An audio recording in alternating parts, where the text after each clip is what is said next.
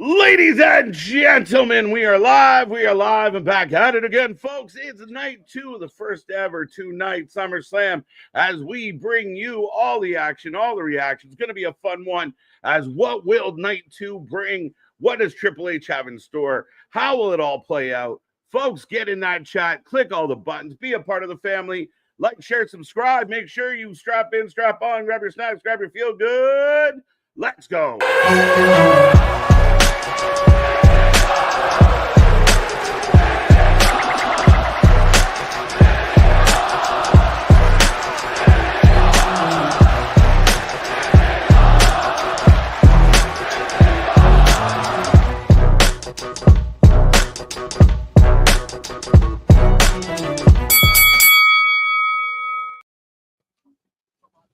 Ding, ding, ding. We are live and back at it again, folks. And like I said, we are the Wrestling for Life Network. This is another live stream as we bring you WWE Summerslam Night 2. Lots to talk about, lots to get into, lots happened in Night 1, and the world has been a buzz ever since. And we're just getting started, according to Papa Paul. So we will see what that looks like. But me and that pretty face got you for the next few hours locked and loaded. I see that chat filling up already. Remember, be a friend, tell a friend. Take this link, share with all the people you know. Let's load up this channel here tonight as we are about 25 minutes away from the start of the festivities. And the pre-show is on now if you're curious. But if you don't know, we should remind you. I am Mr. Evernight KJ White, the Iron Man of YouTube. That is Big Nick. Ladies and gentlemen, boys and girls, children of all ages, the Wrestling for Life Network proudly brings to you its YouTube tag stream champions of the world, the Every Night Delight KJ White. I am Big Nick. And yeah, after everything that they gave us last night, the fact that now we're just going to get more, we're just getting started. I'm really intrigued. The main event of tonight, I'm still battling around in my head. Yeah, I mean, again, they left a lot of question marks, a lot of open doors for what could happen. I mean, again, I saw everybody running out. Oh, it was predictable. We knew it. Dave Meltzer called it. He's our hero. Put him in a golden chair and jump up and down. I mean, even, the sun shines on a dog's ass once in a while, I guess. I think that's how that goes. Still feel like nobody really knew that. Everybody likes to boast on, revisionist history and 2020 vision. Yeah.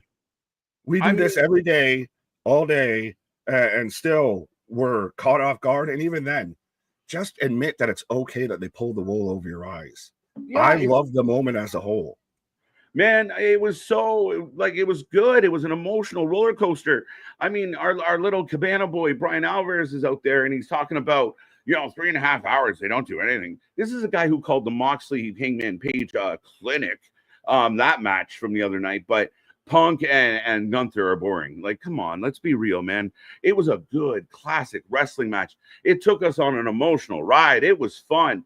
The heel looked good. The crowd was behind the babyface, and when he won it, Nick, I didn't want him to lose it. There's still people crashing out over this, and that's the thing is, I haven't heard anyone realistically say as to why Night 1 was bad or they didn't like it. Like, it's all just seems very much, well, I don't like Seth or I like Punk and that kind of vibe. Or the cross thing, I'm still cross about, pun intended. And they were still chanting, we walk cross during the pre-show and everything. But like, people were mildly upset that Jade went under to Tiffany, which again was to me 50-50 booking. It could have gone either way. Absolutely. It's more of people upset that the guy they wanted didn't win or that their booking didn't happen. No, in a lot of ways, that is the case. I mean, again, with wrestling fans, and people sometimes think like whatever they're thinking or their group of friends are thinking is how everybody thinks, but that's not how everybody thinks. I mean, there were people out there that wanted Tiffany to beat Jade. There are people out there that are not Jade fans, so they were more than happy to watch Jade get pinned. 50-50. I mean, you say things like you don't book Tiffany strong, and then she gets a big win at SummerSlam, and they're like, oh, I can't believe she beat Jade. You can't have it really both ways. With a roster as deep as they have right now, good wrestlers are going to lose matches, guys. Just the way it is. Good wrestlers are going to go under. They're going to get screwed by heels. Things are going to go bad for your favorites at times. And we got to go on that journey. Man, the minute Punk had that belt in his hands, all I wanted the show to do was end. And don't do it. And they did it. And I sat there and I thought it was incredible how they did it. But at the end of the day, I mean, to say that it was 3.5 hours of anything less than entertainment, I'm sorry. I mean, we watch more wrestling than anybody else. That was a good night of wrestling. I would dare say it was better than night one. And I see everybody in the chat. You can let us know, or even if you watch this somehow on the replay, let us know in the comments if you thought that was better. I'm more excited for night 2 of SummerSlam than I was of night 2 Mania. And I thought night 1 of SummerSlam was more enjoyable than night 1 of Mania. So far, SummerSlam's a better show than WrestleMania was this year. Yeah, well, I got a poll up right now that asked the fans that's did night 1 get you more excited for night 2? And I think it did. I think a lot of good things happened. The people out there that are trying to, kind of be bitter about Jelly Roll agreed to and took a whole lot of beatdown. That man was black and blue. So listen, he went out there, did what he did, and you got to give the man credit. I don't care if you don't like celebrities or you don't like having fun or you don't want to see it. I saw one guy crashing out about they ran back the yeet. So what? The crowd was super into it. Enjoy the ride. Everyone's so goddamn bitter about everything. That was kind of dumb during the match, but I didn't take away from the evening. Good. So good. Right? The bad guys get thrown out, they're regrouping, and the baby faces want to be a little bit cocky. It worked well. The fact that you got Roman into it, the crowd went nuts. And that's the job at the end of the day. Excite the crowd. And they did that. I don't give a shit what anyone says. Well, it's even what you brought up the whole Jelly Roll Logan Paul situation. You thought that man legitimately got broken in half during that table spot. And I was watching it earlier on the pre-show right before we went live. They were replaying that exact moment in every language that aired it. I saw videos to where they had Logan Paul's point of view on it. That's a huge moment. There was nothing but huge moments that came out of this show. Right? No, I mean, again, big moment, memorable moment. We talked about the Punk situation. We talked about Logan Paul. I mean, he does the toast with the Prime and flying through the air from his point of view. And like you said, from every other country, it's all that anyone's talking about. Love it or hate it, it is all that anyone's talking about. It is the biggest thing right now. And people can say, no, they're killing it. The building is packed. They open up more seating for night 2. Again, anybody trying to find negatives in this, it's a really good night of wrestling. I hope it carries into night 2. But my God, are we just not hoping for the same things? Oh, absolutely. I mean, every bit of that show was a great moment. They got, big spots out of each match. Each match kind of had that time to breathe, feel special, feel individual of itself. And I like Jose's comment here. I know we'll get to the chat in a minute, but Seth proved kayfabe isn't dead. After everyone's crashing out about Unreal, Seth's bringing back kayfabe, and everybody hates it. I mean, again, exactly. I mean, what more could you want? What more could you ask for? And it's supposed to create that moment of like, we knew it. No, you didn't. Like, they got exactly what they want. The online debate right now about, I called it, or this guy said that, or that's what's supposed to happen. The entire night was unpredictable. Granted, like I see Ghoul saying, unpredictable in some bad ways. Sami Zayn, I still want to fight you in a Tim Hortons Sami gets the win. It's my guy. I mean, I don't know what to tell you. But you still had people chanting, "We want Cross" during the post show, which I guess they're no longer doing the media scrums that AEW likes to do and everything with fans asking questions or journalists asking questions. Sorry, fans. You got it right. Fans. Yeah, I said it right the first time. Yeah, you got it right. But now they're just doing the post show kind of like what they did before. Like, it was cool seeing Seth come out during that. Like I said, you got Jelly Roll interview during all that. Gone away are the questions. I mean, Jelly's sitting there getting emotional on the post show because the fans are chanting his name. He's like, oh God. Like, again, that's a pretty cool feeling. And when you see a guy kind of live out his dream, you got to be kind of happy for him, whether you like it or not. It's kind of a touching thing. And I mean, the guy showed up and showed out. He actually put the work in. He put the effort in. He lost a ton of weight. He did a lot of things to make this moment happen. I got to give the man some credit. Well, speaking of a man who might need some credit, what's next for LA Knight now? Was LA Knight in on the gig? Was it a work, or, did he just get miraculously better? Does LA Knight now run it back with Seth, and now LA Knight's in a world title feud? Yeah, I mean, the LA Knight side of this is very interesting because if you get Seth to come out and LA, does LA interrupt him as he's cutting a promo, but you still got Punk looming? Rumor is maybe Roman won't be around for the next little while now. He did his part, and he'll be gone to until around Survivor Series, which is what it is. But yeah, I think it's very curious, very interesting how LA Knight kind of gets the short end of the stick here, right? Like he kind of got left out. He was a bit of a pawn on the board. Yeah, like what does he have to bring up the injury of like, no, I thought you were hurt. That's why we does he pull back kayfabe the other way of I thought you were hurt, so that's why we ended the match type of vibe. Because he's got to come out and address something there because he still had the feud going on with them. Even if he comes out and say, hey, I got a win over you, so I should be the first in line for your title. Yeah. You know, at least even if he doesn't talk about it, he's got to come out with one of those, oh, no, promos. And just like you said, interrupt Seth. We're not doing this.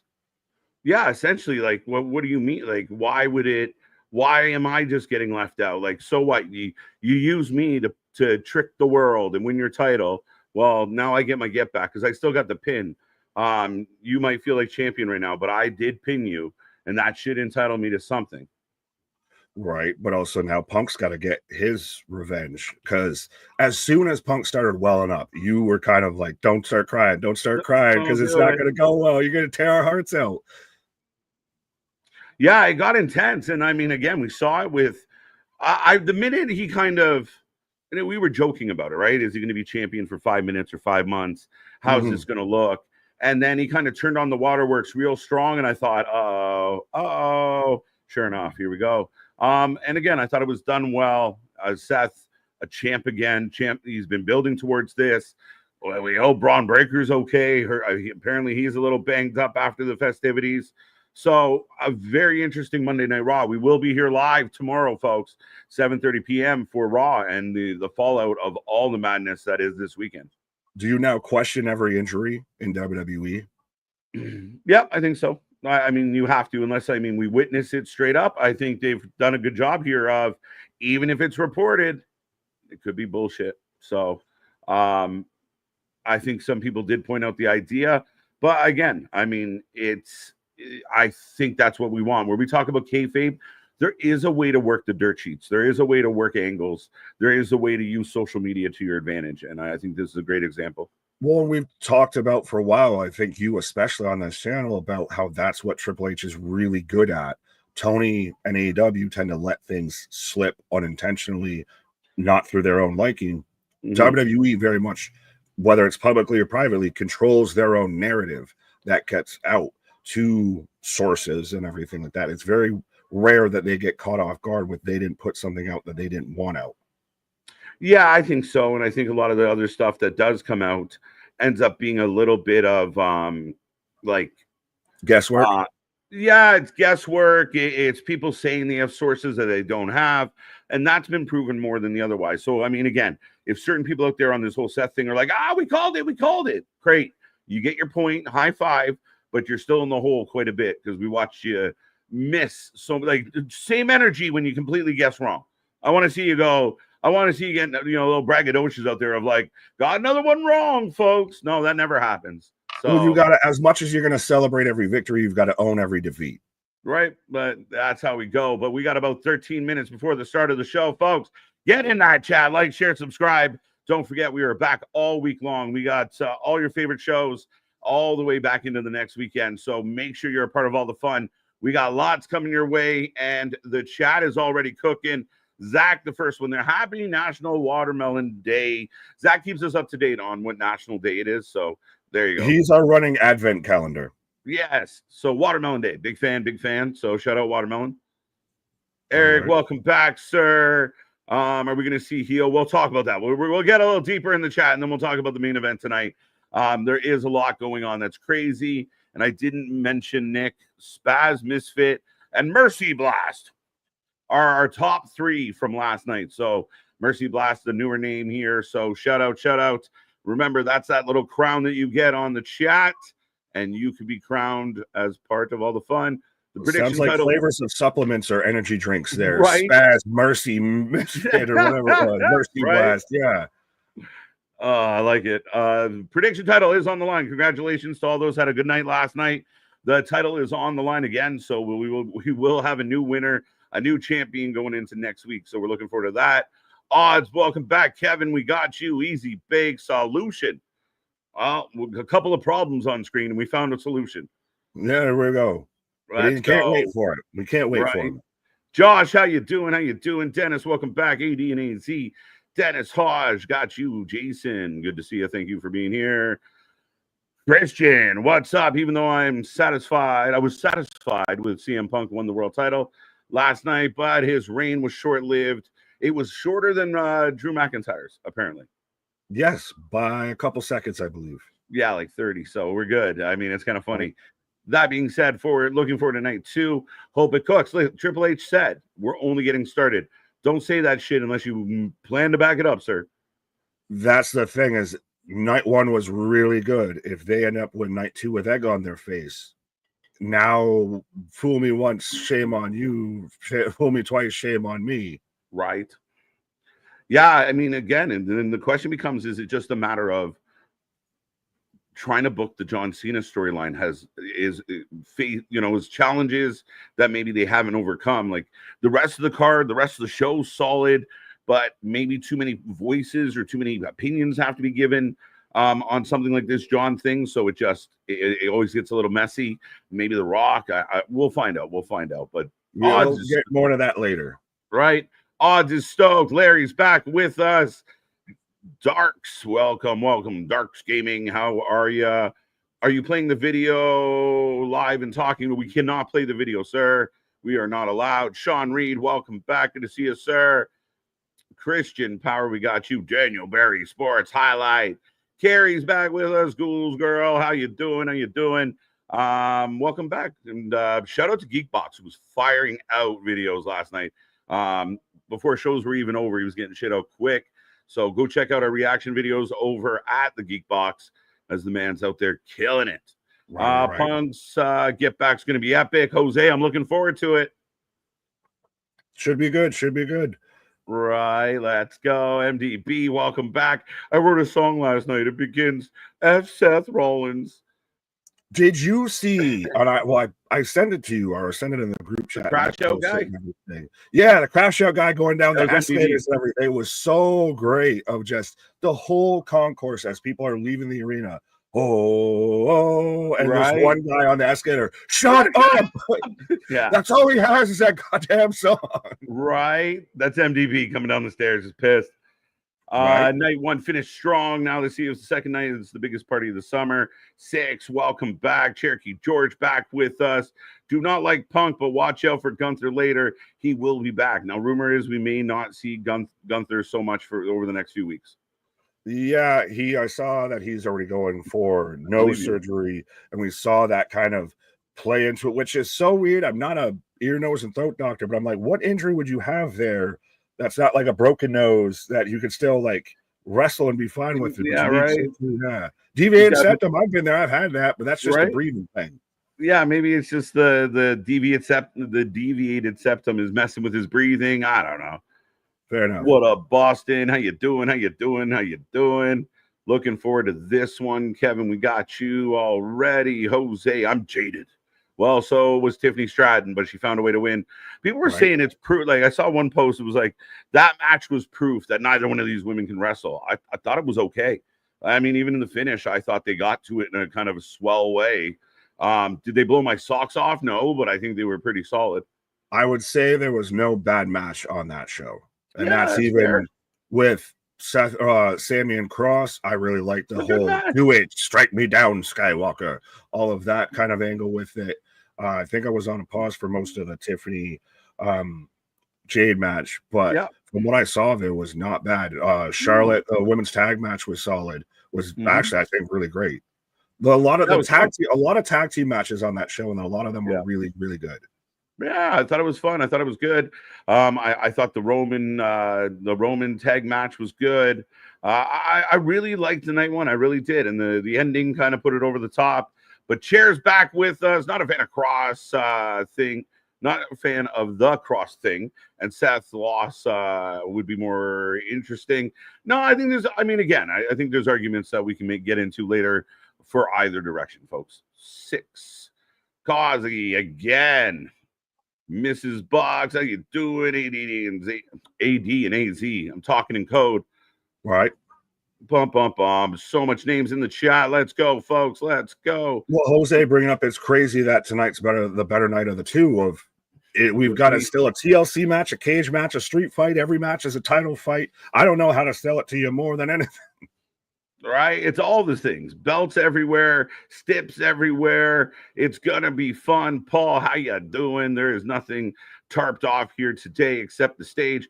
Probably 5 to 8K more people here. Yeah, I saw pictures going around. I guess Paul saying there. I mean, Paul might be present. I mean, again, the number of tickets they sold in the last 2 days. Anyone out there that's trying to minimize it or make it a negative, get out of here. Get out. We only sold 55. You didn't sell 80. Cool. We sold 110 over like 2 days. Like, what are we doing? Is he even fair? Like, I don't find it even fair. Well, it's even then of no one was out there really, I think, shitting on All In for selling out 25,000 tickets. That's a great number for them. Like, to sit there and, go at WWE, which we expect is going to sell more tickets, to say, well, you didn't completely sell out an NFL stadium. So you suck. Boo. You just go to fucking gyms. It's like, what are you talking about? But like, you just came off a show where like more than half the stadium was tarped off. Like, we're proud of what you did.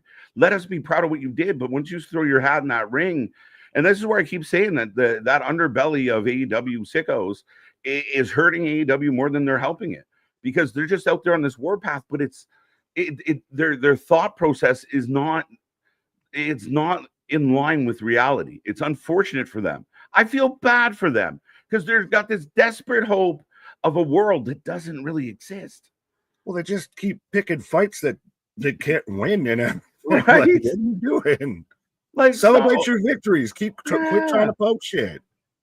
Just celebrate you. You don't have to be so insecure that like you can post like that was my favorite match of the year without the added, I bet the WWE assholes are gonna hate it. Like, whoa. Just why does the other company need to get brought up every time? Right? Like, just don't be so insecure. And the idea, like, you guys did good, but you were in a stadium that was half empty. So you have no grounds to even begin the argument here. Let it go. Celebrate your wins. This is good for them. If it's not your cup of tea, but my God, there's a lot of people that don't miss a minute of WWE that loathe it. So good times. It's like tagging your ex-girlfriend in all your like girlfriend posts of like, me and the missus out here doing this, and you tag your ex, and it's like, what are you doing? Yeah. Are you happy or just fucking miserable? Which is it? Yeah, it's like nice day out for a walk. Happier than I've ever been. You're like, whoa, you don't have to rub that in. We're good. Right, we got you, guy. Fucking jokes. Who else we got? We got Jose. We got lots of chatty people. Dennis, welcome back. Six Path, we got you. Boston. A lot of people have a lot to say, Nick. We got to get to some of these other ones, but time is running short with 3 minutes. Ringsider Anthony, how you doing, buddy? Matt's is back. Welcome back, sir. Jose, we already got you. Aiden, welcome. Josh, we said hello. We got a super chat from Ricky. Tonight will be history making. Tonight is either going to be phenomenal. Shout out AJ. Or it goes bust. I hope they have a plan and they execute, and we all leave here rejoicing. I don't want to dare say both nights, the whole event, but it might be. Is tonight dependent on the main event? The main event cannot go belly up, or everything kind of leaves you with a sour taste in your mouth. That's the get risk reward of it being the thing that closes out 2 nights. Yeah, I mean, I think we saw that in WrestleMania 41. Of night 2 was really good. Like the triple threat, we had energy, we were excited, but the ending was so bad that we kind of just painted all with the same brush of like, fuck, that sucked. So that could very much happen. We're energized. Night 1 was good. It delivered. We like it. We're good. Some people you're supposed to have people disgruntled over a winner. There's fans of both sides. So they accomplished their goals. Check. But if you do that tonight and you roll in and we get all this good quality, and then the ending is like Travis Scott drop kicks Cody out of nowhere, Yeah, I don't know. I don't know. I think it's going to happen the same way of like, fuck. I think it's Yeah. important. Well, it's you're leaving him on the worst taste, and it almost makes you wonder, like, should we have just done the Seth cashes in on Punk at the end Right. of night 2? Yeah, that's interesting. Depending on how tonight goes. Right. But Right. That'll be very indicative, right? oh, absolutely. Victor A. Volante, greetings, gentlemen. Watched it last night listening to you guys. The Gorilla and the Brain. So he's hey, that's some lofty comparables. Pretty But thank close. you. I see it. I see it. Our favorite Mainer's back. Let's go. What's up there? Sup, y'all? Thought last night was okay. First and last match really saved it. Everything else pretty much filler in my book. You're fair enough. I will take that opinion. At least you explained it. I hate, again, we've mentioned it before. I hate the stupid, oh, it was terrible. Well, what was terrible about it? It was fucking terrible. All right, cool. Thank you for your information. Yeah, no, good to see you, Bear. Good to see I see 123 Kid out there. I see Geekbox in the chat. Shout out to him. I'm shocked he's not taking a nap right now. This man keep him busy. Jules is with us. Bruiser's with us. Danisha, always a pleasure. Welcome back. Tommy, too. Andy Barr. Bradley, the giver of gifts. We welcome you. Mega back at it again as we are 35 seconds away. Lady B in the house. The Batman utility ladder better be used. Let's go. Well, no, it does. Well, because that's the thing is we got the TLC match tonight. They're going to be doing 25-year anniversary of TLC. We've doubled it up, folks. We got we got 6 teams instead of 3. I did do math on the fly. It didn't work in my brain. Cross is all elite Wednesday. Let's go. I'm in. Let's see it. What are they really going to do with Karrion Kross if he goes to AEW? They're going to do the same shit they're doing with Bobby Lashley. Nothing. How many singles matches has Bobby Lashley had since he got there? No, but you bring Kross in. Well, that would be so interesting. After the Righteous is left, you bring in Kross. Yeah, and then bring in the Righteous. Yeah, just we go roundabout. I could see Kross going at the world title, going at Hangman. Yeah, I mean, that you have to do that. If you bring him in and start throwing him in like matches with AR Fox, it's never going to work. No, he's just another guy. Don't make him Josh Alexander as we get a sky view of New Jersey, New York at this point. New York. Concrete jungle where dreams are made of. We got the $5 super chat from Matt Tube of You. What up, all? How and can tonight play into what happened last night? Love it or hate it, it will be turning in tomorrow night. I'll be tuning in tomorrow night, is what he was saying. We got there. It's a little clunky. Yeah, I mean, I think I don't even know how to answer this. Do they send you home on a sour note both nights? If you have a heel go over at the end of the show on night 1, do you have a heel go over at the end of night 2? And I didn't say specifically John Cena. You just thought I was talking about him. Okay. Never mind. I was saying about having a heel go over. I was hinting towards a Cody could turn heel. Oh, okay. As we got Becky. Seeing her backstage in Gorilla 2 after everything, and she goes right in the camera. I'm sorry, were my posts misleading? Cody Rhodes in the house. Spaz, $2. Big Love Boys, reload. One time for the good times. Let's go. Let's do this. We are kicking this one off, folks. Get in that chat. Get live. Be a friend. Tell a friend. As we are getting set to go, we jump into last night's video package, Nick. Right. I just like this from, damn it, Six Pass, action voice narration. And now WWE and Cricket 5G presents SummerSlam Night 2. Night 2. You always get the big movie star entrance there. Are you ready? He had it. He had it, man. After all these years, he had it. I saw some people that were like, I don't care if you won it for 5 seconds or 5 minutes. You know, he had it. After all these years, and there's Seth recreating history. Everybody calling it the ruse of the century instead of the heist of the century. Right. We ain't done yet. Brewski's back. I like that they're done 2 different intros for each night and everything. Right. Like this one is contingent on everything that happened with night 1. It's not just we shot 2 stock videos. Boston shooting at Becky. I like it too. I mean, the production level is second to none. And I mean, that's something I think even the deepest diehard out there can admit to. Like, the production level is just off the fucking chain. Oh, 100%. There is second to none of. We still see, whether it be indie promotions, TNA, AEW, every other company out there is either trying to copy WWE or still has production flaws. Maybe we should start doing live streams in crop tops. Cropped up. Put it up, cropped up. As we're getting the highlights from last night, let's go. I wonder if Cody turns heel. Could be.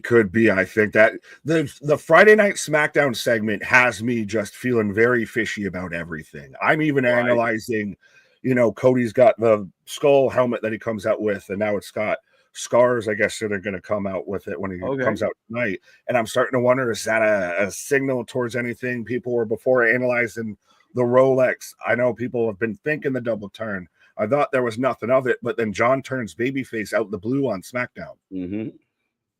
I would agree. And here we go. Now, we're gonna get that pyro.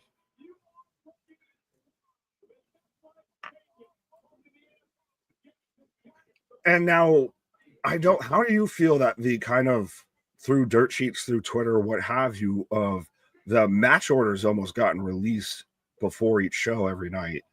I'm not sure if I'm a big fan of. I'd want to be kind of caught off surprise of what's coming up next. Right. I mean, again, I think the same people that bitch and moan about they're killing kayfabe do everything they can to murder it on a weekly basis. So shut up, sit down, and mind your business. I hate that they're killing kayfabe as I just stab it over death by a thousand. Right. Like, that's the thing is kayfabe. I'll say this real quick. Everyone thinks that kayfabe just gets publicly executed. No, it's death by 1,000 tweets is how you kill kayfabe. Yeah. And again, to see the outrage, and I don't think Unreal gave anything epic away by any stretch that we haven't seen on a 24 or an All Access. I'm not reading it, but I just put it up there just for those who watch it at home. Right. I wonder if more people would, anyway. Silly shit. Blonde beard.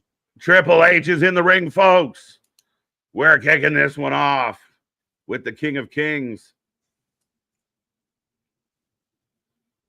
Triple threat starts. I thought the ladder match might start us. No, that's been the thing that's been rumored or been put out there, is that the women's triple threat is what's going to start the show. The TLC is the second match. Oh, holy shit! Which to me is odd, but I mean, it's better for the women. You can't follow a TLC with a women's match. I mean, yeah, it might be better off for the women to open, and then you have that lead because, even if the fans are blown away by the first match, here come the ladders. The biggest SummerSlam in history. Let's go. Triple Dipper. What? What's up, Snow Wolf? How you doing? John C's with us. Spaz with the 5 bones. Kayfabe-wise, heartbreaking end last night. So a happy end tonight. But my brothers and sisters of Graps, what is a happy ending for Cody Cena? Oh, it just has to be good. You got to get to the ending in a good way and make us feel like something's coming from it. John, I mean, is it the double turn? It just has to make sense. Is that the biggest thing? Is it just needs to make sense? Get out good. Make the match decent. Again, we know John's limitations. Make it the best John match you can make it, and then don't fuck it up on the way out the door. That's my hope. Are you still okay if that was just literally John turns heel or turns babyface on Friday, and we stay that of both men leave babyface? I'll be mind blown. If that's the outcome of this, I'll be shocked. And maybe that is a bit murmur. We'll see. You throw 6-7 months of storyline away. A little bit, yeah. It's just like everything we just did meant nothing. Well, is that a fucking my brutality? Oh, brutality. So we are kicking off with the women's triple threat here. And we didn't get like the typical then, now, forever. No, well, they meld, at least on the Peacock, they meld straight from the pre-show into the main show. Apparently, they anticipate everyone's going to sit there for 4 hours before the show starts. There you go. All right, folks. The first match is on docket. Let's go. The women's triple threat. Get your votes in. Who you taking? Rhea, Io, or Naomi? How will this one go? Let us know. I also will throw a poll up. And yeah, if we're starting with this match, we got lots of fun stuff to come. Absolutely. And again, let's not forget Rhea and Io just alone. Actually, all three of these women, because Naomi played her part with the cash-in, were part of, in my opinion, and I do say my opinion, arguably the best women's match that WWE has ever put on. So what are they going to do now with, we've got a little bit of time, we've got a little bit of momentum, we're starting off SummerSlam Night 2. This could go fucking hell for leather here. Yeah, I think they're going to really want to tear it down. I think they're really going to want to, that match was great, but you're only as good as your next match. And here it is.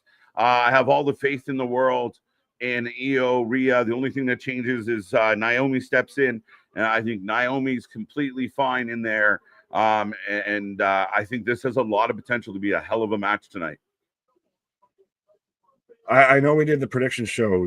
Naomi was who you went with? Or what? No, I remember I was trying to convince you to take Io because you forced me to take Io. You bullied me into Io, bro.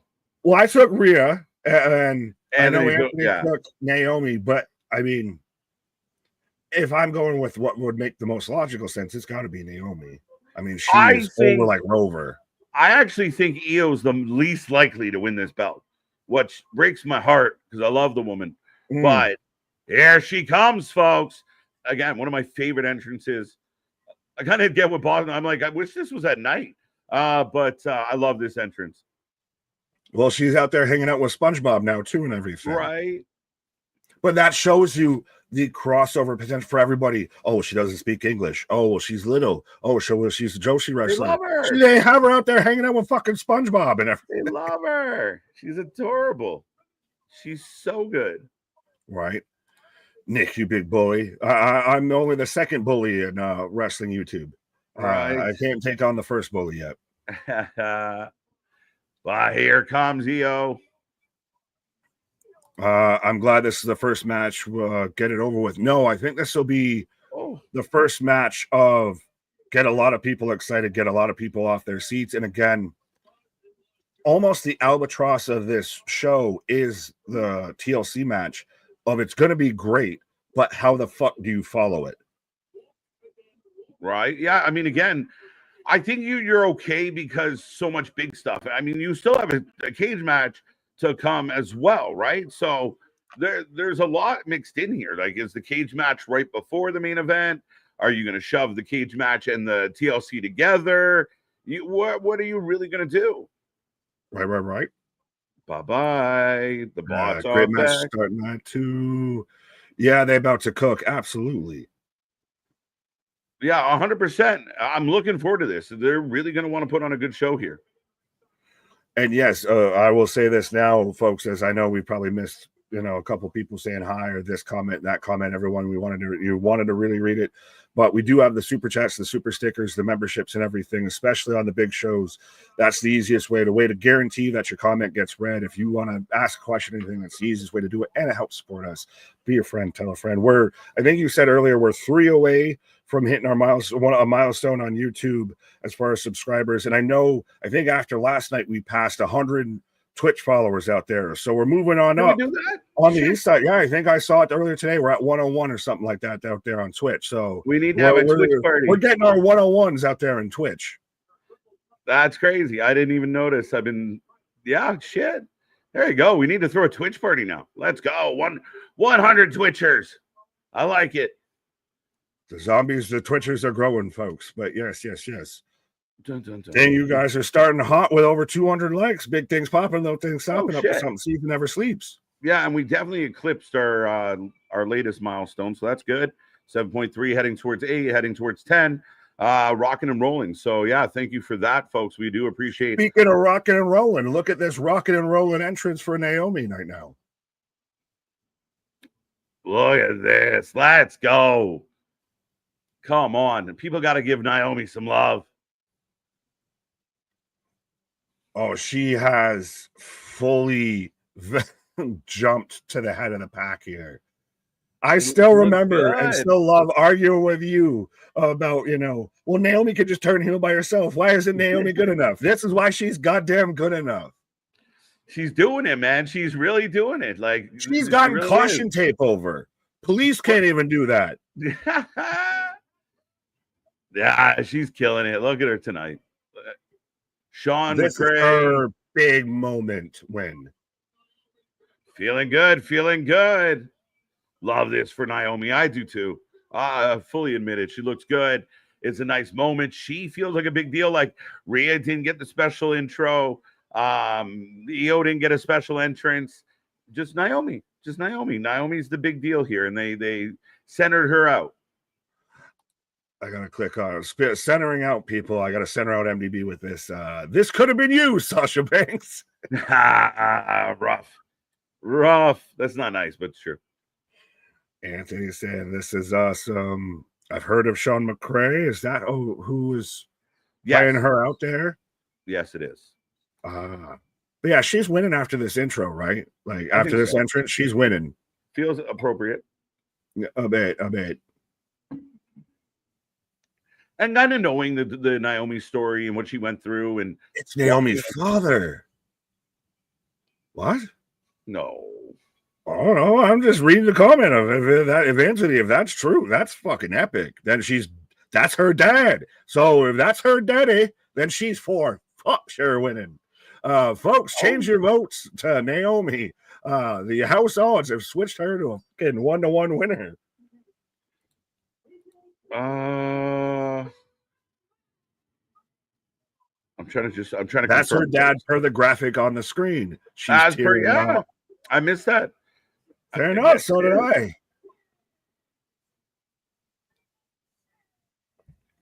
So then, yeah, ain't no way you're gonna have her lose in front of her daddy, right?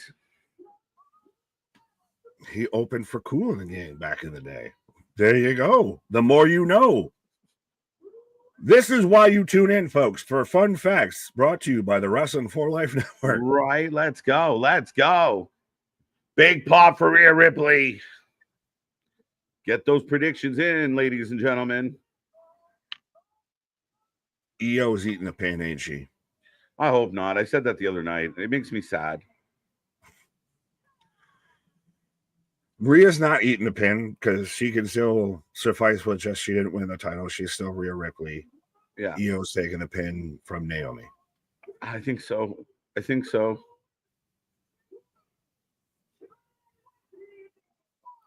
I feel like almost if Naomi loses, she's not involved in the pin. So either way, even if Rhea wins, she's pinning Io. Yeah, I definitely get where you're coming from on that. That feels about right. That if Naomi is to lose the belt, maybe she does not get pinned. Maybe it gives her a chance for the run back. You got to keep in mind, Stephanie's waiting in the wings for Paris. So, again, this might not have much lingering effect outside of Naomi solidifies herself as the champ.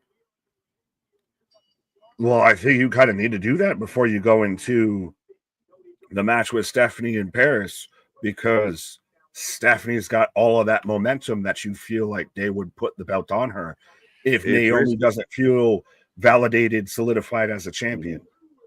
Well, we get the ring of the bell, folks. Predictions are now closed. And here we go. SummerSlam Night 2. It's official. And we are set to go. Naomi hops out and says, "Y'all fight." So good, though, of just fun little heel tactic stuff that you don't see regularly. Like older stuff that we miss, that's been missing from wrestling. Like we called a Russian leg sweep last night in the main event. When's the last time you saw a Russian leg sweep? Yeah, and give me this shit about, it was boring. I was super entertained with how they opened that match. And I'm sorry to those out there that were mad that there was no topes or tables or moonsaults. Tough titty. It was good as hell. Alvarez and Meltzer, two old school guys, to sit there and say that match, which was the most old school wrestling that we've seen in a long time. I saw people saying you could show that to anybody in any generation and they'd get it and they'd appreciate it. For them to say that was unenjoyable, it was ridiculous, go just completely foo-foo and poo-poo it. Again, sorry there was no topes, sorry no 450s, no Hurricane Ranas, no forks, and then that. Yeah, for sure. As the women basically cut off Naomi, won't let her escape, and now they are teaming up on Naomi, and Rhea kicks Io.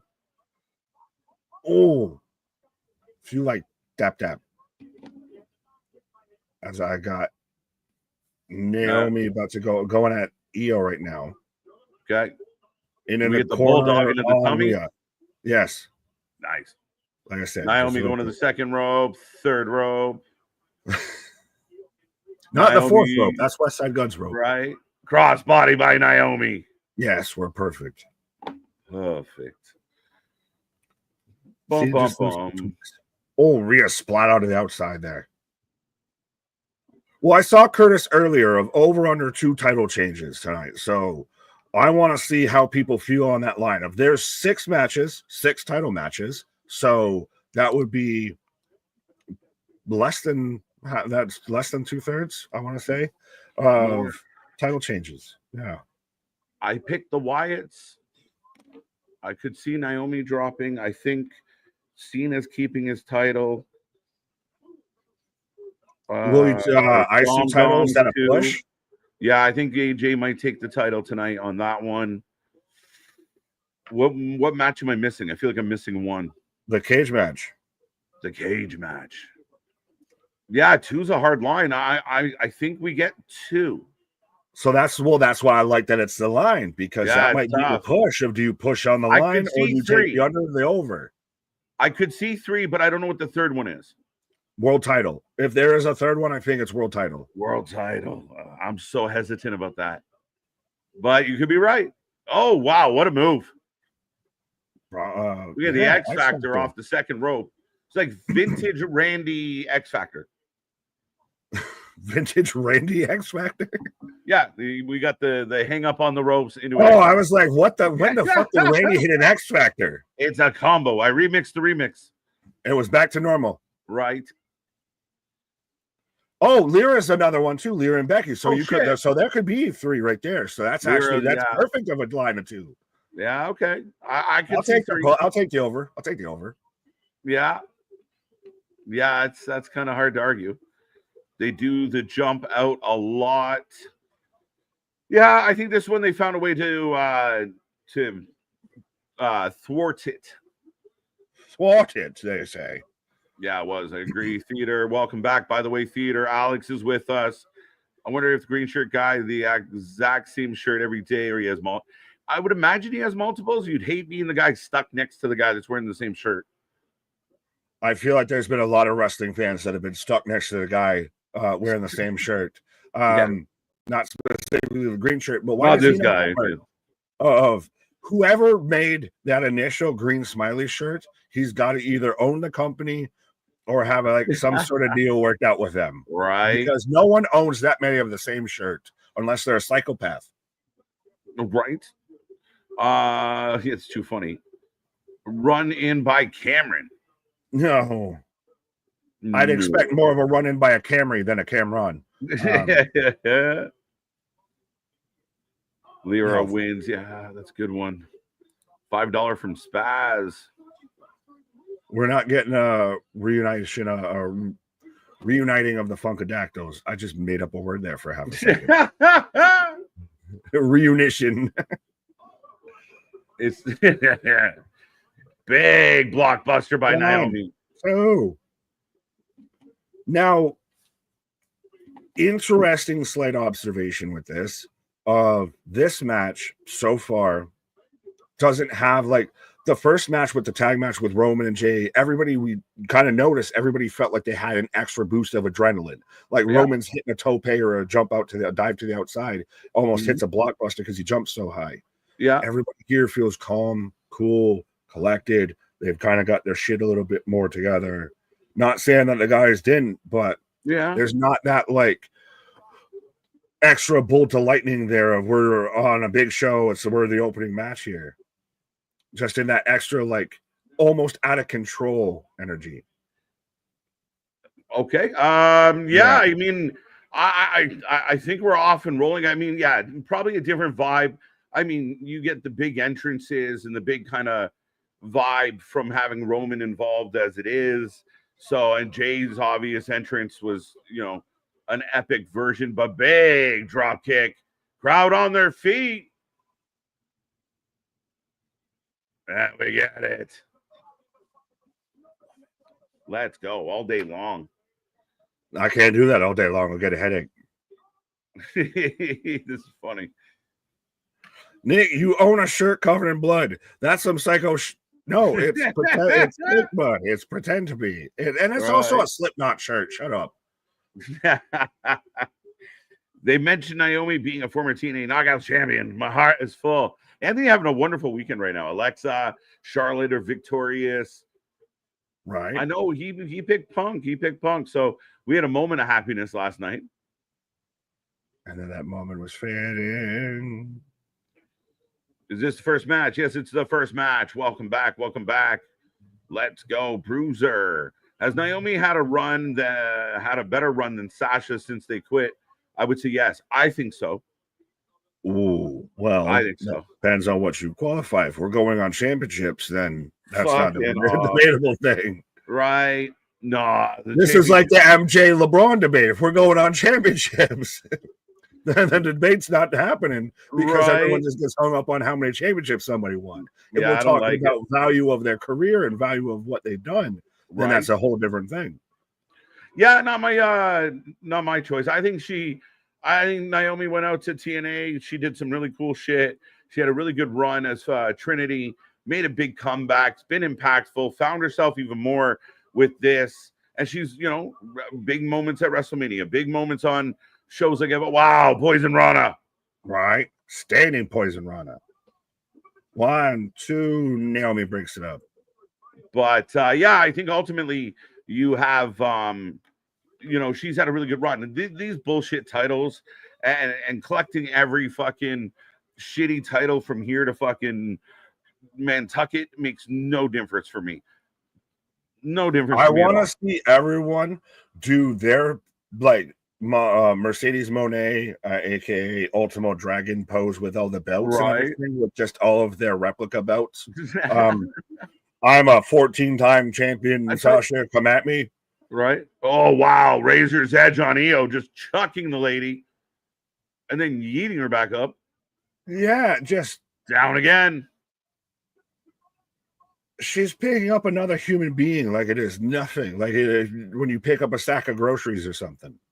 Right. You could have Punk close out the show and have Braun and Bronson come out and destroy him. Then all of a sudden Seth's music hits and he cashes in. I'm so confused by this. I feel like there was another comment before that because we're just recapping what happened last night. Right. Well, or what kind of should have happened last night. Actually, no, he didn't need for the Braun and Braun security to come out and destroy him. No, you did. You had Gunther for that. Oh, yeah, big moonsault.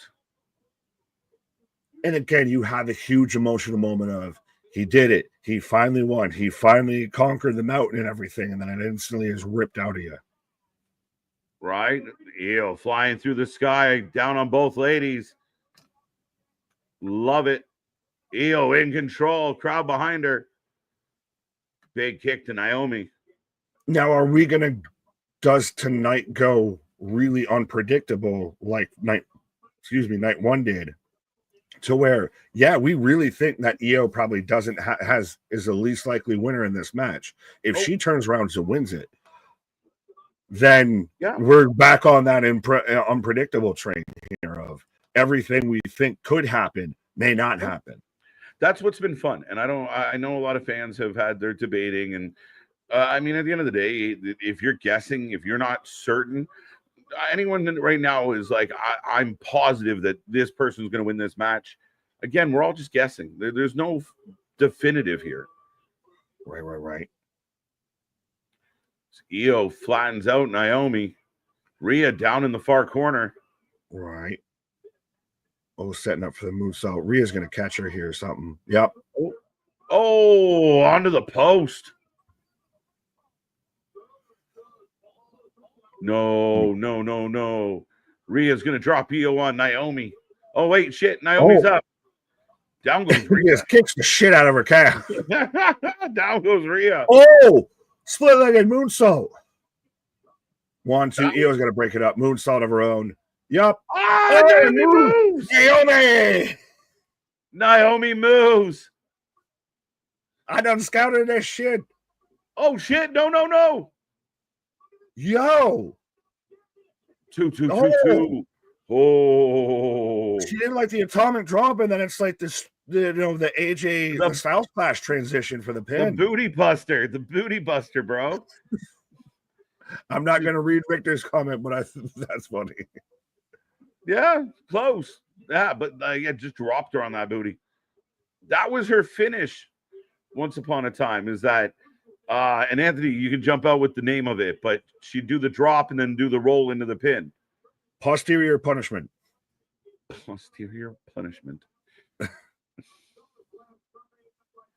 Naomi up, Io up, Rhea down. Nice sequence.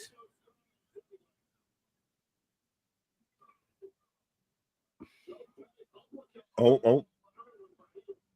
Io with her best Street Fighter Hadouken or Shoryuken punches there. Oh, shit. Where did she come from? Naomi knees her in the face. But it's a... Riptide. No way. Sexy Rhea pin. 1, 2. Io. Oh, I could have sworn I saw 3. Ooh-wee. Let's go, folks. I like how it's now just the stupid sexy Rhea pin. Yeah. That's the thing is with the rear view. No, the rear view is when she does the hip thrust. Yeah, the hip thrust, the springboard hip thrust. Or maybe MDB was asking where she came from. The rear view. The rear view, yeah, right. That's why your windshield's bigger than your rear view. All right, Jelly, sit down. We like you. Jelly, it's a fucking DMV. As we got an exchange between Rhea and Io slapping each other. I think that is the thing though with Rhea. She hits all Riptide and it could end the match at any moment. Yeah, absolutely. Oh, Io firing up, but Naomi's back on the apron. Kick to the head. Oh, Rhea. Uh-oh. Oh. And Io's this isn't a Royal Rumble. Right? Io's about to win the Royal Rumble. Oh, through the ropes. That's disrespectful. Hiya. Oh, shit. Nice. This match is cooking. Do it in front of her daddy and everybody. This is Wendy's. That's jokes. This is a Wendy's, sir. And that's why the Baconator is so much fun. I'm just picturing now Jelly Roll doing no. Oh. Rhea on to Naomi, Nick. Io has been in a good bit of this match in control here. Yeah. Surprisingly strong for a little one. For a little one. You did a little feller. Yeah, well, I mean, she's still a goddamn athlete. Sorry, I was halfway chuckling in my own head of picturing Jelly Roll doing Jim Cornette's, well, goddamn it, we wouldn't have ordered it if we didn't want. Right. Awesome stream video. Great show. Thank you, Michael. Thank you. Rhea's pulling up Io in the corner. Oh, Io's fighting out, though. Bye-bye. That's how you know we're doing good when the fucking bots show up. Right. Keep it coming, folks. We want to see 200 in this chat. As Io pops up, almost stumbles. Rhea just headbutts her. Oh, if we're going to get an avalanche riptide, this is fucking Oh, but Naomi's gonna win, bro. Naomi's winning. Riptide from top. Avalanche Riptide. Yeah, here comes Naomi. Naomi with the steal. There we go. There Come we go. on, There we Packers. go. 1, 2, 3. The most dangerous. Hey, we've got yellow t-shirt guy now instead of green t-shirt Right. guy. Used to be green t-shirt. It's faded. The most devastating move in professional wrestling, the surprise roll-up, wins this match. Good. And Rhea took the pin, which is great. But not EO. Again, right. Time and place. That was a good roll for a heel to get a roll-up win there. Now Rhea, Rhea's gonna want revenge. She got in my tights. EO's pancaked, and Naomi's still your champ. This isn't over with this situation, I feel. No, it's interesting. It's interesting. But good match. Hell of a match. Good match to start off the show. Of you got the big reaction. You got everybody involved in this match that everybody wanted to see, and it had its time, it had its moment and everything. And it was a good match. Of EO showed up and showed out a lot more in this match than I thought they were going to book her to, let her to, what have yous. Yeah, and a good amount of time. The match cooked. It kind of did its thing. And if they're going to follow this up with a TLC match, well, hold on fucking tight, folks. Like, we're only just beginning. Yeah, and that's the thing is we're talking about a TLC match. It's match number 2 on a 6-match card. And again, is that a bit of that conversation of less is more at times when I've only got 5-6 matches to get through, but they also managed to stack those 5-6 matches. Yeah. So those you don't almost want to miss a beat. No, again, I would highly recommend to others of like save some of the remedial show matches for your weekly shows, and you don't have to cram in everything. 12, 13, 14. It takes away from the show you're trying to deliver, because it's impossible for us as the people watching it to say perfect show, because you slid in your own imperfections.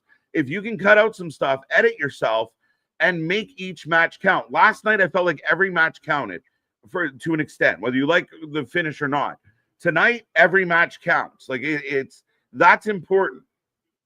That's the thing is, I think coming off of last night, as no one was talking about, oh, well, this match was bad, or this went too long or anything. It was all of just more upset about the outcome because the guy you wanted to win didn't win type of thing. And that's good. Right. It's the best way you can come out of a show versus you're doing basically 2 weeks of television during a pay-per-view. Right.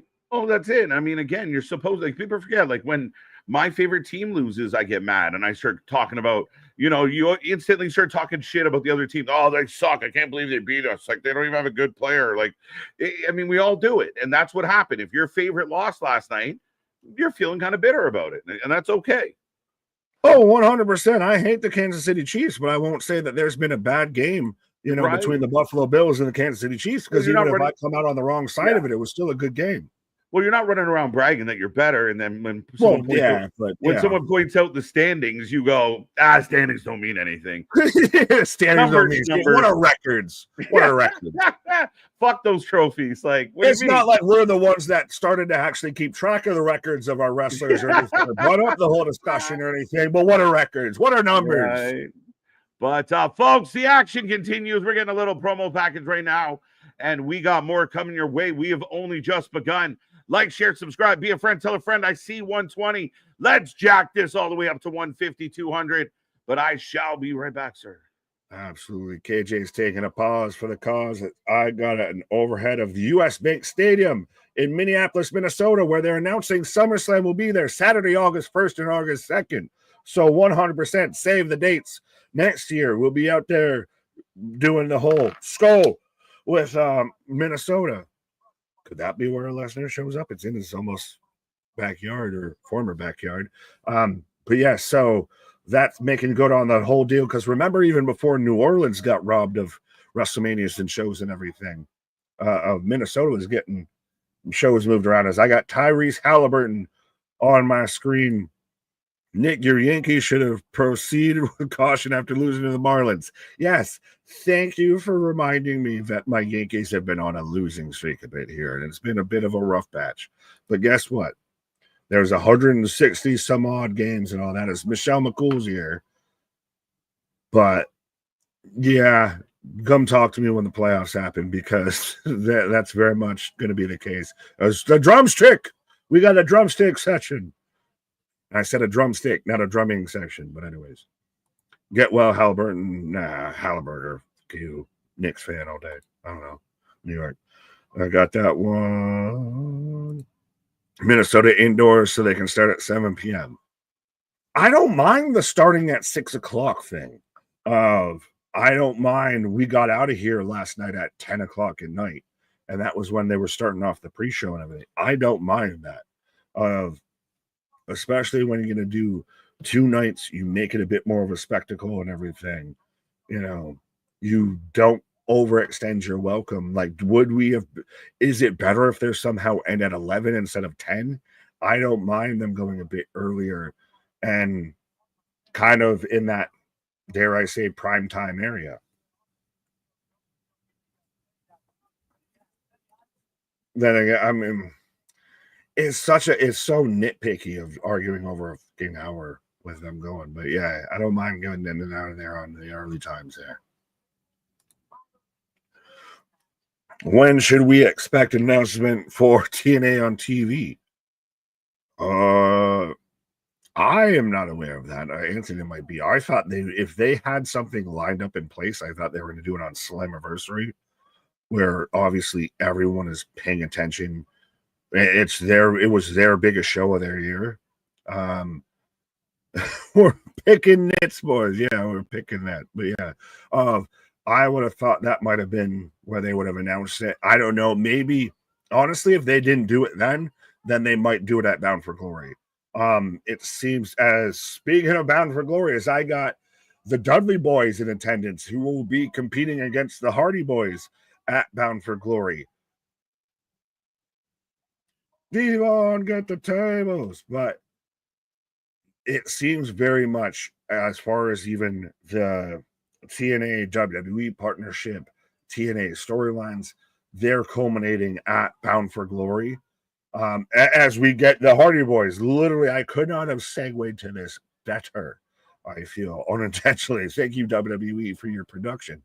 But yeah, they're doing this because we've got to go into the TLC match. You can't have Edge and Christian, though, because AEW. So what are you, Beth Phoenix?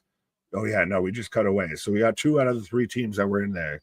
But yeah, if we get a TV deal announced, it'll probably be Bound for Glory. Make a long story short. Where's Edge and Christian? Yeah. Well, it's like Brie Bella, who was saying that because Daniel Bryan works for AEW, that WWE's blocking her from being on TV and all that. Or, it's convoluted and complicated as to how she's going to be involved. No, it's not, because Zelina and Alistair were on different shows. Mission and Keith Lee were on different shows. Like, there's plenty of people. Charlotte and Andrade were on different shows. So what are we talking about? Oh my God, I told you, Nick. Rick, what did you tell me? Did you tell me the facts of life? Because I might have forgot them. Wyatt 6 for the win. But yes, folks, let me know, as we're about to kick off with the TLC match right now. Who wins TLC? Do you have the Street Profits? Do you have the Wyatt 6? Do you have DIY? Do you have Fraxium? Do you have Andrade and Ray? They need another, like, a more cohesive name. Do you have Motor City Machine Guns? I think this is going to be the match of the weekend. This is going to be the one that, if you look bell to bell, not moments, not after the match situations, not a cash in, anything like that. This is going to be bell to bell, the match that you will want to go back and rewatch. It happened on WrestleMania. Unfortunately, I did it the night after, or the week after WrestleMania on SmackDown and everything. But doing this on SummerSlam right now, I think this is going to fucking knock socks off. White 6, Hardy Boys, the Dudley Boys. Yes, they were there. None in the match. White 6. Rashad, what up, what up, what up? The Fireflies would have looked better at night. Hashtag nitpick. Yeah. That is a valid avenue. That is a valid aspect. But I was gonna say they light everything up. But where do you slot this in? I don't know if you would do this like a co-main or anything. Do you do this third to last, and what's in the death spot that goes in between that and the main event? Because that would fully be the Valley of Death. If you're following the TLC match before the main event, you are insignificant. I would love to see TLC 2 again at WrestleMania 42. Well, they've had TLC 2. I think they've had TLC 3 and 4 and 5 and 6. Are you talking about specifically with the teams from TLC, the original TLC involved? Which even then, I still think they did TLC 2. At least it would be TLC 3. But yeah, contracts and careers be damned, I guess. I miss that old DIY. No, you don't. You don't miss that terrible Death Rebel thing. As I got Motor City Machine Guns coming out right now. I'm telling you right now, folks, hand to chest, this is going to be one of those do not miss this match of this is going to be chaos and chaotic good from Bell Ring, and anybody, and I do mean anybody, could win this match. No, there is no one that wins this match that I'm upset that they won this match at all, because A, you're gonna goddamn earn it, and B, this is, I would say right now, the best tag team division in pro wrestling. So I know everyone was saying Punk came out with Fantastic Four gear. Is now Fraxium coming out with Fantastic Four gear too? I know Punk does the clobbering time, but now are we just anytime it's blue and white is Fantastic Four gear? Yes, Nick, we're gonna see some wild. Yeah. And again, think about it. When's the last time, or if there was a time to where you saw TLC basically just a ladders match? So it is a ladders match, but with 6 tag teams in it. And 6 of the best tag teams in pro wrestling currently doing it. I was going to say, anyone want to make a case for a 7th, 8th of an outside team? I know I heard the Dudley Boys, the Hardy Boys. Who right now is a better tag team out there in pro wrestling than the 6 guys doing this? I feel this is going to be Andrade. What the dark mask threw me off. The black skull. Fraxium looks cool and blue. There's only 3 teams that have been in a ladder match: DIY, Machine Guns, and Fraxium. Fair enough. So 3 teams with some experience and 3 teams that don't. See, this is another one too that we don't expect. Of probably Ray Fenix's intro looks a lot cooler at night, especially with all the strobes. It's like EOs. They look a lot cooler at night instead of during the middle of the day. But this team's been such a surprise skyrocket. Is it really odd and apropos that Andrade and Ray Fenix worked well as an odd pairing tag team at the same time Charlotte Flair and Alexa worked well as an odd pairing tag team? You know, they split up and they're doing still the same gimmick almost in wrestling. But Fenix and Andrade coming out right now. And they've somehow, like I said, they've become the odds-on favorite, at least to me, at least what I see most people talking about, because they work really well as a tag team. They've caught fire. They've caught lightning in a bottle. Even when everybody was expecting we're just going to do the Lucha Bros back together. Now, would the Lucha Bros be better here? We'll see. We'll see. Any last words to say to the tag team? Feel free to speak now. Okay, Christian. Andrade and Ray Fenix. Dinero. Is that what you're just calling them, MDB, or is that what they're actually called now? I'm halfway trying to pay attention to the commentary. Street Profits were just in a TLC match in April. So was DIY and Motor City, I believe. Wasn't that the three in the team in the match? Yeah. De Niro for the win. Is that what they've actually called them? Someone confirm to me if that's what they've actually called them, because that's not a bad name. There's no telling how many tables are getting destroyed in this match. And that's the thing, is we're still going to have, after this, a cage match and a street fight. So what's going to be left to be destroyed after this? That's just what I'm calling them. I think the name is fire. Well, fair enough. There you go. I'll give you credit. You had me convinced that that's what they were calling them. So there you go. Wyatt 6 for the win. 6 for the winners. I got the 6 coming out, which they'll be involved in Halloween Horror Nights. So do you have them? I know it's a shameless plug kind of thing of, do you have them hold the titles just till we get through Spooky Dookie season? Or do you have the titles play hot potatoes all the way around? And you really start to amplify and emphasize the Wyatt 6. I don't really know how I feel. It's not bad with them coming all out during the day, but it's just, yeah. This is getting very nitpicky. Of it would have been a lot cooler if you came out at night, but all this smoke and smoke. Nick, I still can't believe we had Psycho Clown on SmackDown. We had Psycho Clown and Mr. Iguana. Don't forget the no DQ match with Becky and Lyra too. Is that a no DQ? I gotta double check.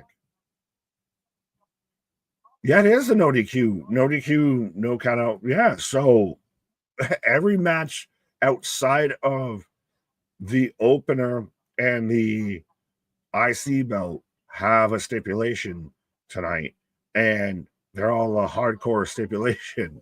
So is this a bit of Extreme Rules, SummerSlam? Hashtag nitpicky. Yes, that'll be nitpicking. Oh, that might be close to another thing. Yeah, we are nitpicking everything. I see a lot of tables being set on fire tonight, and some team, no, we're not setting tables on fire. We're not JCW, which maybe on Monday I'll start to get into that whole conversation of, I'm glad John Wayne Murdoch is okay, for those who know the whole situation. But yeah, set tables on fire. Do the indie bullshit responsibly, at least for folks, if you're going to do it. But anyways, as we're about to kick off here with this 6-team TLC, as everybody's instantly jumping the Wyatt 6. As here we go. I don't know if I need to close the predictions or the voice beyond will do, but I will do it now just to be safe. Yes, so the predictions are closed, folks, as we are on our way of everybody kind of instantly going at the Wyatt 6, and now everybody's found their selective dance partners here. What is this, the red light district? Why? No flaming tables tonight, maybe stacked tables. Yes, we're more stacked than flaming. Yeah, no flaming mows. And again, be responsible when you do any bullshit in wrestling. I'm going to just leave it at that. But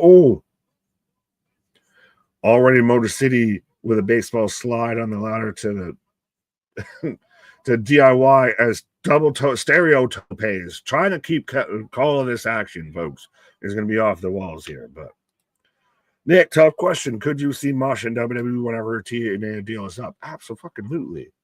Absolutely. I don't know if that's a tough question on just would she give up doing the other outside dates and everything, or would TNA want to let her go? That's a whole other thing. But if you're asking me if WWE would be interested in her, absolutely. Speaking of absolutely. Absolutely. As we are off and running on the tag match, and it's rolling good. Good energy to start this one. The crowd's into it. Long entrances. There's a lot of entrance. Gotta extend and fluff and stuff. And right, again, still you've got 6 teams coming out though. Oh, for sure. And I kind of heard you say about I mean, I kind of agree. It's an entrance done well in the dark. But we've had most of those so far. Right. We're starting to get the hashtag nitpicking instead of nitpicking. Could you have done the cage match here and then this later to get kind of that vibe? Well, that goes more into like you like to, if you were booking shows half the time of you build to your main event, you put your best shows, your best matches, your biggest matches on last versus the bookend philosophy. Yeah, I mean, fair enough. But it's one of those of, I just wonder, what would you then put in the death spot of that's Death Valley? If you put a match in between the TOC and the main event, that's your Death Valley. Though I walk through the shadow of booking. Yeah, that's a fair. For my Lord is my shepherd. Yeah, it's tough, but the Street Profits are on fire right now, and they got Gacy. Crowd is on their feet, and back body drop into the ladder. Oh, double back body drop, both men down. Let's go, folks. Blow up this chat. Again, don't be quiet. Don't be shy. How you feeling out there on a Sunday? I hope you're having a wonderful weekend. It's a long weekend here in my neck of the woods. So Monday be a holiday. So hope everyone is celebrating what holiday you got over there? It's a civic holiday. It's like, I don't even know what it is. The fact that you even said civic holiday, I don't even know what that is. So it's like, so there's like, it's like a B show. It's like a second. Like, you got No Mercy off. Yeah, the No Mercy holiday. Like, as they are setting up tables on tables, I did like the Dudleys and Hardys being shown. I mean, you picked up on the move where they were going. I just saw the Dudleys, and then once they do the Hardys, I was like, "Oh, there's Intercontinental." This looks scary. Oh, we're snapping into Slim Jims of tables here. Yeah, that's 4 payments from Slim Jim right there alone. So let's go. How does LA Knight feel that his whole gimmick just got taken over by the whole company? He's like, I got you the deal, and now you just took it from me. Right. He's getting fucked all the way around. Well, they even slid like Jey Uso into the commercial now. He's like, I got a co-star. Yeah. He's getting fucked all the way around. He's Macho Man with the Slim Jims. Right? Oh, wait. Oh, wow. Oh, me. Oh, my. Yo, I never, like, that's crazy. As Phoenix went on to, got Three Amigos. In stereo, Three Amigos. Yeah. So, yeah, did you see that? Andrade hoisted Phoenix up, and Phoenix grabbed the belts. Sans ladder. Said, screw it. I wondered why no one's ever done some shit like that. Right? They're like, forget this ladder. We just need Javon Evans. He's got the more bungees. We can just spring him up a little bit higher and a little bit higher. Oh, they go for the frog splash, and DIY jumps in on both sides. Chaos ensues. That's the thing, is trying to pay attention and talk and call everything that's going on in this match is going to be quite hard. I don't know who do you have specifically for this match? I took the Wyatts. Oh, I took as MDB called them, Dinero of Andrade and Ray Fenix. Dinero, let's go. As Montez over. Holy shit! I thought he was going into the ladder. He jumped over he jumped over a table in the corner. Yeah, that man. Table. Javon, I need a vertical test. We need a WWE combine right now. See what they stack up with like vertical leaps and shit. Because goddamn it, Montez Ford not only normally jumps over the ring post to a splash on the outside or a senton on the outside, he jumped over a table set up in the corner, so he added an extra like 5 inches. MCMG back in with chairs and now setting up the drop kick, Russian legs, flatliner combo. Yeah, as Gacy's head just went splatter amongst that fucking chair. Right. Spaz, $5 super chat. Lower the cage, use it as a weapon. Let it be unannounced, Ultimate X. Now, so when do they just cut to start playing Let the Bodies Hit the Floor? Right. Let the Bodies Hit. Doesn't that happen? Right. This happens in wrestling matches like this. Oh my God. Alex Shelley gets sabooed by Johnny. Oh, yo! DDT through the table. Slingshot DDT. And he caught oh, wait a minute. Sneaking edge of that table. Dexter Loomis. A senton. Montez Ford might be dead, says Michael Cole. Now this is everybody's going through tables. Everybody's going down. Phoenix up. Phoenix Splash. Carnage. It's carnage, folks. The crowd is on their feet. Angelo Dawkins going up. We ain't done. Oh, crash him. Step up or praise him.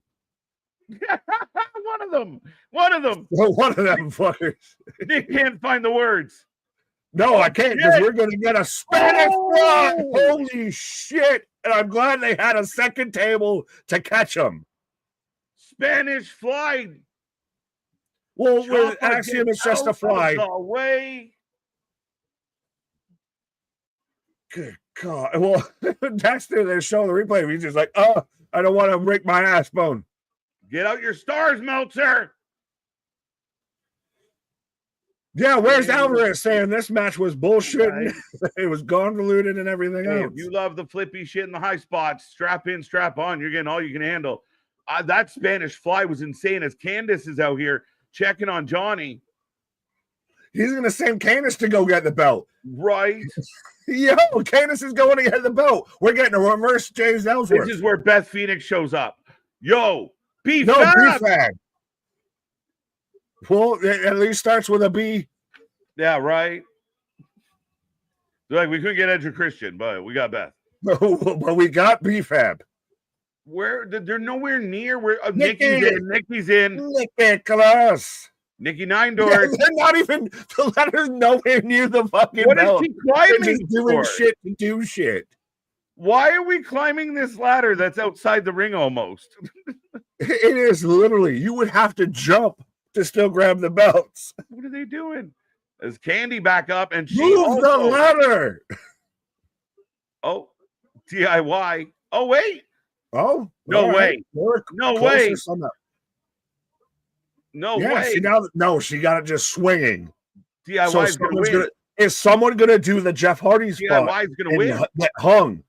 Get hung up there and eat a fucking spear or something off of that. No! Oh! Candice LeRae, good God Almighty, as God is my witness, she is broken in half. Johnny bumps Candy to the floor. Through a fucking ladder, and the ladder literally broke, and Montez's face sums all of us up. Candice, what a bump, splits that ladder in half. Someone get the damn doctor. We need I love that because that's Michael Cole sounding like JR almost, just less Southern. Someone get the goddamn doctor out here. She's broken in half. Johnny says, I love you, honey, but I got to go win. That's going to be an awkward dinner. You just kept wrestling. You didn't check on me. You put me through a ladder and didn't check on me. Montez got his hand. Oh, the red beard. Montez lands on his feet. Just salutes, eats a boot. What a match. Big spinning leg lariat, I'll call it. Now, if I'm Rowan, why don't I just go up and get the fucking belts now? Apparently that's a rule. Oh, my God. Oh. Power bombs forward into Dawkins. Who is going to stand up to this guy? The Rogan Cam. Welcome back. The Rogan Cam. That's what it felt like for a minute there. Did they really? Oh, come on, Boston. Come on. Come on, bro. Come on. That's at this point. That's comical. That's comical that you're bringing that up. Like that is. I see through your facade, sir. As you went too far into the gimmick. Redbeard taking a licking. The crowd is on their feet. This is nothing but energy right now. They just shoulder tackle through the fucking table. How many tables have we broken? Candice is still down. Like they are attending to her. She came down hard. as Redbeard goes through a table. That's got to be Fucking table number AJ 1. Francis through that fucking table or that Right. All right, so now we got Ciampa with the ladder in the middle. Folks, this is nonstop. Keep it coming. Keep it coming. Be a friend. Tell a friend. They're missing out. Oh, he's right there. Just pull him down. More MCMG. That's why I was wondering. We're set up the ladder. We're doing the Jeff Hardy spot. I was wondering if someone was going to do it. So, they're about to twitch. What's he going to take? Is he going to take a spear? He moved. Oh, he Look at this. Look at this. What is happening? Spider-Man kiss.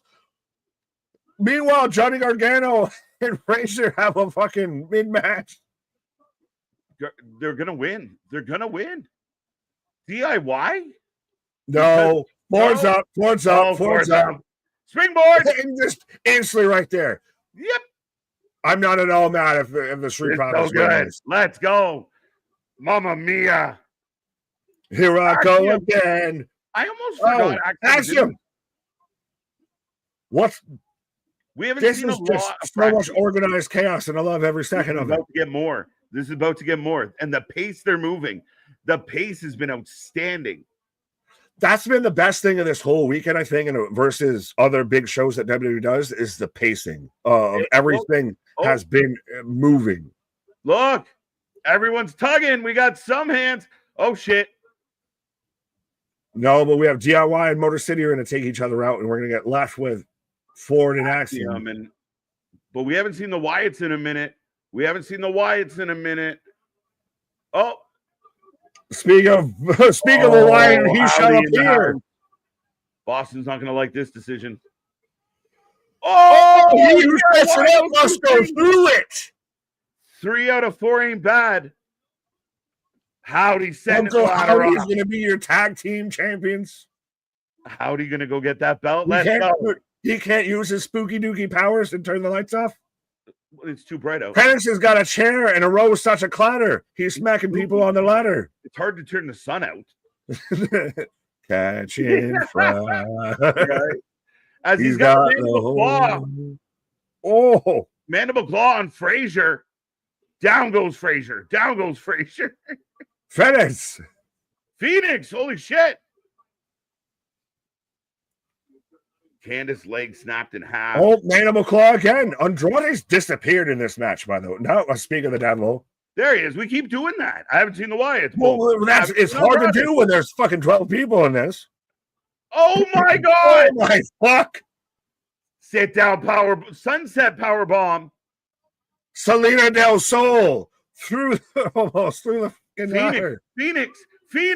He's gonna do it, and everyone that's gonna be like they booked him as a jobber is gonna shut the fuck up real fast. Oh no, Dexter's back. That ladder almost looks like it's starting to buckle. Yeah, that ladder's had a rough day. Yeah. Oh, the suplex. Andrade here to save the day. No way, Jose. The Six are about to do it, Nick. The Six are about to do it. I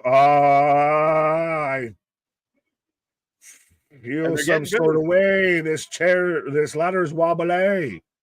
Let's go. Yes. And still, your WWE Tag Team Champions.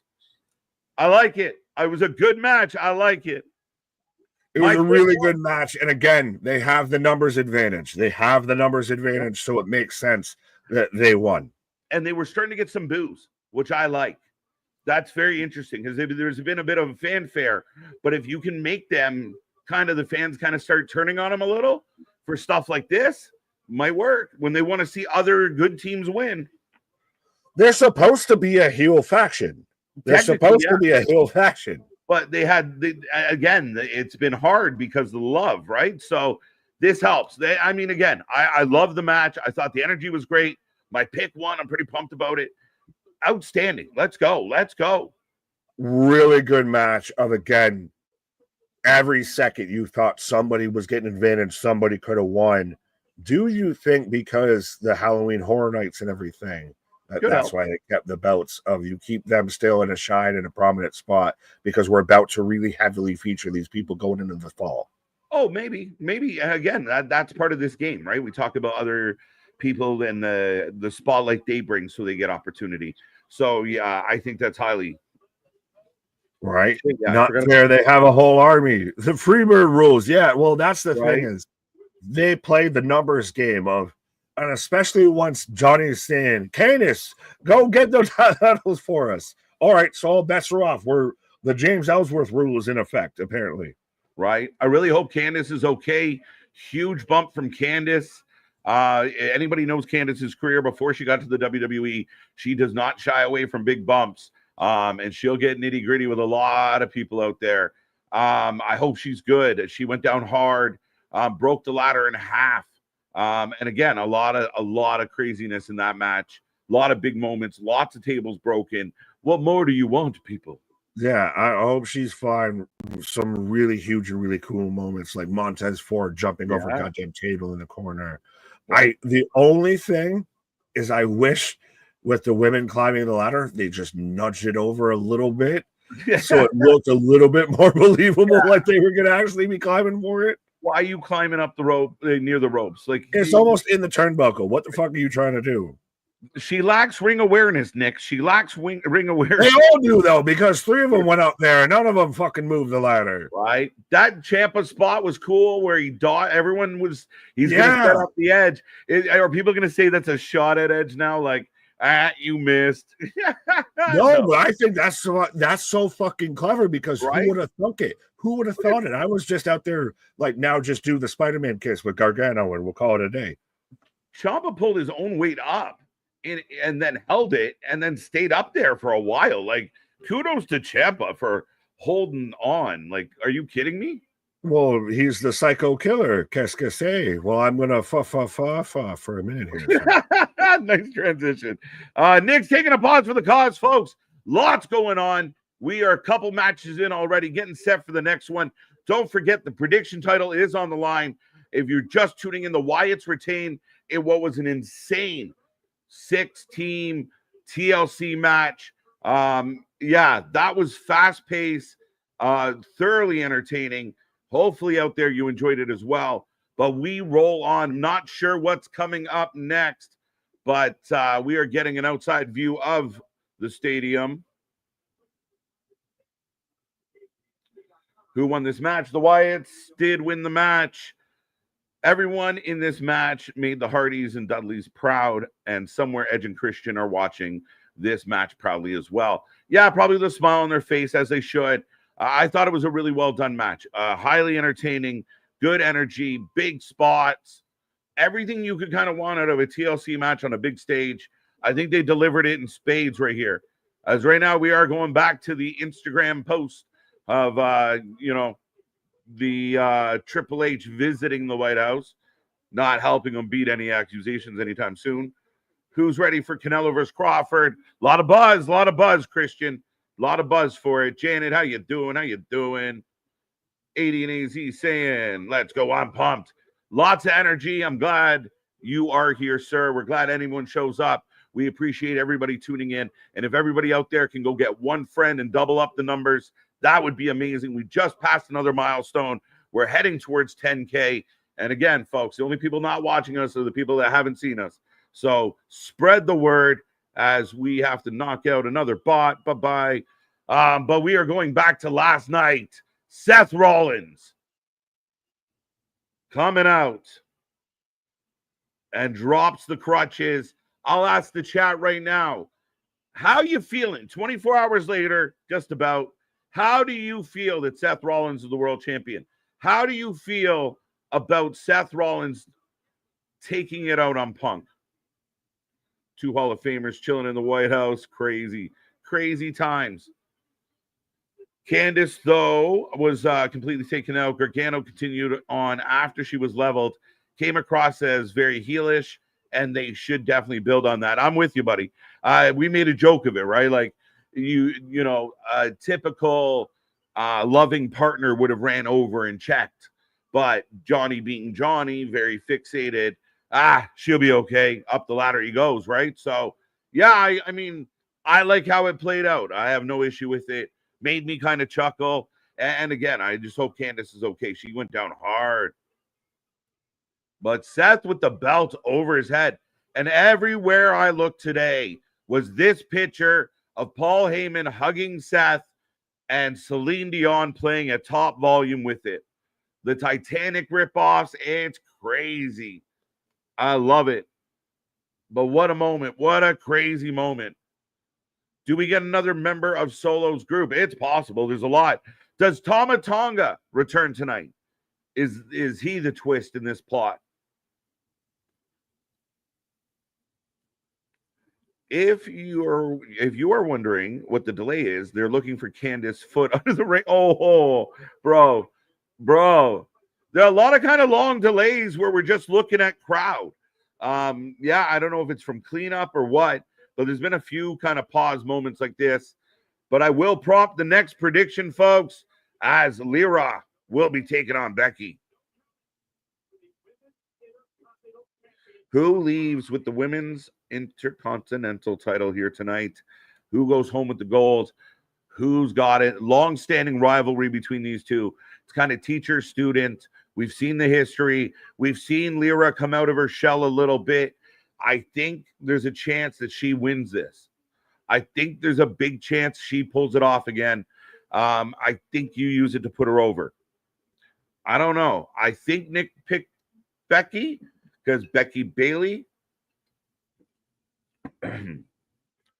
But will Bailey be a factor in this one?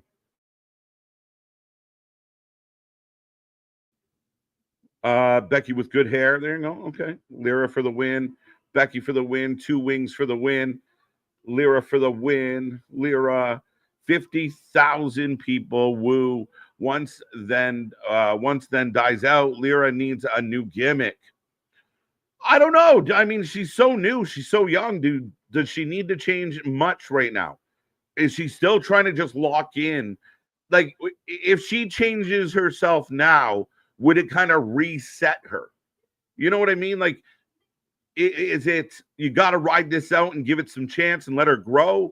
Does pivoting and restarting kind of hinder her at this point right now? Is it too soon? Seth winning without his faction question. Why do they need each other? I would agree with that, except the idea of Gunther had done the heavy lifting. That's why. Again, there's no issue with the crew. We saw them earlier that night. But yeah, him needing the Bronson and Braun in that moment wasn't necessary. To me, maybe that becomes a little bit of the overkill. And Seth still has to be the one to put the exclamation point on it. So you already had, you don't want to put a hat on a hat, right? You already have Punk down and out, so you get to the point. You don't need another beatdown. You just get Seth in there, hit him with the case, and the rest is history. So I have no problem with them not being right there for that moment because, again, I think it would have been overkill. Punk was already beaten down. Punk was already a broken man. Even though he got the W, Gunther put a dent in him. Caw for the win. Let's go. If Lyra loses, I swear I am turning this off. When I first saw this, I thought you said, if she loses, you're turning to OnlyFans. I was like, how's that the transition? But anyway, I digress. Johnny Gargano singing. Yeah, no, definitely. He's playing dangerous, not checking on his woman. Becky, Bailey, and Paris. Heel, Bailey, Uha. I want to know. Oh, Bailey. I want to know. Will you be my girl? Transition in mid-sentence. But got you. Yeah, I mean, I understand. And I think where Nick's got a very good point on this one is a lot of the international shows, they dig into name value. And Bailey, Becky has more name value than Lyra, Becky. Is that still the case? I don't know. We'll see. Because that is very plausible. We see it when they go to Saudi for shows. We've seen it in the past where they go places. They want big names to come together to help sell tickets in that market. You know, you want to get as many big names on the card because it's possibly a once-in-a-lifetime thing. But the following, let's go, folks. We're kicking it off. And again, if you haven't made your prediction yet, get your prediction in. When do we get Bianca returning? It could be tonight. I think watch out on Friday, Damien. Right? We'll see how that plays out on Friday. But and I said tonight, but no. Jade had her moment last night and it didn't go so well. So yeah, let's see what happens on Friday, but soon. But here comes Bird Lady.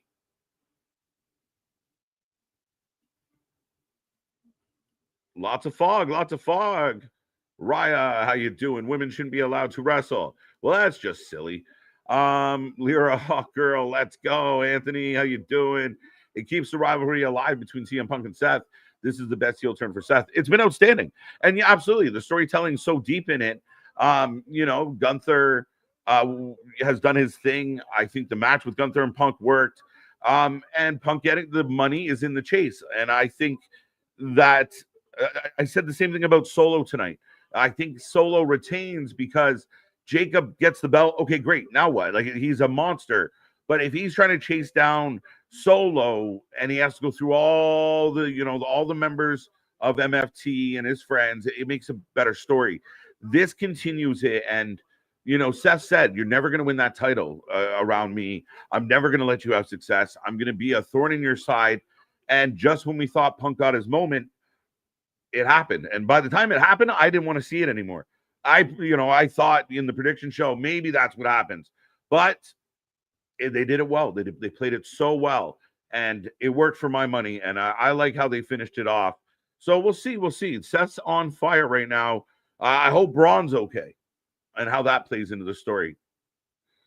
Valkyria for the win. Okay. Lyra makes the same face. Don't change, Lyra. Cheeks are good. Wow, here comes Becky. Look at this screen. And I guess her new song, Becky Lynch, held down by the man. Becky Lynch, held down by the man. Interesting. I'm with you, MDB. I'll vote. I second that motion. Spaz, $5 super chat. This match is no DQ. It is rough to put it after a 12-man TLC. As far as this match standing out, KJ, I know you have some match order thoughts, sir. You know what? And I said this the other night. I feel like a booker out there I've criticized because it seems like consistently you follow up big moments with women's wrestling matches. And I don't think you put your women in the best position at times. I feel like tonight's a tough one. And I think you've seen me earlier tonight kind of struggle with the back and forth because could you have put the TLC right before the main event? Maybe, but now your main event's got to swing. Yeah, I mean, it's tough. You put a lot of faith in Becky, her name value, what Lyra can do in the ring, and they got a tall task. But it's what do you come back with? It's hard to follow a TLC with a cage match. It's hard to follow, where else do you go with it, right? So, yeah, it's somebody had to go in this spot. So Lyra and Becky, they got their work cut out for them. If they can keep the crowd with them and in it and energized and liking what they're doing, it's bonus points for them. Extra kudos because the energy in that building for the TLC was all the way up. You get a little bit of a lull. The entrances hit. Now we got to wake the fans back up. They seem energized, but last call on your predictions as I close them up. Let me know who wins this match before it's too late. But we get the ding, ding, ding. Seth versus LA Knight and Sammy Hogan now. Yeah, we'll see. Sammy gets a big win. So does Sammy go up the card? I know people might not like me saying that. What happens with Karrion Kross? Is Karrion done with Sammy? Is Karrion done altogether? How does LA Knight fit into this? And don't call him Sammy Hogan. That's not nice. Take that back. I hope we don't get The Rock tonight. Rocco, I don't know. I wouldn't completely rule it out. To me, I feel like there's a possibility. I don't know. We'll see what Nick says when he gets back. But I think there's a possibility. But we are off and running. Bit of a clunky hip toss. Becky rolling out.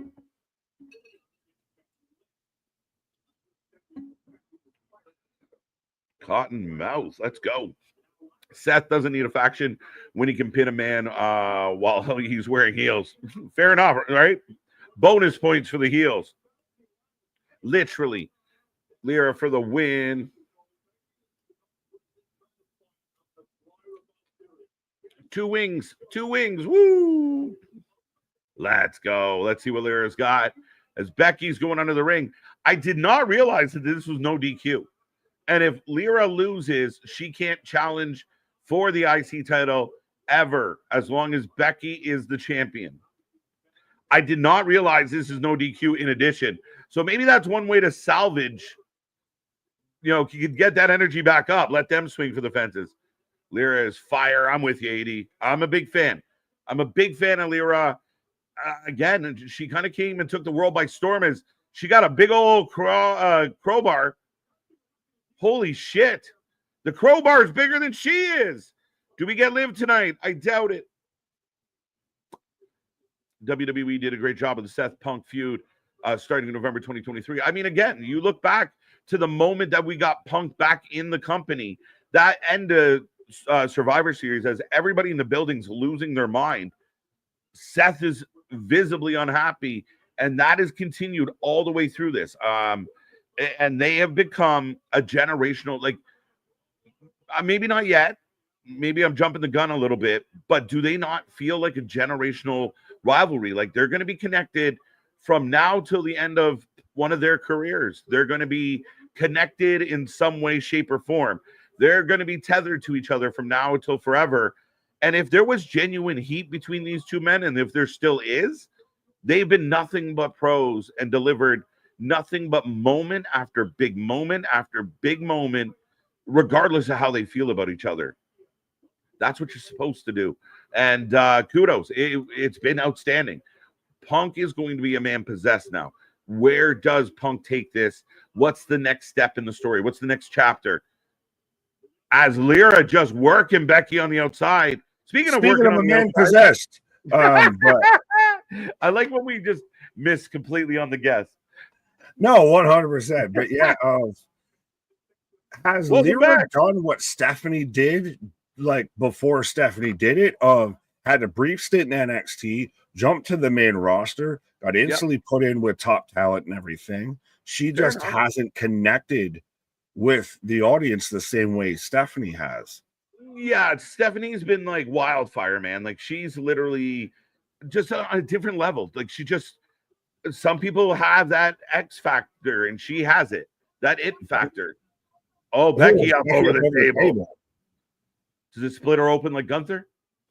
It goes back. Oh, Crimson Mask. Why did you know this was no DQ? Is it no? It's no DQ. It's on the Wicca, and we talked about it briefly. I keep forgetting. It's like the weird Sammy stipulation of it's not really been talked about, but I guess it's there. Yeah. I still think, and I like that you picked up on my comment with it. I still think Becky wins because we get, Becky's in Paris, and we get hey, baby. And again, the whole Lyra can't challenge while Becky's champion. Well, when Bayley wins it, the whole game is gone. And we got a table. So again, for the fans out there that really love high spots and the furniture and the weapons, like WWE is giving you all you could ask for. They're giving you all the stuffs. Yeah, just no forks. No forks. Or syringe needles or anything like that. No handcuffs, no choking over the ropes. But Lyra, to her credit, has become such a breakout star. Right. Because I'm just seeing her. She's out here with a table. And I'm actually like, go on, lad. Becky shows up with a chain. I literally stay as no one's choking out people with chains. Yeah, nobody's choking. Becky shows up and is choking people out with a chain. Don Moxley, you son of a bitch. Yeah. It's around her mouth as Becky using the pole for leverage. Well, they say beaks are brittle. Oh. Wow. Into the stairs. Is that a shillelagh I see? Yeah, I think it's a kendo. No, it's a crowbar. I saw the big crowbar. On the top of the crowbars painted a different color. Yeah, Lyra borrowed a crowbar from Joe Pesci. Do you see the size of that thing? It's as big as her. Oh my god! But again, do you think it was smart they went women's no DQ here to kind of follow the carnage that was? It is So it's the not just a complete lull. safest raft you can float across with this. I feel Maybe.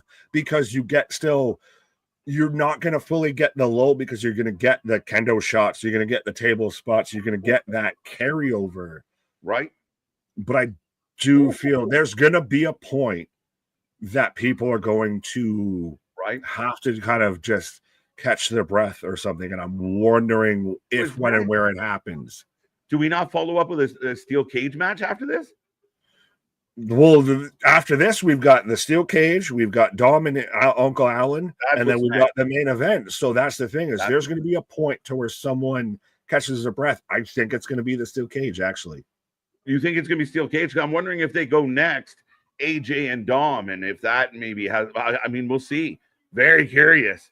I think you do Dom at the end because or second to last, because I've heard a rumor of what might be the whole thing with the intro for Dom and everything. Because remember, this is his 20-year anniversary in pro wrestling because he was out there for the custody battle ladder match at SummerSlam. So this is the anniversary. Reversal.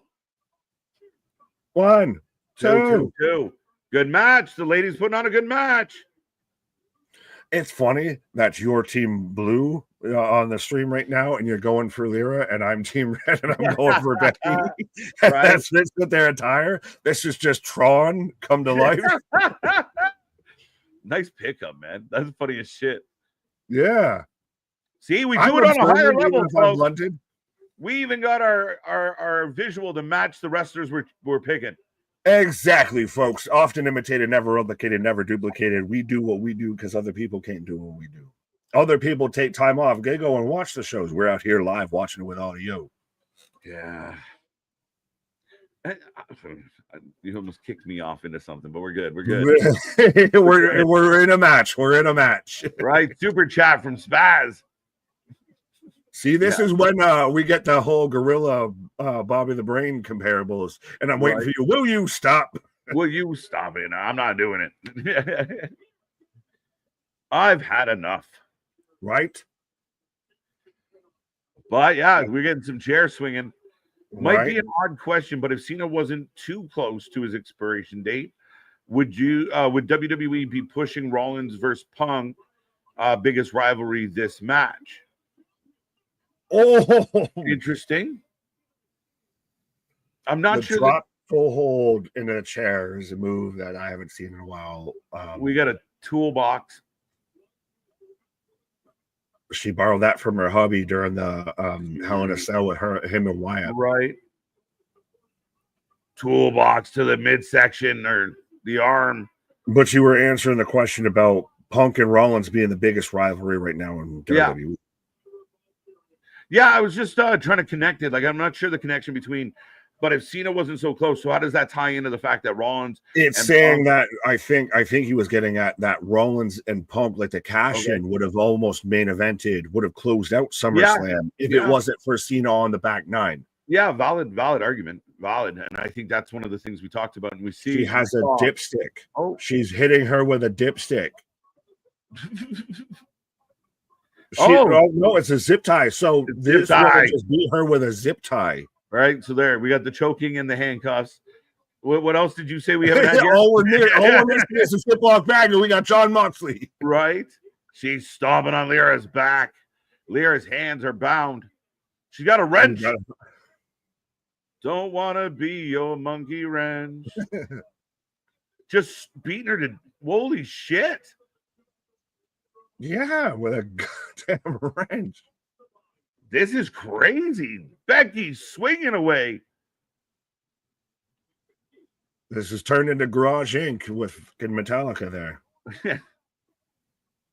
Big splash. 1, 2. Lyra hangs on. Dipstick, yeah. I thought it was a dipstick initially. It's a zip tie. No. Pushing Rollins as Punk's biggest rival. No. Pushing Rollins as Punk's biggest rival. Huh? You just repeat it. Now I'm very confused. Whoa, shit. Exploder. Blunted thoughts with Lyra is taking a beating.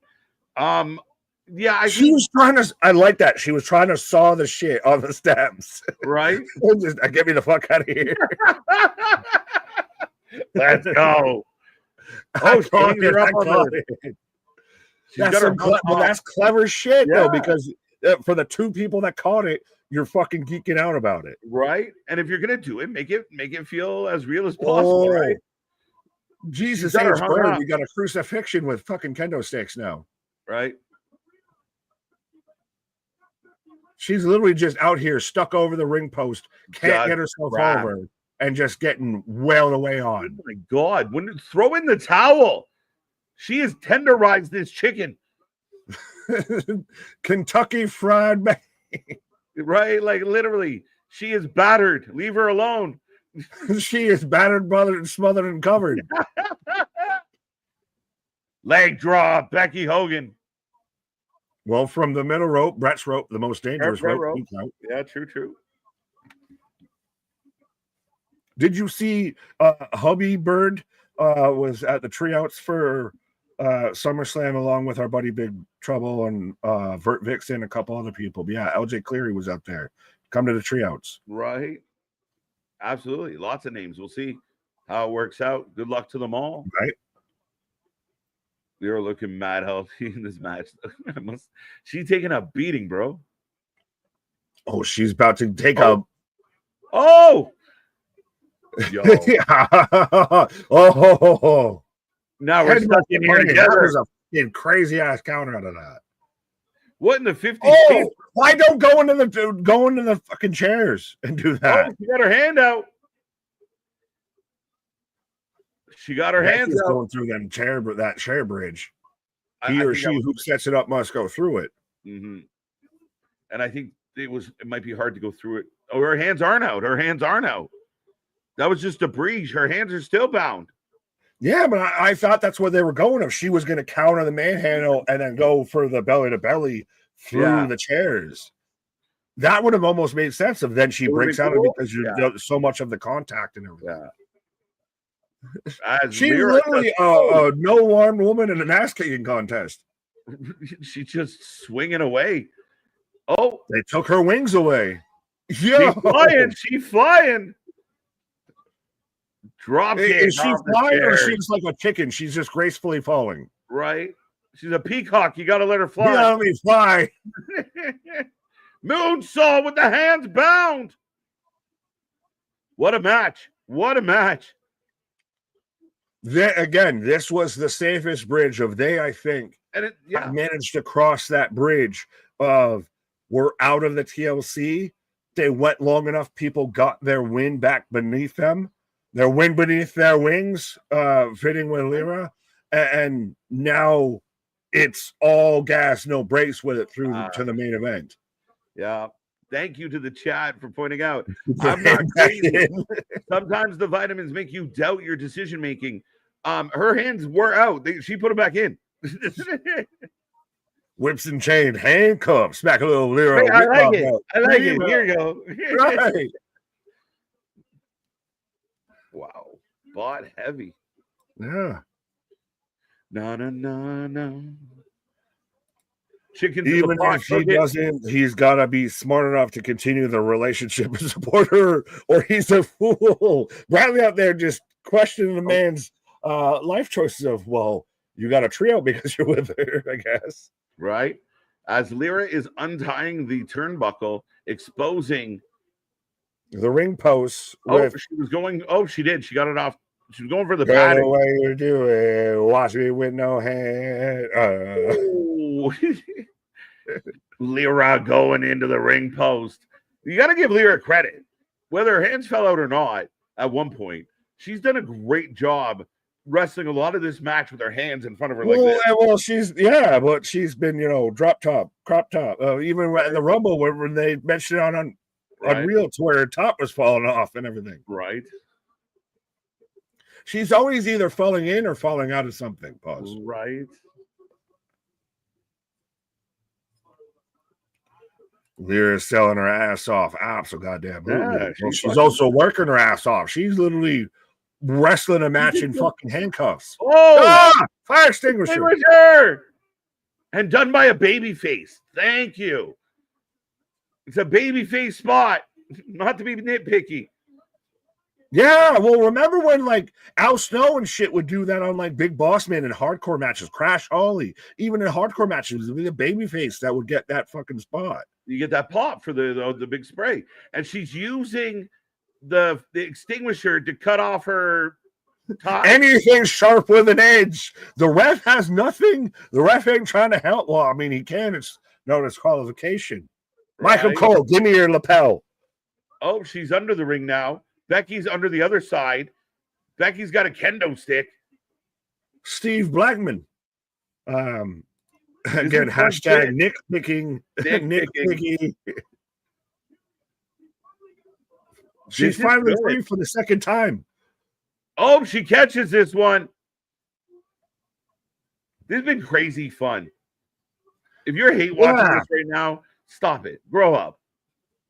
Well, no, I think it's just the overarching thing of SummerSlam's always the biggest party of the summer. This has felt like fun. This has felt like, I know I keep beating a dead horse at this point, but this is feeling how WrestleMania should have felt. Like, this feels like a weekend of fun wrestling when WrestleMania felt like a slog of getting to an outcome. Oh, sorry. Yeah, I agree in a lot of ways, Nick. Big Fisherman from Lyra. These ladies are getting a long time. I don't know what the match count is right now, but this has gone for a hot minute. Yeah. Oh, time-wise, yeah, I don't know. But this would be match number 3. So we're halfway through the card. Well, and again, we gotta fluff this out. Oh, yeah. Oh! Big drop kick. Grab the crowbar. It's right there. It's big. It looks like we can all see it. It's hard to miss. We got Becky up, but Becky's fighting. Becky onto the stairs. Love this match. How we feeling out there, folks? How we doing? So we up around 150 here with us today. Again, be a friend, tell a friend, like, share, subscribe as the match rolls on. And we got so much more coming your way. And it's been insane. Yo, let's get to 200 here as we get a fucking let's go.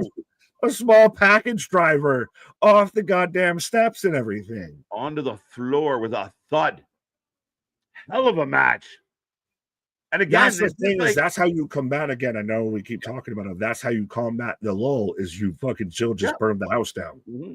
And also, I mean, again, for me, this is like the saving grace for Lyra is I know some we talk about her not connecting and being, kind of trying to find her way, with her chemistry or with her charisma and her energy. But she's gotten better because of the veterans. But then the match time comes and she cooks. She has good wrestling matches. 100%. And that's why, like I said, I feel like she's like in that Stephanie before Stephanie, like she walked so Stephanie could run type of thing. Yeah. I just don't know what it is with Lyra. She doesn't connect, or there isn't the same kind of feeling for Stephanie when Lyra did everything Stephanie did before her. Just it's different people, and again, Stephanie has that something special. Oh man! Slams in the chairs. She's gonna win. One, she's gonna win. 2, 2.5. Those. As soon as you're like she's gonna win, I'm like, oh, yep. That's how you do it. Oh, I like it. Big kick out. This is wrestling. Let's go. Where was it? It's a barn burner. Absolutely. Someone I think was calling it a slobber knocker, but Kevin saying KJ White and Big Nick wrestling for life is the best. Thank you. Oh. Yeah, see, Six Path. This was a slobber knocker. Slobber knocker. Well, we already had it with Candace. As God is my witness, she is broken in now. Right? You son of a bitch. Damn you, straight to hell. Right? As Becky just working Lyra off this chair here on the outside. does Seth's cash-in have any weight or any bearing on everything with Becky? We've talked about for a while of Becky getting involved in that faction. That'd be cool. And everything. Does her being God. champion continue that movement? Time out. Look at this. Full body pelmet. Oh, you've never seen this before. And Lyra pushes back. Yeah, you got to duck with that shit. You got 4 legs coming at you. Duck. Oh, that's so rude. A little bit of a clunky spot, but my God, I've never seen it. Super unique. Well, and I like because we didn't see it at during the first match and during the main event, a la AEW All In, if everyone gets Pillmanized on the lower back or the upper back. Bonnie Brooke. I love it. Oh, fuck me. Oh, now she gets to the legit Pillmanizing of the body. Yeah, but that's so unique and that's so brutal. She hits the fucking stomp off the table onto Lyra, just pinned in the fucking Pillmanized position. Yeah. And now she finally got to the crowbar. Right? Can we call this thing off? Michael Cole. The table is the chair is literally just throwing them off. Lyra hasn't moved. She's gonna fucking, if she hits anything like this, she's gonna clatter her fucking skull. Bailey gets the crowbar.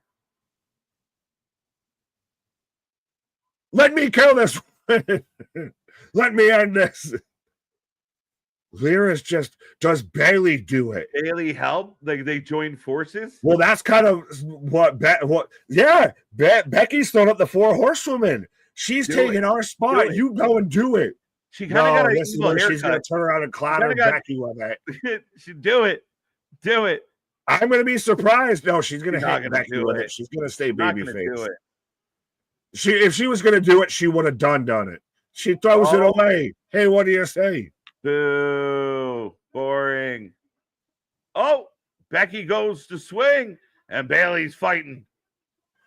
Well, I thought this was the feud, and I know we've talked about, does this feud need the title or does it not need the title? And I think we're going to find that out here sooner rather than later. Yeah. I don't think the title needs to be involved. And right now, Bailey working over Becky. Lyra's down and out. She's taking an absolute beating tonight. So even in a loss, Bird Lady comes out looking strong as hell. She hasn't even lost yet. The match is still going. Bailey up and over the barricade. Bailey over. Oh, Becky's on the table. What are you doing? Oh, where the fuck did she come from? I came out of nowhere. Out of nowhere. Where the fuck? You're just hitting a flame at Sarah on a Becky on the table. I'm like, why is she rubbing her cheek on that? Yeah, why is she like, knock, knock, knock, knock? Oh my God. That's it. Lyra's winning, right? Now at this point. Right. Yeah, I think Bird Lady's winning. At this point, I mean, how the fuck? She's been all but killed off. You were gonna smack. You were gonna cave her goddamn skull in with a crowbar, right? I wish Bailey would have turned. It would have made that more interesting. But there's been a hell of a match. Bailey punches Lyra. Oh, fuck off! Oh my fuck! Manhandle slam. 1, 2, 3. Boo! I didn't hear the new song, so I can't sing it. So I'll just go, whoa. Just turn her. If you were going to have her cost her anyway, it was more exciting if you turned her. But do you stay as a 3-way dance with this? Do you still keep Lyra in the pecking order here? You might. Yeah, you do triple threat in France? Yeah, the Eiffel Tower in France? What? So Becky gets... Oh, yeah, well, shit. Lyra has no more opportunities. Oh, that's right. She's not that stipulation. There you go. So Bailey has to win the title. Bailey screwing Lyra, Becky Lynch, Lyra Valkyria, or Bailey. Yeah, I don't know now because I don't know. She can't challenge Anthony. Good point, man. She I done. like though that everything has been unpredictable as shit. It's been fun. It's been kind of chaotic. A lot of fucking bumper cars going on. So yeah, I mean, it's insane. With all of the confidence in every prediction, everything, and still the way that they get to the outcomes that they get, nothing's exactly bad. No, It might not be what I predicted, what you predicted, or whatever, but this has not been bad at all. I picked Bird Lady. I thought that was a phenomenal match. I mean, this is a few pay-per-views in a row where WWE is really putting people on notice of, we're going to give you a solid quality match. And a lot of times it's going to be our ladies that do it. This idea that, the WWE never gives us good matches. That's crazy. That's crazy. And tonight, that was a hell of a match. Coming off of 6-team tag title, TLC, they did good. And then the crowd was a murmur the whole time. That's the almost the biggest impressive thing to me is they came out of though I walked through the valley of death, I shall fear no evil. They were set up to fail almost in that position, having to follow that match. And dare I say they kept pace with it.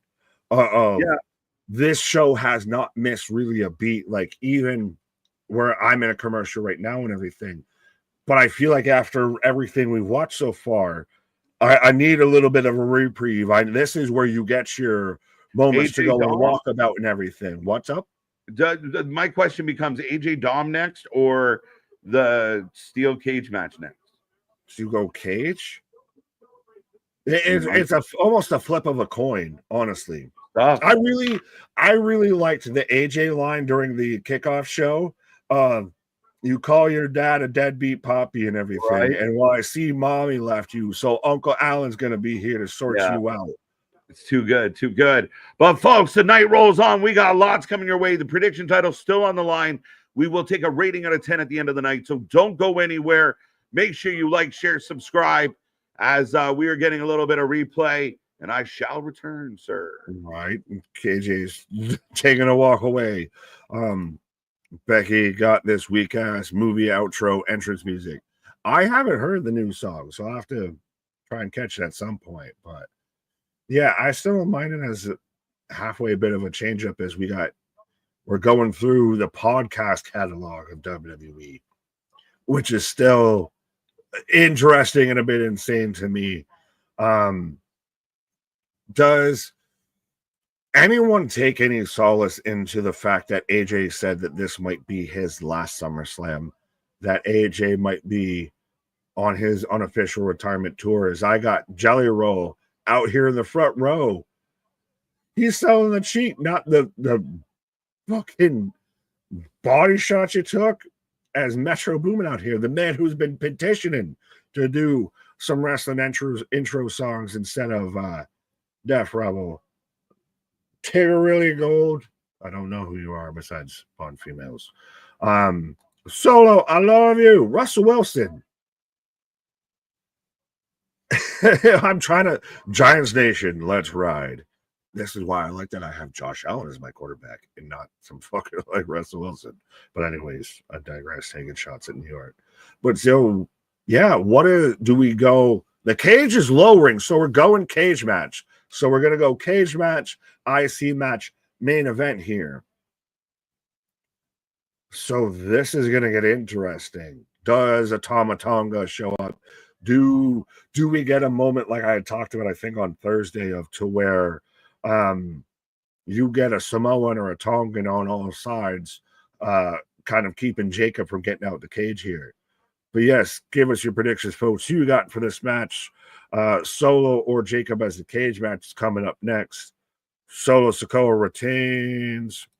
Vikingo cost Dom. All right, Spaz, respectfully, you don't need to spam it a little bit. I don't know if it's an itch or a glitch, but I got Dom with a wing stop. God damn it. I wish there was a spot by me that actually had some good fucking chicken wings, but I digress. Solo wins, solo wins, solo. Solo. Am I the only one that's taken Jacob? And I know it's halfway of just, I'm a fan of Jacob. He's got a ton of momentum going behind him and everything. But you even still have him. He's out there on the Breakfast Club and all that. Like, he's a guy that could be when John hangs it up, because it's going to happen by the time you get to WrestleMania. It's not going to last a full year thing. That Jacob could be a guy that by the time you get to WrestleMania 42 is in a world title picture, is an established star, is a top attraction. Not saying fully that he isn't, but yeah. And I get the whole, we saw a little bit even with the Wyatts, if they have a goddamn small army. Solo has a goddamn small army protecting him. Does Rikishi show up? Not unless Zilla Fatu shows up, because that's a match I want to see happen. And I just want to see Zilla in WWE. Does Jacob get his own little faction behind him? We know we got a Lance still signed. Do we get a Journey or can Future, Fortune, whatever, Fatu showing up? Solo for the win. Jacob, Solo. I'll join you, Nick. Jacob. There we go. We're bringing over to the Yad Yamin side. This could go either way, and that's the best thing. I think, honestly, what has helped SummerSlam even a bit more than WrestleMania. And I know I keep again harping on it, but everything on this show could go either way, and I'm okay with everything going either way. If Lyra would have won that match, even though I picked Becky, I would have been okay. It would have made sense. Even if we left last night with just CM Punk wins and he's finally a world champ, 100% okay with that. Did not need the Seth Rollins cash in, and very grateful and very appreciative. And I think it's a huge moment. We got it. But again, didn't make or break the show for me. I think everything here has been, I don't want to say the smartest way you could book it, but damn near close to it. We're going to keep everything to where any outcome is an acceptable, at minimum, an okay outcome. You know, obviously, Cross losing to Sammy, I still don't accept it. But I can't be mad that they did. Well, no, I'm going to be mad on that one. I'm going to fucking counteract my own argument with that one. But Naomi wins. I pick Rhea. Of Jelly Roll and Rainy lose after I picked them to win. Christ Almighty. Jade Cargill loses to Tiffany. These are all situations that can go either way, and you don't really lose a ton. And they don't do it in an obvious way that it completely ruins it when it goes against what you picked. I'll put it that way. That was a long answered response there. Almost 300 likes. What are we at right now? Let's see if we can get to 200 in the chat here. As I see 130, we've been flirting 140s, 150s, and everything. We even got, the bots out heavy tonight, so that's how you know things are popping off. But yeah, let's see if we can get. We got 254 is what I'm seeing right now for likes on the stream. So we got almost 300. Let's see if we can get 200 congruent viewers out here. Be a friend, tell a friend. 225. You think Roman's still there hanging around the back right now? Maybe. Does Roman show up more in the main event? Maybe. Does Wayne show up? Maybe. The main event, to me, I think. You're right. Oh, you're almost at this point. The main event last night, you weren't expecting a surprise. It was really cool and really great. You got a surprise as Solo's entrance with the MFT. But tonight we're expecting a surprise. We're expecting some sort of shock value or something.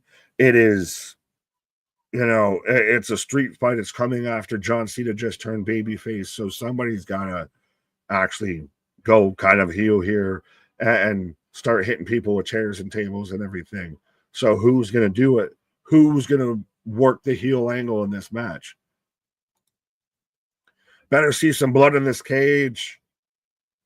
I don't know. Do you save? Actually, I almost want to say this. They saved it to the main event of last night. You didn't see anyone get any real color or anything, especially, I believe, intentionally, till the main event to where Gunther went on the table, fine, came back out gushing, especially with a street fight. And how I think the street fight, the main event could go, I would say doing any bit of blood spots or anything like that, of anybody getting any bit of color, you save till then, just because it will feel more impactful and it'll feel different then versus doing it earlier on in the show and then running it back. As we're getting towards the bit of the overcast and everything, as the sun's starting to go down out here for SummerSlam, as Solo came out first. So is that interesting that the champion comes out first instead of the challenger? Jacob wins. We still have Dom AJ. Yes, correct. Those are the 3 matches still remaining. Is the cage match right now that we've got between Solo and Jacob. Then we've got Dom AJ. Part of the middle fucking screen is fucking up with the wind or something. Sorry, you can just see way behind it and everything. When I did the wide shot. But we've still got Dom AJ, and then we still have the main event, the street fight between John Cena and Cody Rhodes, the recently turned babyface again, John Cena, as Jacob out here with the fucking vest and the mask and everything. I dig when you give a wrestler a special entrance on a huge show like this. Like, he didn't get a huge WrestleMania entrance that I can recall. So he gets the mask, the Samoan werewolf, vest and everything. Yeah, he might win this just on the fact of he's a fucking future star for them. When Roman hangs it up, and sorry, not sorry, but it's going to happen. I don't want it to happen anytime soon at all.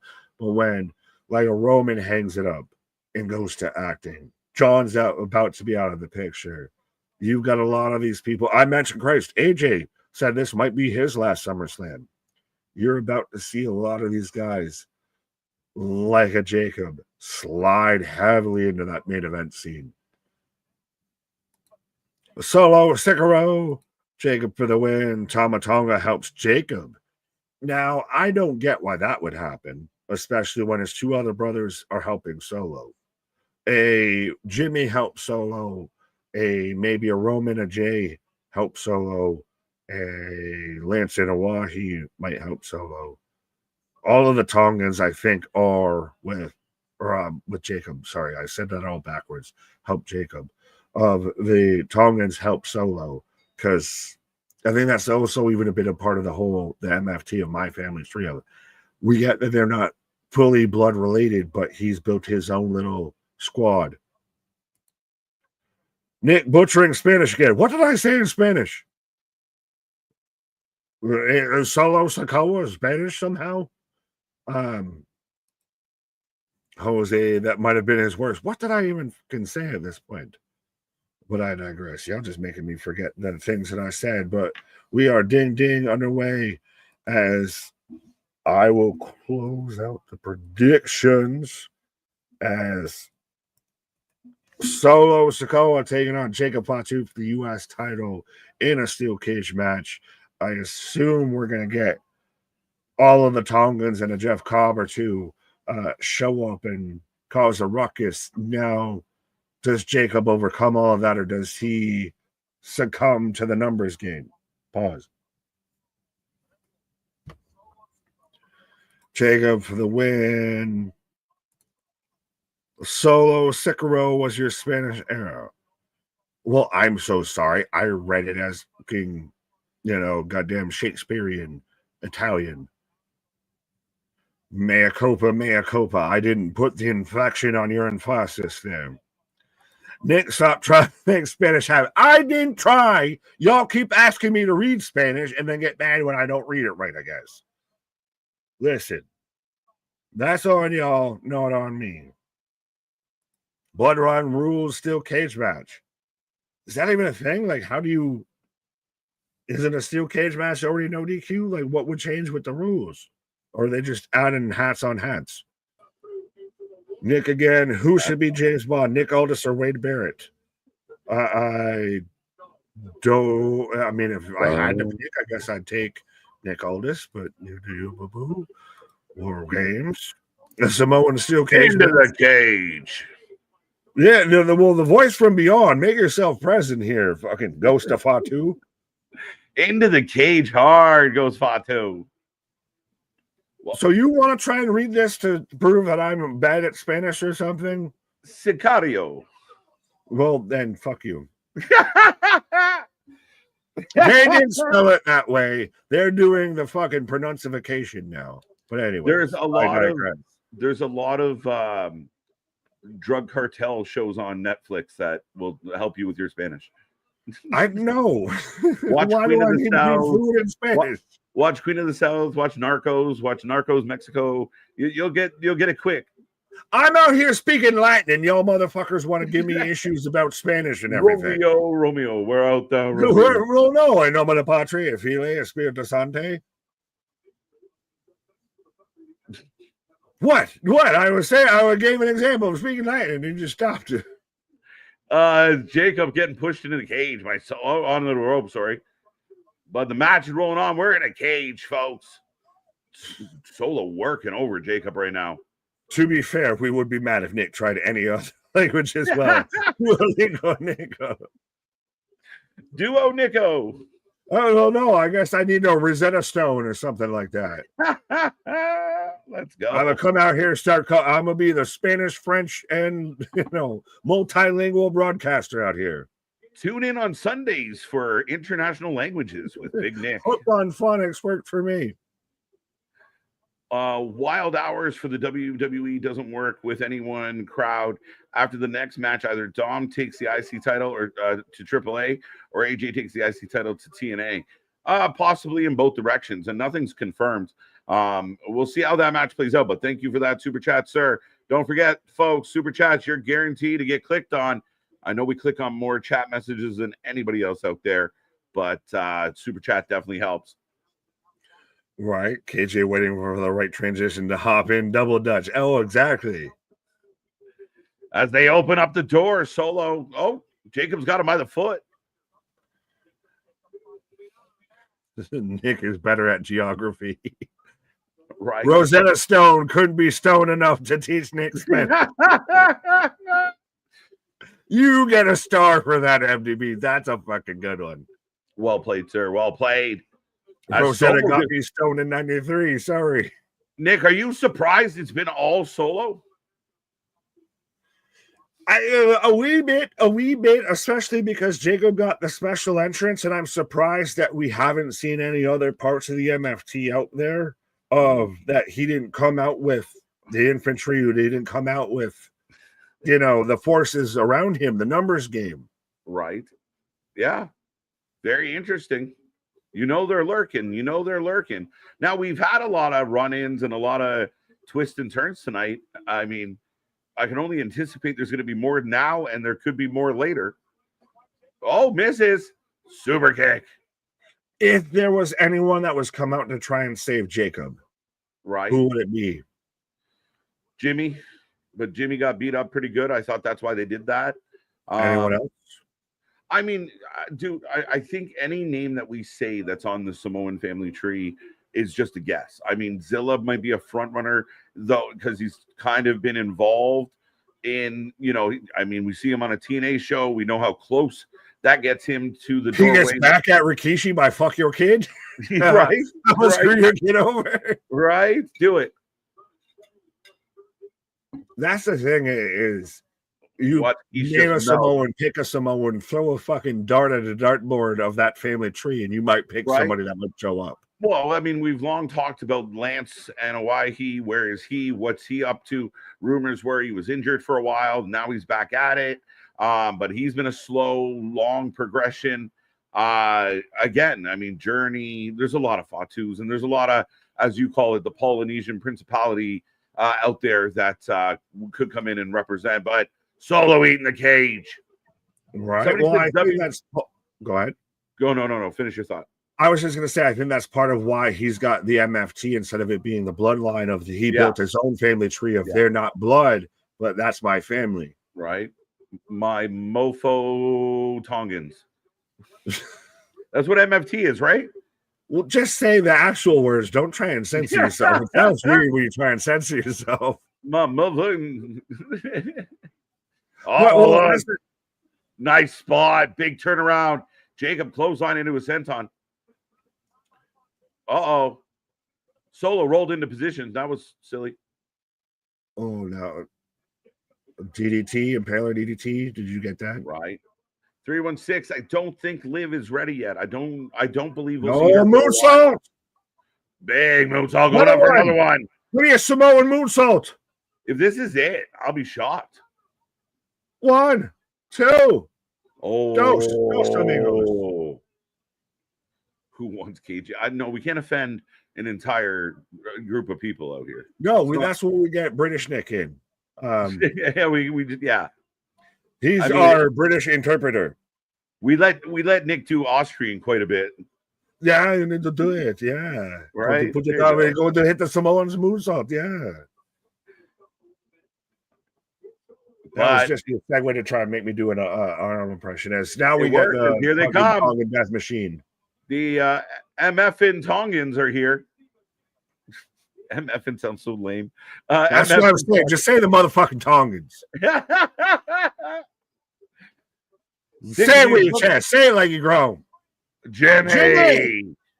Sick of these motherfucking Tongans on this motherfucking I'm sick of these motherfucking Tongans on my motherfucking SmackDown. Jimmy out of the back. Over the crowd. Big super kick. But right now, I like that though, because you almost for half a second thought he kicked the fucking cameraman. Look with a boot. I want to see some. I need the triple threat of Tonga, Big Trouble, and Omos. Did you hear they were calling right? Yeah, all three men. Did you hear they were calling Bronson the tribal thief for taking the shoes? Oh no, I did not hear that. I heard the Shula Fala, and we marked that over that. But the tribal thief is fucking great too. The tribal thief took the Shula Fala. That's so fucking good. Solo gets to the door. Oh, you're gonna get the obligatory smash your head in the door spot. Hikaleo's about to kick the shit out of this door. Yeah. No. Jacob says, I'm gonna whoop this motherfucker's ass. You lock this door. Jacob doesn't want out. Let's go. I mean, still, if someone like Jacob Fatu tells you to do something like that, you do something like that. Spike. Oh my god. 2. I picked Solo, but I still didn't want it to happen there. Right. Nick has to do at least one Arnold impression every stream. We need that. Yeah, it's quota. He's got quota. I got a quota. What's a quota with you? A quota water? What's a quota with you? It's crazy right now as Jacob kicks out of the spike. The gate is locked, so you either climb out or you pin. I hate the escape rule. The cage is meant to keep people confined. The escape thing never made sense to me, even as a kid. All right, Jesse Ventura. I'm with Jesse. I don't get it. Why did you do that? That's a weak way to climb out. You just, you just smash his skull in and you just walk out on him. Like where you cheer for a guy like the good guy who ran away from a fight, like win the fight. Yeah, it is. It's the bitch made kind of way to finish a match if you just run away. Pin him, submit him. You got options. Why are you running? Oh, Anthony, it does make sense if it's kind of the Freebird, the cage door spot, because they kind of were the first ones really doing that. Oh shit, JC gets knocked down, but he's now fighting off all the minions. That's Tongaloa. Yeah, he's about to fuck this shit up. Check it off the list. Handcuffs. Check it off the list, folks. Your bingo card is filling up. Right. Jacob's fighting him off. Can I make the joke that I feel like Samoans are just used to being in handcuffs one way? Oh, too soon. Too soon, motherfucker. How many fucking years? As Jacob is now handcuffed. I bet he's gonna break through him. He's gonna Samoan werewolf, Samoan Hulk through that shit.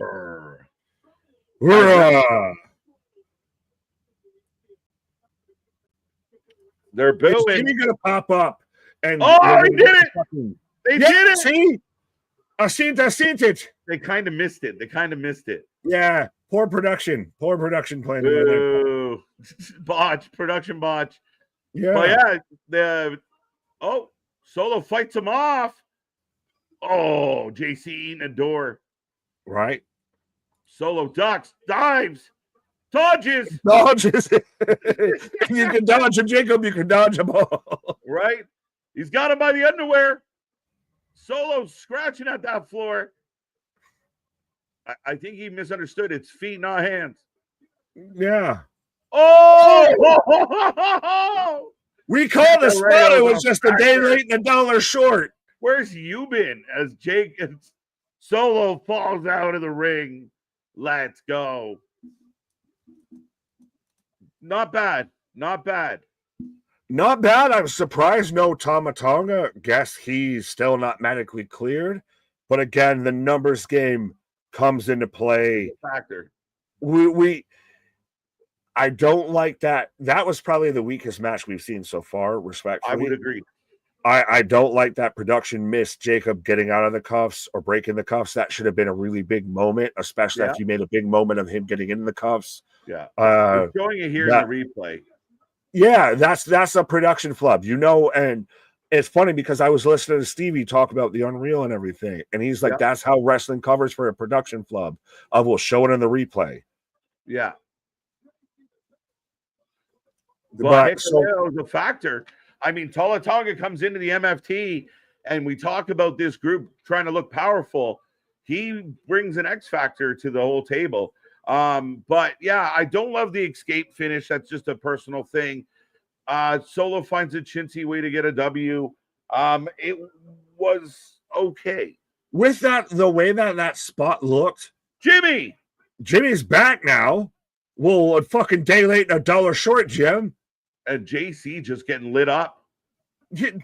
Goddamn Olympian. With the Hikuleo kick spot of would you have not done it to where Jimmy's so now we're gonna get the repercussions after the match, which is fucking all right, so we're just continuing this. Would you not have had Hikuleo drag Solo out instead of he falls out of the cage? Or he hits that spot that it looks like it hit both of them, and then I pull Solo out of I'm saving you. You almost need him, and he needs his minions. He needs his force to save him. I think the way they did it, they wanted. Oh wait, we're setting up. So this is Jacob getting his love back after taking the L. Yeah. This is Jacob going out strong. Taking the shine off that loss. Don't do it. Oh, he's going to go up even higher. I saw that platform. I thought he might hit his cranium. Dude. Jacob's up top. A flying Samoan. I never see till I see Jacob Samoan fly. Jacob from the top of the cage. From the heavens. Well, he takes this battle even though he doesn't get his belt back. But Jacob comes flying through the sky. Yeah, he won the battle, but he lost the war. A little bit. But the story will continue with these guys, and we'll see how it plays out. Huge spot. Yeah, I don't know if trash is fair. Was it trash? I thought it was all right. It gets into that debate of when you hang amongst giants, when you're the weakest one, how far off do you seem from the rest of everybody? It was the weakest match, I think, so far of the weekend. I will say that. The entire weekend? Would you present something that would be weaker? That's a good question. I didn't think we were going that far. I'll for sure say tonight. It was for sure the weakest match tonight. And we can talk Monday of weekend, but yeah. I don't know if I can't necessarily rule it out. I thought it was okay. The finish, it was a little boring. The handcuff spot didn't go over well. A little bit of a flat moment. Again, we joked about the production botch, but overall, I think it was okay. Like a 2 out of 5 kind of vibe, 2.5. Was this your breather? We thought Lyra and Becky was going to be your breather because it immediately followed the TLC match. Was this your breather? Yeah. Sorry, I love the Van Gogh shit, so I'm going to Van Gogh for a minute here. So. Nick taking a pause for the cause. We got 140. Let's get that up to 150. Let's see if we get 200 in here today before we go. But man, a crazy match overall. Again, a little bit lackluster, maybe not what we were expecting. How do you feel about the match? Let us know out there. I thought Solo was going to win. I don't love the escape finish. That's just me. I agree with Jesse Ventura. You could have had a way, where Hikuleo gets in there and you get a pin, right? I'm okay with the pin. Jacob goes out strong after hitting the moonsault, try and save face a little bit. But yeah, ultimately, maybe probably the weakest match of the night so far, as I think we've been cooking all the way along. I wasn't bored, but I felt like could have been better for sure, right? AJ wins IC. Yeah, so we will prompt you guys now. The prediction title is on the line. Who wins? Because we only got 2 matches left. As I got Iggy and the Clown. Dom versus AJ up next. Our second last match of the night. Mr. Iguana, Psycho Clown in the building. They're getting a lot of love this weekend. But speaking of AAA, let's go. We will throw a poll up. I think we missed the last couple. But who you taking? As Dom taking on AJ. If anyone's wondering, I took AJ. I want AJ Styles to have a really strong run. I feel like AJ Styles, I don't want to use the word coasting. I mean, I have too much respect for AJ to say that AJ's coasting, but he's been kind of in a very flat groove for quite a while. We know he's getting to the end of his career. I love the Slammiversary moment for him, but I think him winning the title and having a good run, get a good few title defenses in, give him some really decent talent to get in there with, and kind of be phenomenal again. I don't know if that makes sense. I don't know if you agree with that, but I just think AJ needs, he feels very, I don't want to say mid, but mild, right? Like he hasn't been in much that we really sunk our teeth into as of late. AJ is like 150 years old, but he's jacked, looking good. I vote AJ. Fair enough.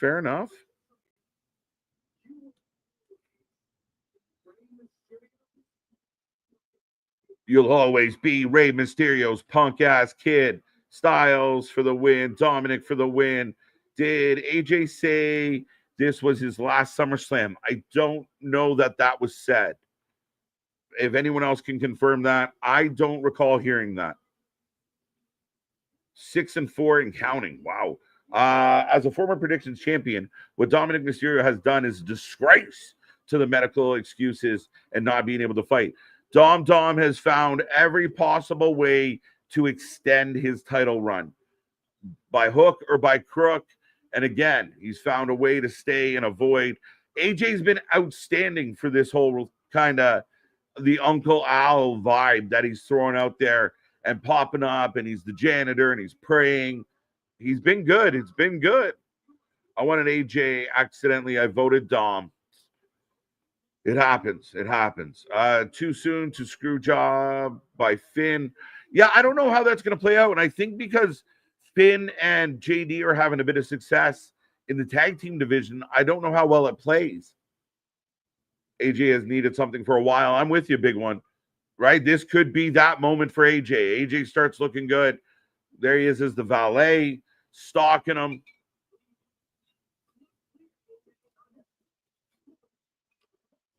Not yet, but you will be. AJ don't need it.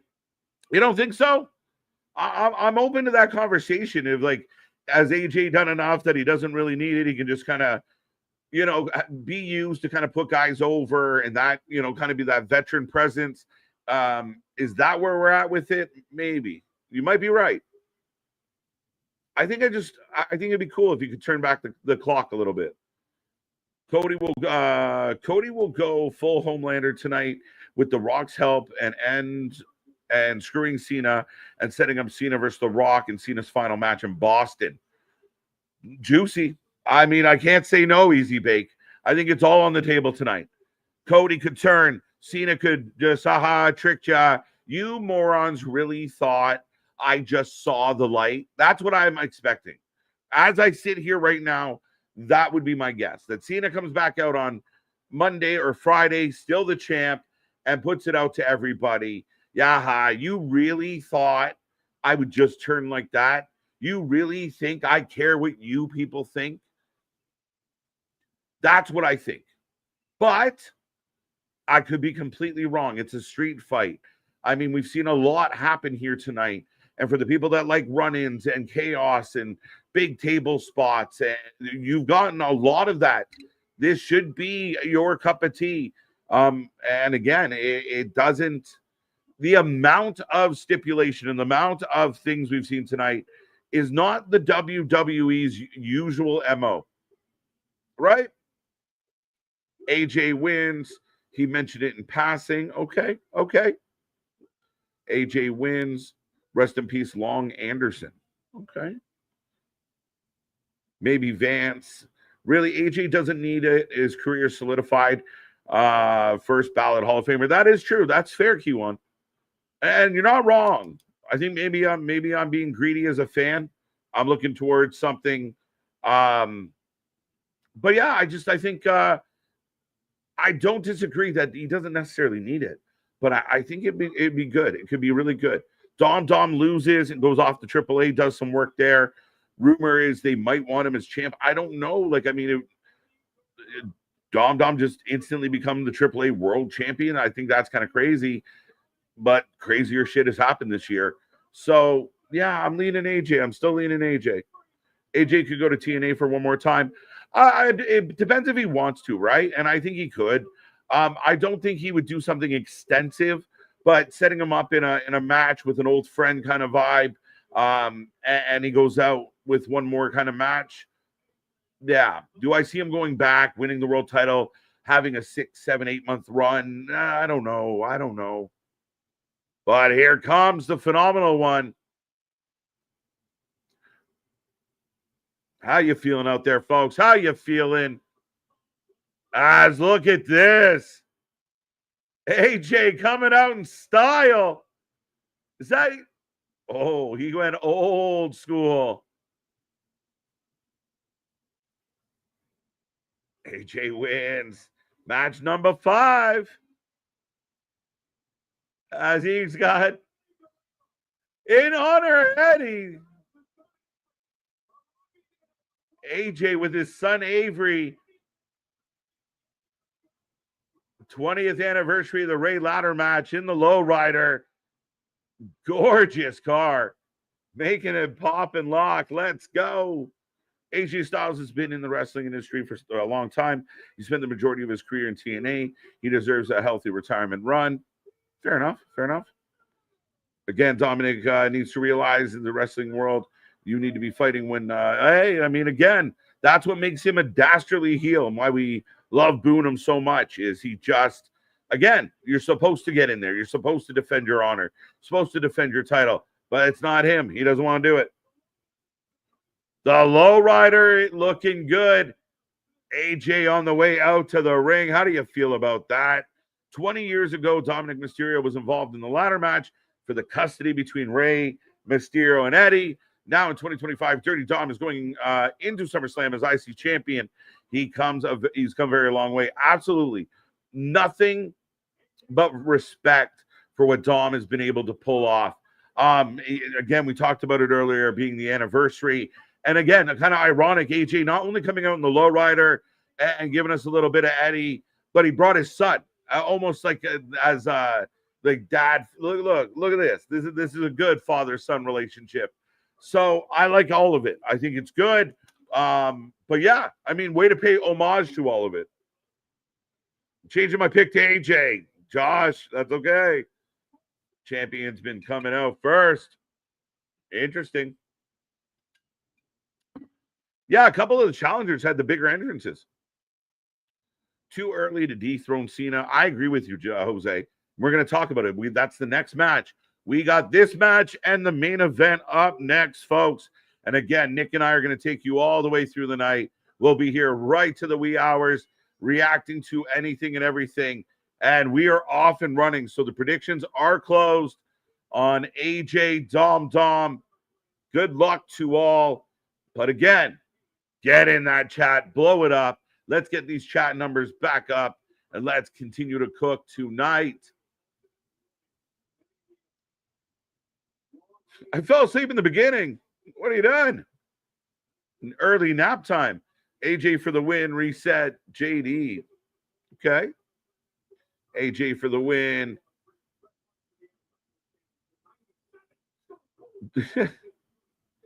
I have a feeling that this match is going to haunt Dominic Mysterio. I mean, again, he's in tough. A veteran, a first ballot Hall of Famer, a man that's had such an impact on the wrestling industry. Again, and the crowd is loud. The crowd is into it. The crowd, that's your job. That's your job. Get as many people to make as much noise as possible. AJ got to win, can't lose. In the Guerrero fit, right? Dom knocked over the top rope.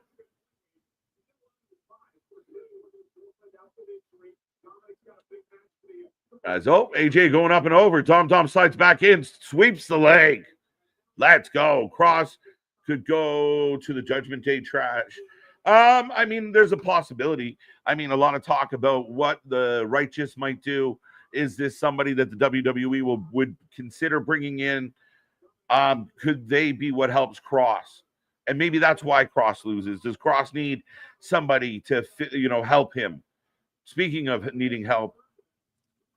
Well, I don't want to go that far, but I also want it to be known that I wasn't even on screen when the Righteous was mentioned at this point, so I can't be the one that always brings up the Righteous. It's, right? I feel like you put it upon I talked to you spiritually, right. I possessed you there. But I'm surprised AJ's the one that came out with the lowrider entrance. I said it in the chat before I saw the entrances. I thought Dom was going to come out, tribute to Eddie and everything. Yeah, and I mean the added little touch of he comes out with his son, right? AJ comes out with Avery. Is that acknowledging that Dom is Eddie's son? Maybe. All this time later. The paternity tests are in, folks. Right. Maury. I still love, and I remember last night of now because I'm seeing the fucking logos of everyone's going to the Prime Buckle. Right, the Prime Buckle. We're going up to the Prime Buckle, folks. But AJ went to the right. What? I didn't. I fucking didn't. He did. I heard him. Nick used telepathy to mention the Righteous. Right. Oh, big boo from AJ. Who did you pick? AJ. It has to be AJ. And it has to be AJ.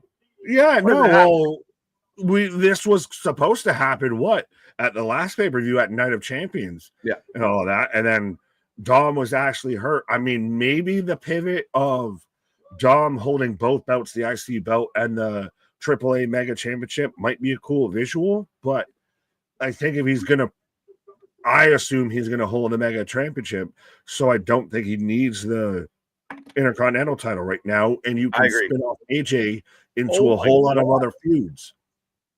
Huge clothesline, followed up by the basement forearm. But my God, folds Dominic in half. People forget AJ Styles, even though he's on the back nine, is still was one of the greatest pro wrestlers to do it. Oh, neck breaker. Roche. Prime. I love that call. Good call. Any validity into him saying this might be my last SummerSlam? It's funny because I had never caught that. I somebody brought it up in the chat. A couple people confirmed that it did happen. I'm surprised, and that's where I kind of think that, like, let him win, and like, maybe this is his last SummerSlam, his last Survivor Series. We don't know how much longer as he pays homage. But I think AJ's the guy that you would do not exactly a full tour with, but you would acknowledge if he's going to hang it up. Right. Oh, for sure. I think so. I think someone mentioned the first ballot Hall of Famer, bro. Oh, shit. Ooh. Over rotates. Dominic down. Michinoku. 1, 2. Where's the ref going? The ref, like, he counted in motion. I'm going to get every angle. He almost ended up outside the ring. Easy Bake saying he said he won't go past 2026. Well, that's in like fucking 4 months. So we're there, right? Yeah, like we're there. Yeah, one more Mania moment kind of idea. I could see that being a thing. Again, I mean, that's kind of my thought process on him winning here tonight is give him one. He might not get a world title run in the last few months or the last year, but he definitely have a really good IC title run. Oh, brainbuster out of the Three Amigos there. Right. How can Nick say all these Japanese maneuvers, but Sikaro is where his stroke is. Yeah, no, I think at this point, I don't know if it's a gimmick or if it's one of those just proving that I know all the other languages except for Spanish. Ironically, I'm the opposite. I have no problem with the any You're of it. The lucha guy. I'm the non-lucha guy. So, of course, I don't know the lucha names. Right? Kacha Hachame. Like, yeah, no, it doesn't matter. Like, we all know. Again, Los Ingobernables you struggled with. I can know that. Yeah. Abrahantes, Sacario. That's fucking hilarious. I watched too much Telemundo. Fair enough. Yeah. See, I was out there. Here's my impression of a hot dog. Dom 619. Oh, fucking top rope nothing. By the way, anyone catch that Miss Doubtfire reference? But yeah, top rope fucking nothing. Of literally jumping in. What were you going to accomplish? I get so mad at the nothing jumps. Like, make it look like you were attempting a move. What is the oogity boogity? What were you going to accomplish if you were successful? Yeah, I was going to make a scary face at him when I landed. Zoolander over here. Blue steal him. It's fucking ridiculous. Man. Crowd chanting. It was a run by fruiting day. It was a run by fruiting. That's awesome. What? Did you drop that and I missed it? No, I dropped well, Christ almighty, what I can't in Doubtfire references. Got off. Oh, good. Got one off. Abrahantes. Oh, no, I was doing when he's doing the audition and everything, when he's Vigaro. Here's my impression of a hot dog. It's a drive-by fruiting. What a terrible way for a bird to die. All right, Dom going to the outside, grabs a chair. We've had a lot of furniture involved. The ref's trying to fix the buckle, which has been taken off for the second time tonight. Yeah, but why does he look like he's never done this before? Right? Oh, he's doing the Eddie. He's got the Eddie. Smash the chair. Oh,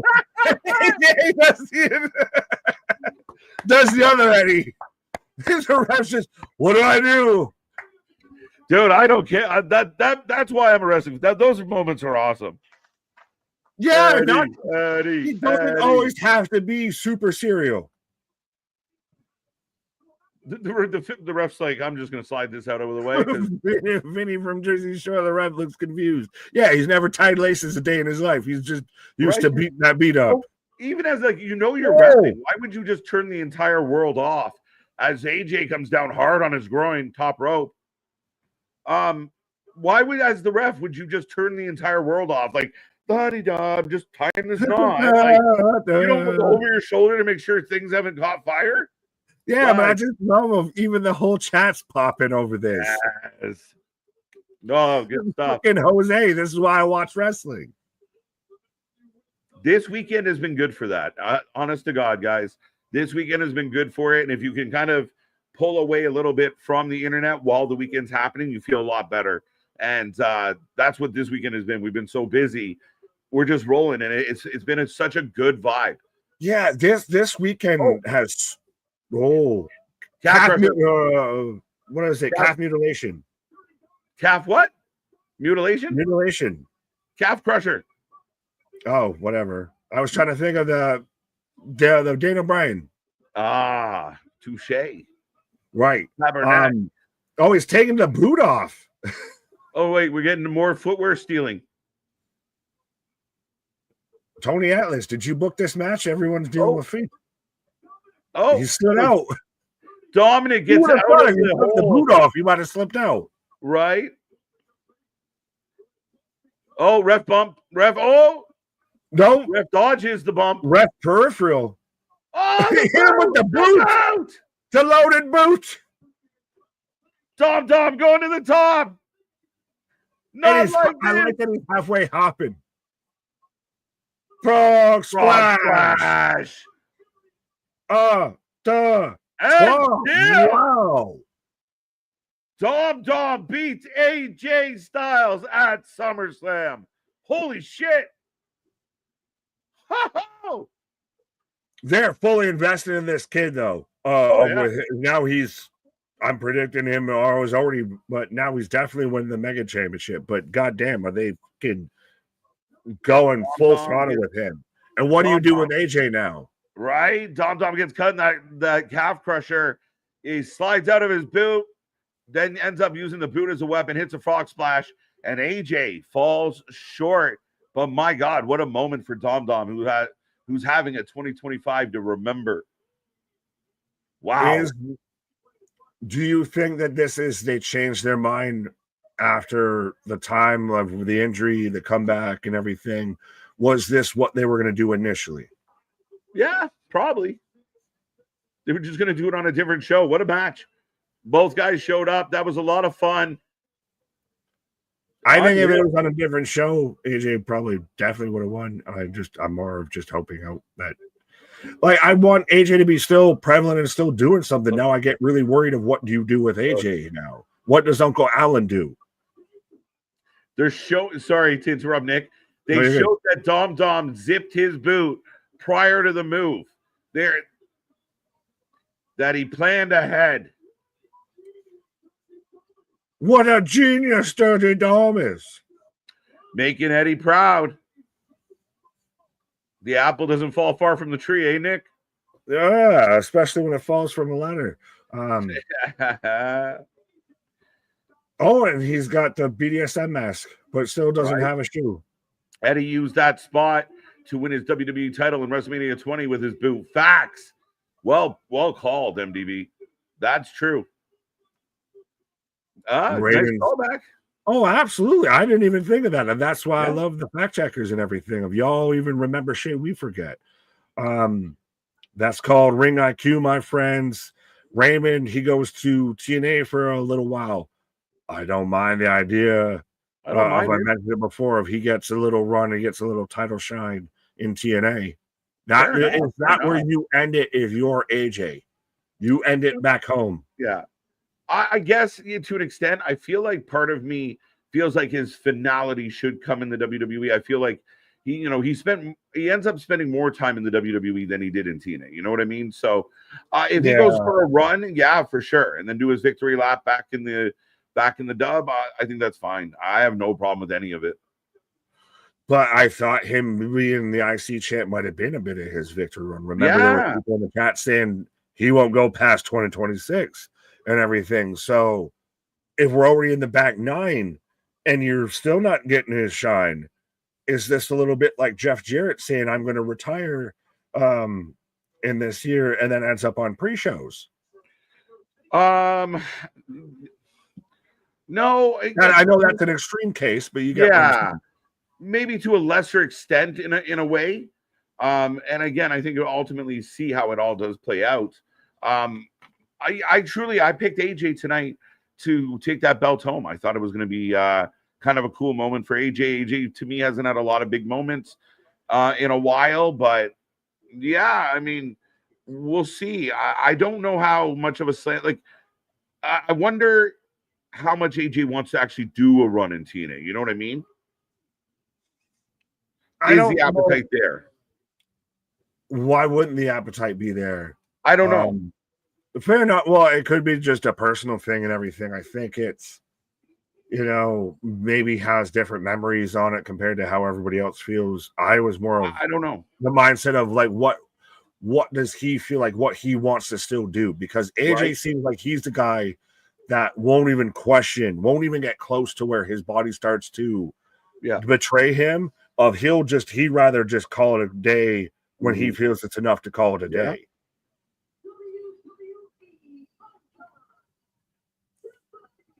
WWE icon. Is that a bit of a leap? Oh, that is like I love Steph. I love Steph. Don't get me wrong, but a WWE icon. Is she the only person to have a breast enhancement and a breast reduction on the same body? No. Fair enough. God, no.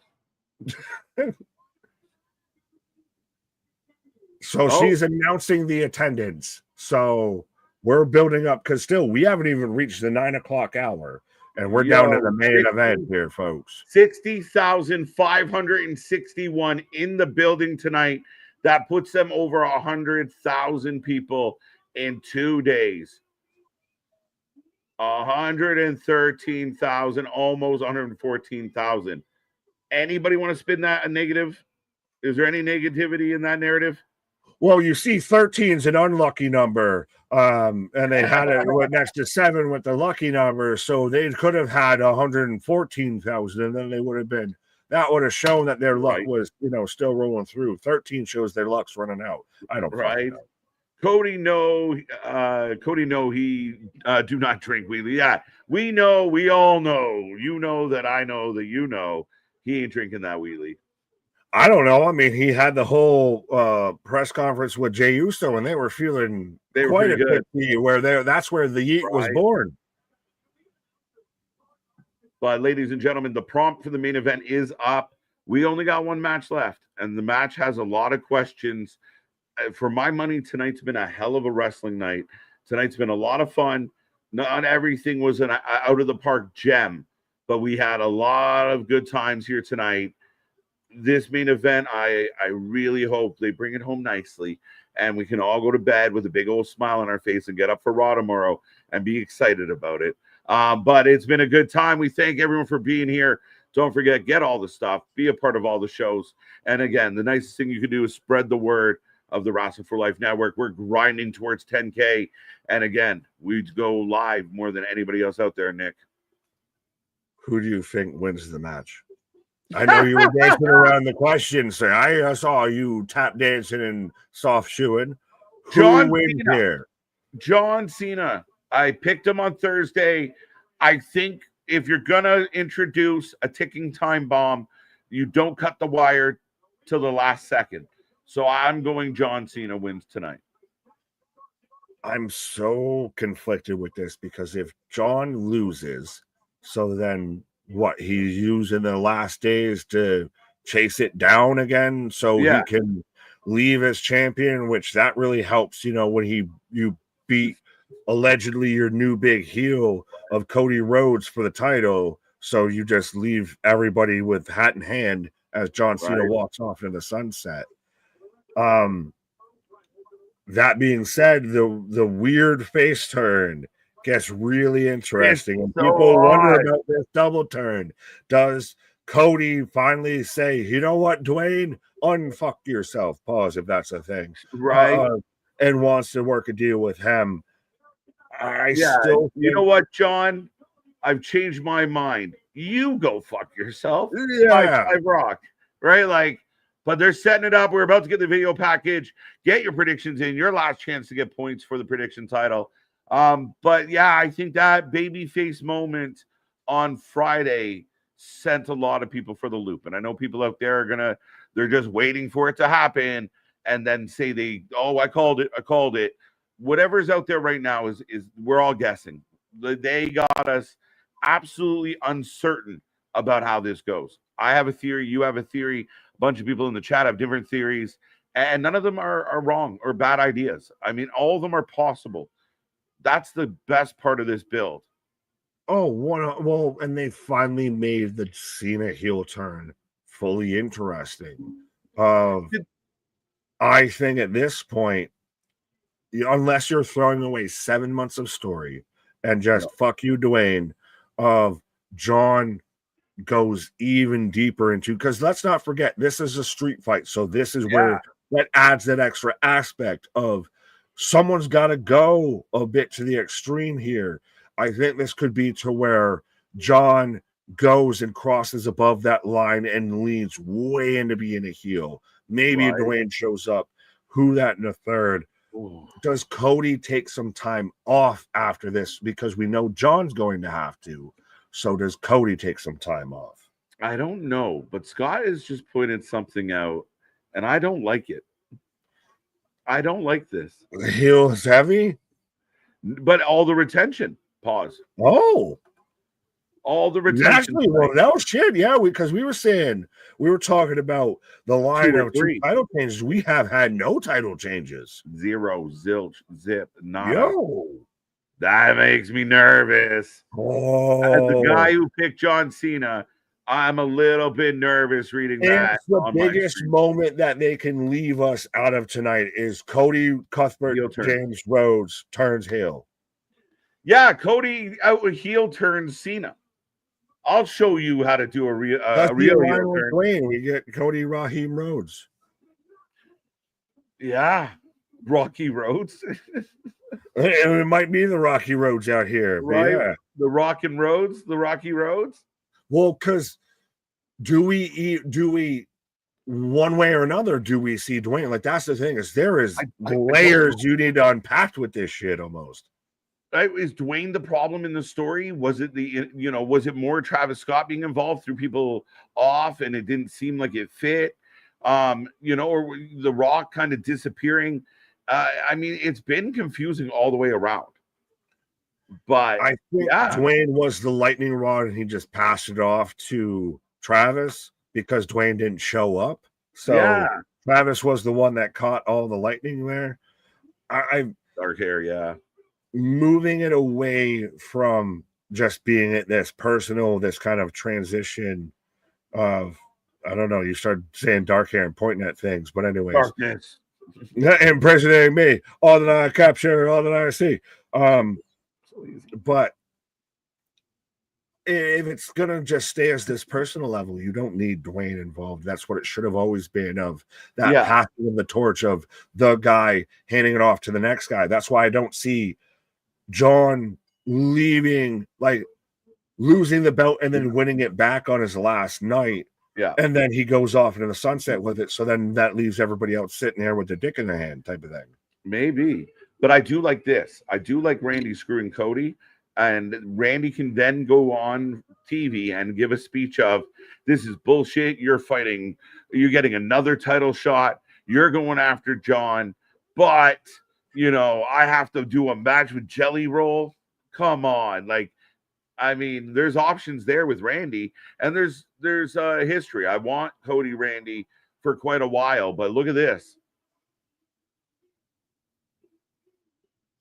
When you walk behind, you're not a leader, and the view never changes. Yeah. What the fuck? What are the Dragon Ball Z bullshit is this? I'm trying to remember what this is. I'm trying to remember who's coming out now with this. Is this fucking Cody Rhodes? We got the polka dots, bro. Oh, Dusty Rhodes.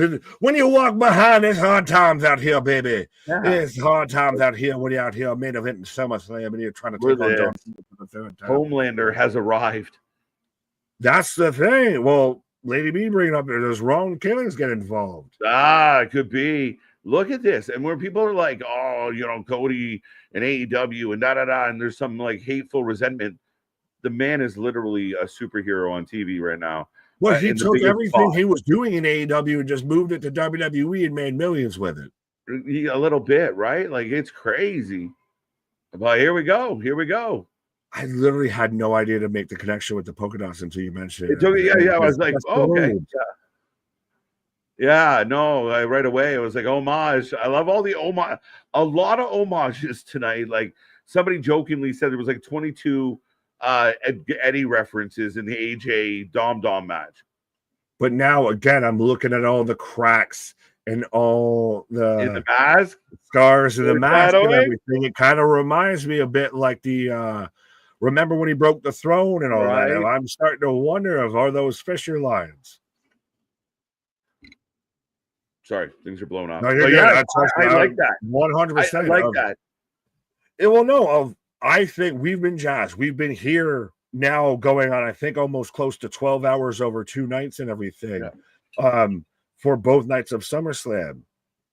And we're still jazzed. Like, it's only 9 o'clock and we're just getting the main event. I'm out here of, so where's the other 3 hours of the show here? Right. Like, this is, again, this to me has WrestleMania in a fucking chokehold out here of tapping it out for best show of 2025. I would agree with that. And again, we were optimistic for that. Right.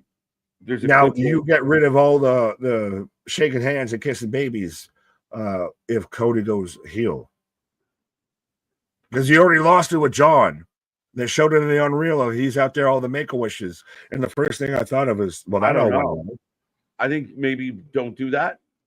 You need a big baby face. They need a pure white bread baby face. That's always been something that's happened in the company. That's why and I remember talking to you in January going, man, they won't book. They are not going to book Cena and Cody. And I was completely wrong. But my fear was it was going to force Cody heel. Now, that's what I thought. Could be wrong. But and you again, spot on, because I thought that was their fear of we're going to accidentally push this guy fucking heel. But now it might be we're on purpose pushing this guy heel. I still wonder. And my only thing is, again, what do you do with John after he loses? That's my problem. The rest of his run become null and void? Does he win it back on the last night? And then will that just null and voids Cody's heel turn and it just neuters a lot of shit? Yeah, I wouldn't recommend that either. I think, again, that's where I'm really struggling with the pick here. And I'm going Cena because to me, it's the more linear story. I don't know what, like I said, the idea of just throwing away 7 months or 6 months, 7 now, of this big retirement tour where they decided to go heel and just chuck it aside and go, well, the last 3 months will be good, or 4 months or 5 months or whatever that was, it 12 dates. Like, 9 dates, 9 dates. I don't love that. No, and that's why I think you've invested enough with this. You sold us a red herring. And so now he just beats the piss tar and leather. It's fitting that he came out with Dusty because he's about to be hard times out here, baby. Listen to the crowd that is standing. Every single mofo is standing. Is my new favorite word. Mofo. Adrenaline in my soul. And we're getting the old school. Da, da, da, da. But it's blacked out. Yeah, no lights. They brought it back and the crowd goes nuts. The crowd goes insane. I won't mind if they, I honestly will not mind if they just, honestly, I know we were just going on about it, but if they just say, fuck it, we knew it wasn't working. We're just going to move John to babyface. Fuck it, admit our error and just try and salvage what we can. I don't know, man. I think they're about to rip some hearts out. Oh, I hope they do. I think they do one way or another, but I'm saying the base of this argument of even if that's the outcome, I will not be mad. Like, there is not a terrible outcome, I feel, in this situation unless Travis Scott appears. Yeah, folks, if you can't see what we can see, they started the music. It was just the John Cena black and white screen, and then boom, lights up, the gigantic screen, blue, red, white. The colors are back. And his name is John Cena. Bananas right now. Bananas. where you and I both really agree if they're gonna rip the hearts out of 1.5 million fucking people live on television. Right. Happy either way. If I'm honest, if Cena is a babyface, cool. It is what he does best. It's all jokes. And if it's all jokes and a ruse, then just feeds into the heel gimmick. That's the funnest part about this is as long as they don't do it in a boring manner, we're good. We're good. They got. I already think this match is going to be better than we've got at Mania. Right? I'm mad. I like heel Cena. The crowd is going bananas, and I think they're all going to get stepped on. 66% of the chat, 70% of the chat right now is taking John Cena. Oh, well, I like Victor. Jersey crowd wants blood. Right. That's the biggest avenue that everybody forgets with this is it's not a regular straight up match. It's a street fight. So you're going to get that shit that gets a little, they start to tease the heel. How about a little heel turn? And then they walk it back and then they lean back into it again. Yeah. And we're going to play with that throughout the whole match. Right. Somebody said Cody is getting booed. They are losing their mind for John Cena. He is so unfucking serious with this. He is right behind Alicia Taylor, just like Homelander ass fucking pose. Yeah, just nice guy, John. Dude, but see, that's the thing is with John Cena, he's an actual good actor. He's pulling the fucking, he's doing a piss take out of everybody right now. He looks like the cat that caught the canary, man. Look exactly. At this guy. Look, he's just like, look, I got like this. I got every single one of them back, like this. Exactly. But that's the thing is that's going to be so much ammunition when he goes back heel. All it took was me to say a couple catchphrases, and you instantly forgave me for ruining a WrestleMania, for telling you I wanted to ruin wrestling, and you instantly forgave me because I said I like you. You think I like you? Yeah. Let's go, folks. The crowd is loud. Get loud in that chat. We got your main event. We got the title on the line. John Cena, Cody Rhodes, street fight. Let's go. Adrenaline in my soul. Something cool's going to happen. Predictions closed, folks. You both make great points about John Cena. But for me, I don't care what happens because we will never see John wrestle again. So however this run ends, I am happy. There you go. It's a positive, it's a silver lining on a, bit of a not so silvery feeling. Silver lining on a porcelain toilet. This is insane. By the way, there's clips going around. A fist fight broke out in the audience. Between fans. That's hilarious. Behave, folks. Love one another. Have a good time. He hugs him. They fucking hug it Low out. blow. Low blow. Now let's do this. And now they go at it. Cody is wearing kind of dark stuff if anyone's keeping track at home. He just because he's darker than denim. Right? Insane. Let's go. Dale's feeling it. The OG in the house. Let's go. Goose bumps. Goose pimple. Oh, and John already huge in the ring steps. Again, they don't weigh shit, folks, because they fucking just went flying because John Cena touched them. Jose, it's the fucking Catalina wine mix. Let's go. Someone's fighting in the crowd. Yeah, apparently a couple scraps work out between viewing audience. Yeah, watch wrestling responsible, folks, please. Yeah, love one another. You have something in common. What would you do if I sang out of two? Would you stand up and walk out on me? I was expecting it. I almost thought the hug led to an instant elbow. Oh. You can't see me. Oh, he took his crutch. Took Halliburton's crutch. Is that a heel tactic of using a weapon? I know it's a street fight. It's very heelish. Well, I mean, when you steal it from a crippled man. Holy crap, he's a crapple. I think that's funny. Prime and vodka in the same shot. Gross. I don't recommend What it. is a fat body on a Saturday night? I don't recommend it. Over under 30 minutes.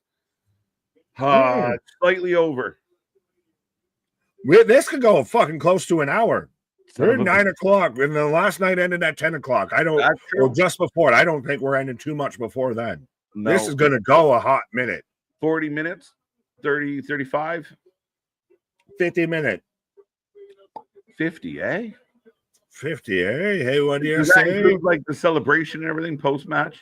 Oh, no. I think we end past 10 o'clock. I'll say that. I think we end tonight past 10 o'clock. Okay. Okay. Okay. No, I can't do that. I barely do. Oh, there goes Cody. Well, but again, like I said yesterday, no Cardi B. We barely got a jelly roll. Celebrity Light tonight. Yes. Cena trying to pick up those stairs. Oh, come on, John. God damn it. They weigh a ton, bro. They're heavy as No, shit. they don't. They're aluminum. You can barely get them up. John can barely get other things up, but I digress. Hashtag not sponsored. Shut up, Luke. Facts. Oh, shit. He hit him. That's never a hit spot. He'll move to do. Just saying. I mean, again, I mean, usually that's a miss spot. Usually the guy gets out of the way of the stairs flying that way. Oh, do you think we get? There's definitely we haven't gotten color all night tonight. We get color in this match. Probably definitely on Cody. I don't know if we get it on both people. Make John bleed. Come on. Would it stop? Oh, disaster kick. Nick hit us with a little scrappy. Yeah, exactly. Scrappy Doo. What do you do? Cena looks like me moving my coffee.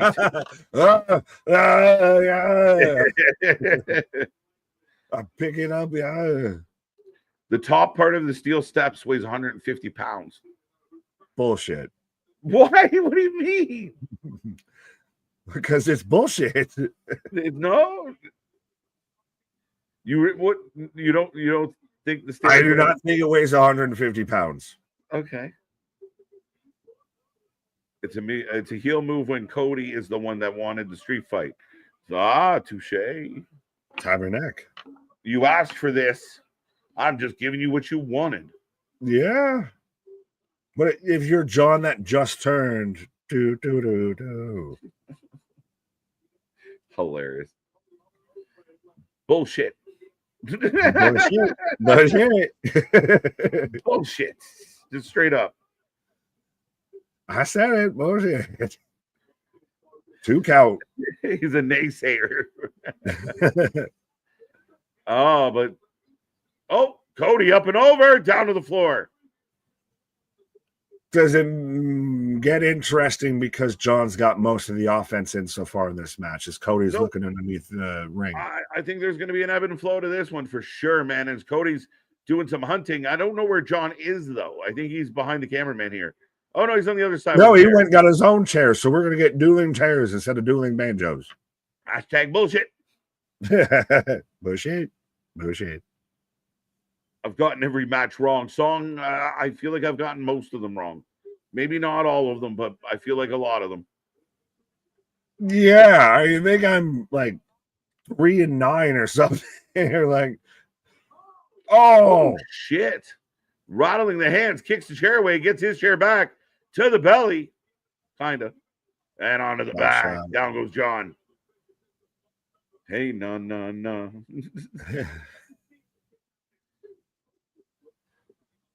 Cody welling away on John now.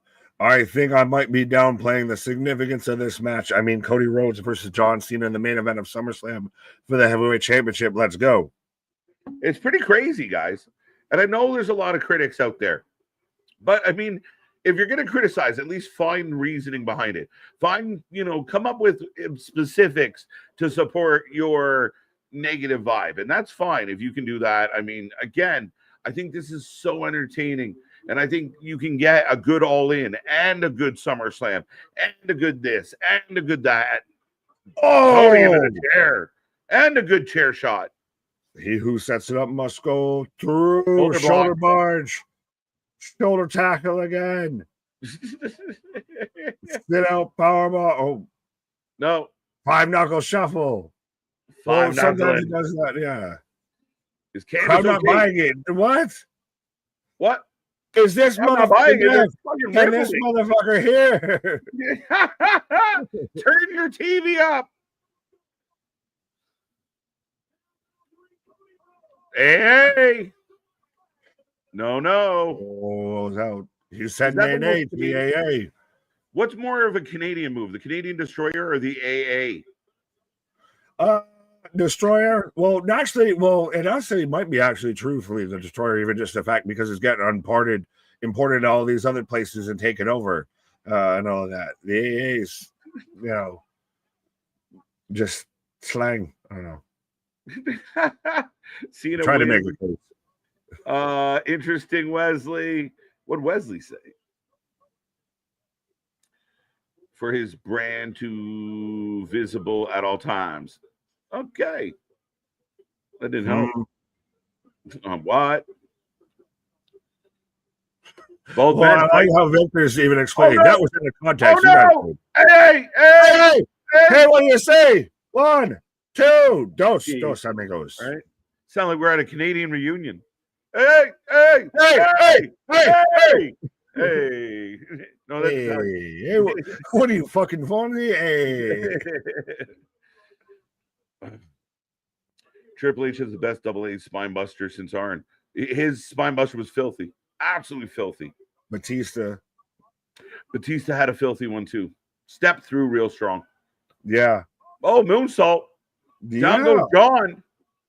2. Not very street fighty. A little bit of street fighty. Started that way and got more in ringy. Did they make it a street fight because he got booked in Street Fighter? Coincidence? And then we're gonna get into the whole he's gonna take time off and everything. Right. We're gonna say that. Ooh. Disaster kick. 2. The only thing I always find funny with every John Cena match is he bellows out fucking calls. You can see him constantly of like spinebuster kick out. I just thought that too. That's so funny. They're like, he just screaming in this man's face. It literally, if the crowd wasn't loud, you could hear the entire way this match is supposed to go just from John Cena. Right. It feels like a Jim Cornette produced street fight. That's hilarious. Just a wrestling match that once in a while has a chair. You called it a street fight, but we're going to do all the wrestling in ring. Just getting started, folks. But we're on and rolling here. Yeah, shit. I said this is still got another 40, 50 minutes here. Be crazy if this is under in 3.5 hours. SummerSlam Night 2. Right. Oh, up goes. I mean, electric chair drop.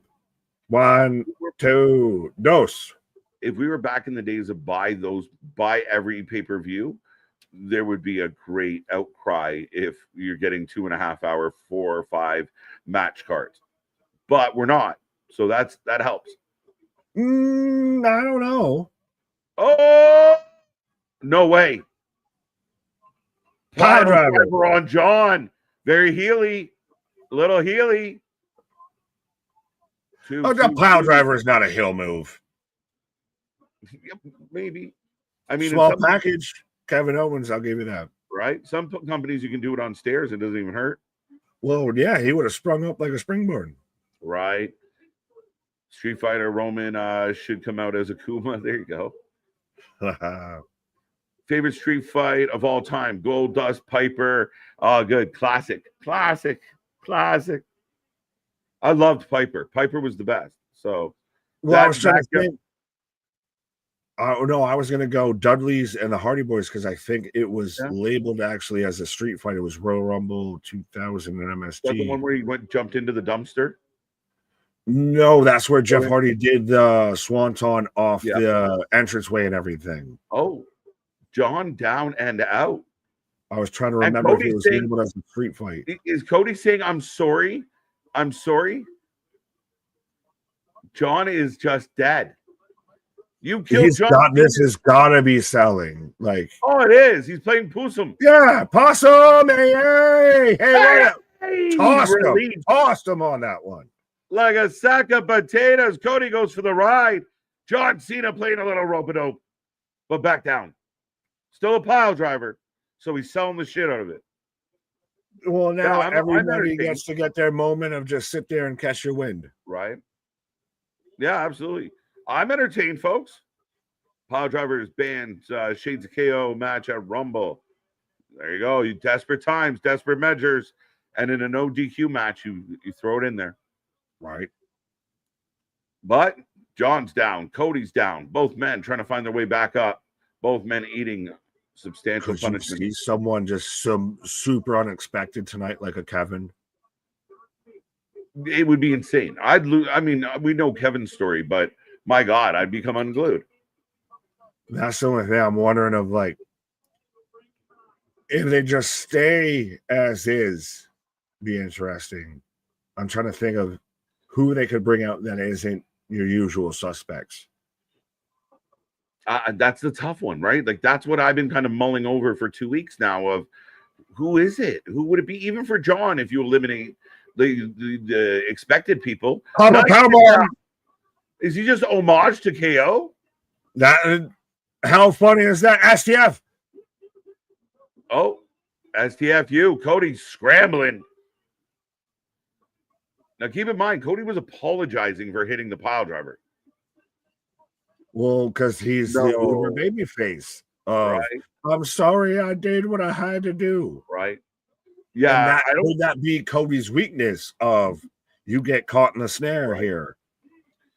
Absolutely. I would love that too, Lady B. I don't know if we'll ever truly get it. Maybe he comes back as Dustin with, like, you know, rocking the gold paint, but still playing. I think you could do Cody Dustin one more time on a bigger stage.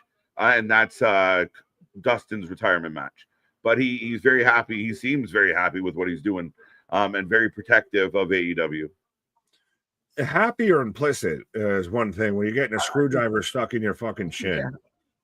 Can't I just go under? Can I just not do that?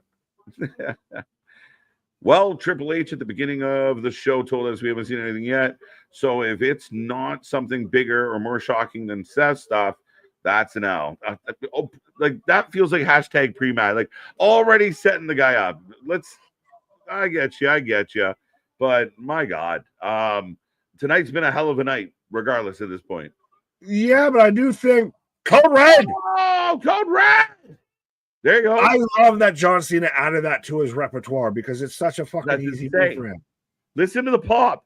A huge pop for hitting a Code Red. Because it's such a move that John wouldn't normally hit. Right?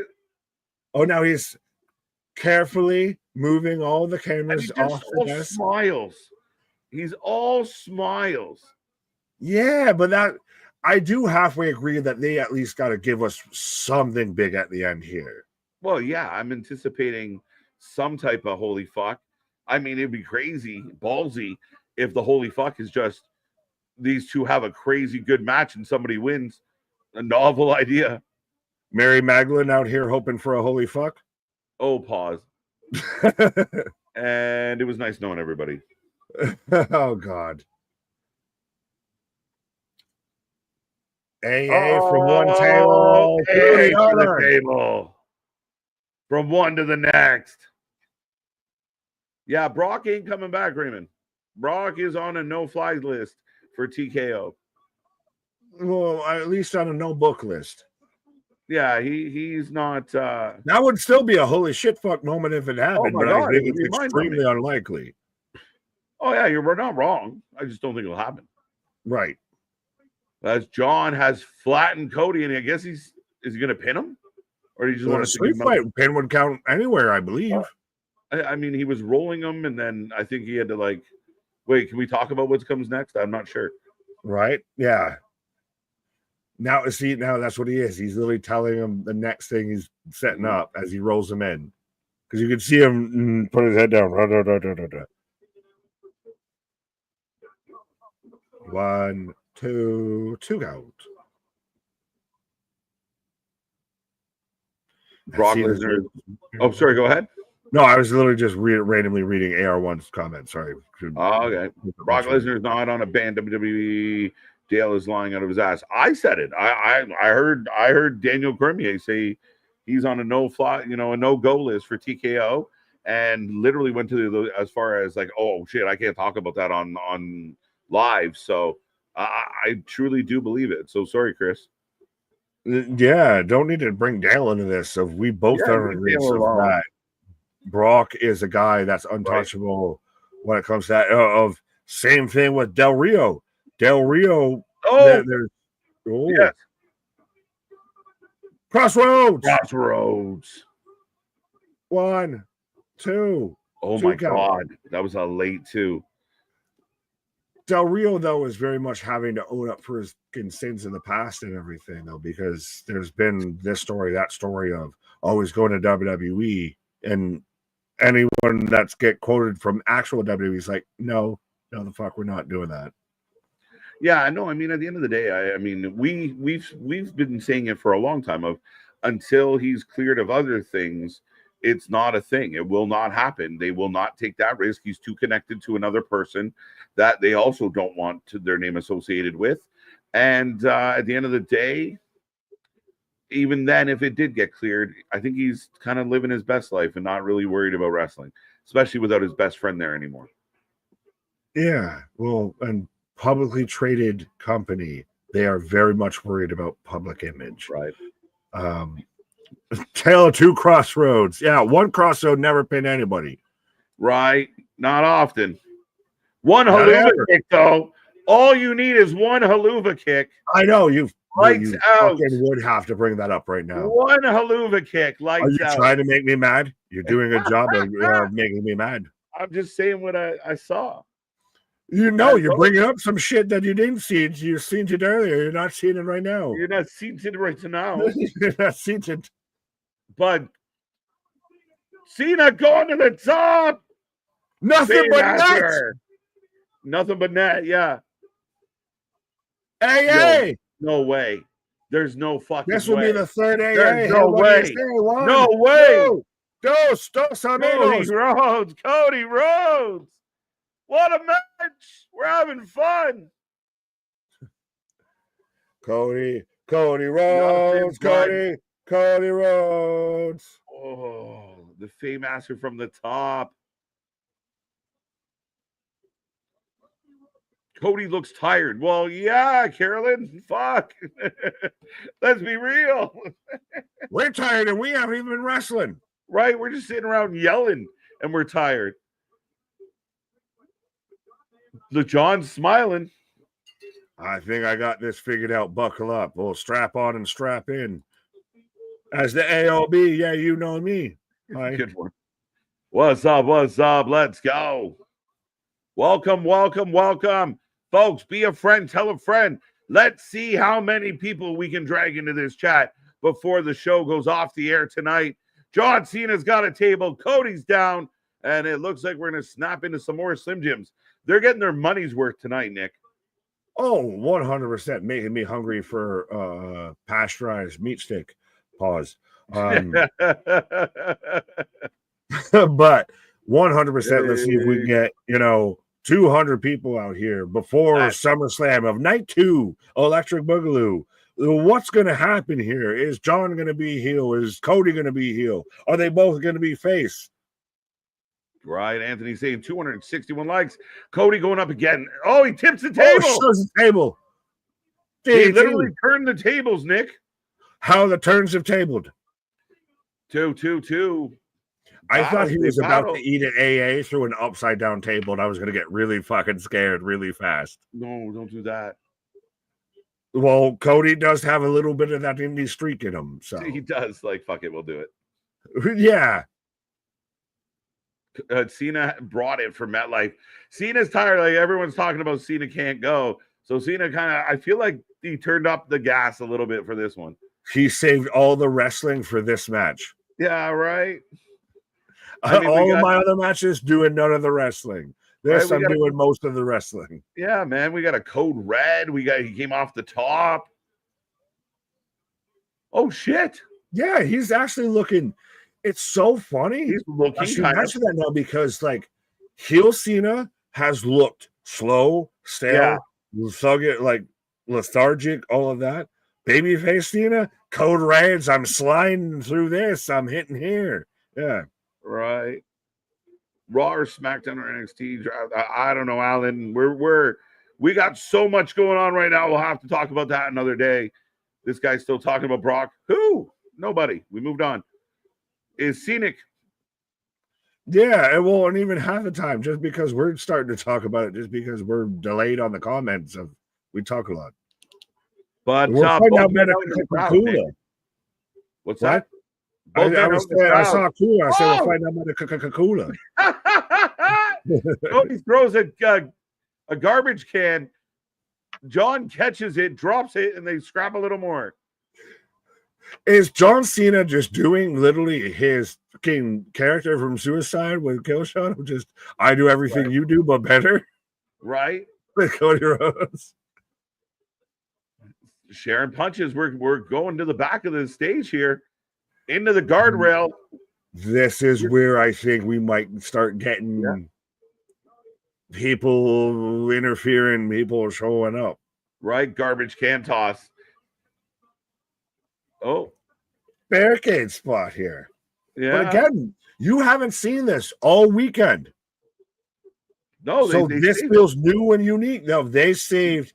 These are going to be the only guys on the show that do this. No one else is doing this shit. Oh, wait, reversal! Oh! Into the guardrail suplex.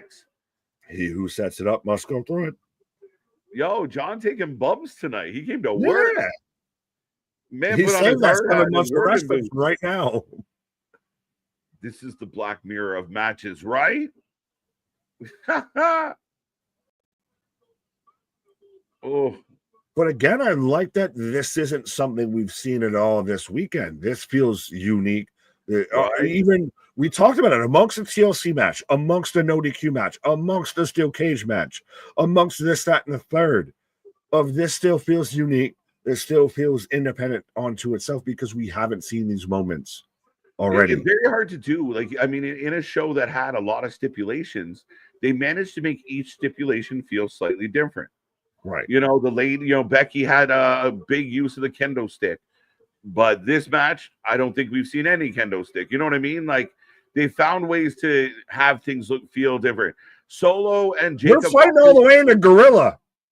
Oh, shit. Or something. Are we going to pop up? They fought off into fucking nowhere. We're going to pop up. Yo, they're going to come up through the stage. We're going to pop up on the middle platform. Yeah, here you go. Yeah, light it up. We're going to pop out of here. They're going to be swinging. We're popping out of the Cody entrance platform. Right? As John Cena comes up with Cody set up for an A. That is dope. All right, that's pretty fucking cool. That is pretty just the cool. Smirk and the smile. But this guy's the babyface, well, right? We don't know what really happened to Cody. Why is he out? What happened? Just hit it right there. Do it right on the ramp. And just throws him and hucks down this man. The fucking ramp. Corny as fuck. Kiss my ass. No fucking way was that corny. That was a cool spot. Boston. No, but I like it. I think, and I look at it as the check. We'll defend it and have to explain how it's not corny. Right. Shucked him and thrust him. I don't know. Yeah. No, threw him like a goddamn sack of potatoes. And again, of having that spot of they disappear right and come up through the little platform. Yeah. I like those moments sometimes when you're calling it. They're gonna come out the stage and they do it. You're like, oh shit, they did it. Right. That was a great visual. We're gonna see that visual for the rest of our lives. Oh, absolutely. He came out with adrenaline in his soul. Something. Cody Rhodes. John Cena just sandbagging Cody to the ring. Hit it like 3 more times on the ramp. Why are you just walking him all the way to the ring? Well, Right. it was this one of those, you got to pin him in the fucking ring. That must have hurt. I agree, Boston. Shit. Hashtag kiss my ass. Somebody going through a table for sure. Now, don't get upset, Josh. We're all playing around. We're in a good mood, sir. Keep it smiles. Yeah, or you can sit on the pine. Oh, yeah, speaking of pine, John Cena goes through a stacked up bit of pine. John's taken a lot of abuse. No way. Crossroads. Now, never have you won a match on one Crossroads that wasn't to a fucking jobber. Two. My God, folks. Oh, don't worry. We still got another 20 minutes or so before we get to this match, I feel. Yeah, this is going to be a meme next week for sure.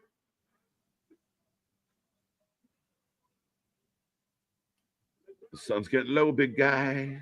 I think that's to wrestling god of, Ooh, Hulk up time, Crossroads 2 still. Again, we've seen 4 AAs, 5 A, 4 A's, and 4 AAs, 2 Crossroads that I can recall right now if we're keeping stats. Oh, fucking low bridge. John, Cody just fucking man on a mission. Right. Kept going. Mo. No love for men on a mission. No King Mabel. None of that. Right. Cody with the backhanded chair shot. But do you start to see where Cody start going to go to that I'm getting desperate, right? Of I need to beat you. Of now he's pulling off the ring buckle. He's undoing the bottom rope. Does this start to get to where you see John be heel most of this match? Does Cody just start to get to that desperation heel? Yeah, he literally undid the bottom rope. He's gonna hit this man with not the ring post, like the ring, like literally what's stuck in the fucking turnbuckle here. Right. He's gonna wing nut him right in the head. The turnbuckle with the fucking ring rope, Cody. I might be Boston. I might actually have to go that route. Say fuck it, let's go. John's got to take a break after this. I don't know how many dates he has left. Nick said 9. So, and I mean, he's going all out tonight. Well, he's advertised for most of the rest of August. It's once we get into the September, and everything, October, that he gets sparse. John trying to get up. The crowd's kind of. See, but I think Cody doesn't want to keep doing it. He's looking. He's saying, "John, stay down. Don't make me keep doing this." Took him down again. If he's gonna start to get into it because John's not gone that full. What I thought he was going to do of I'm going to tear you limb from fucking limb. Right. I think we're getting closer to Cody's turning heel. Right. Men on a mission with the New Day before the New Day. There you go. Kinda. Wait, Paul, what the fuck? Like, where are we just? Where does that even fit into any of this? Like, I understand that might be your opinion, but where the fuck did that come from? Yeah, from the top rope out of nowhere. We're having a good time. Oh, John Cena. STFU using the rope. Oh, he's choking him with the rope. He's choking him with the rope. It might have been doing what I said he should have done. You should have done to him. The last time I saw it was actually Masha and Speedball in Toronto. But phenomenal point. You don't see it very often anymore. He's wrapped him up in it as he's choking out John and something. I mean, it's a good match. Yeah, no, yeah.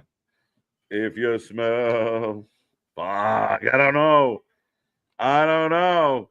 Kicks in the midsection, moves the post out of the way. Crossroads.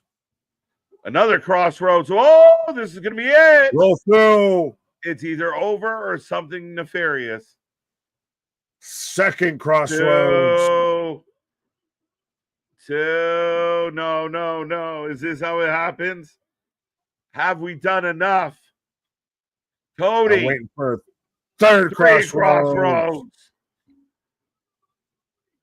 1, 2, kick out. It gets out. It kicks out.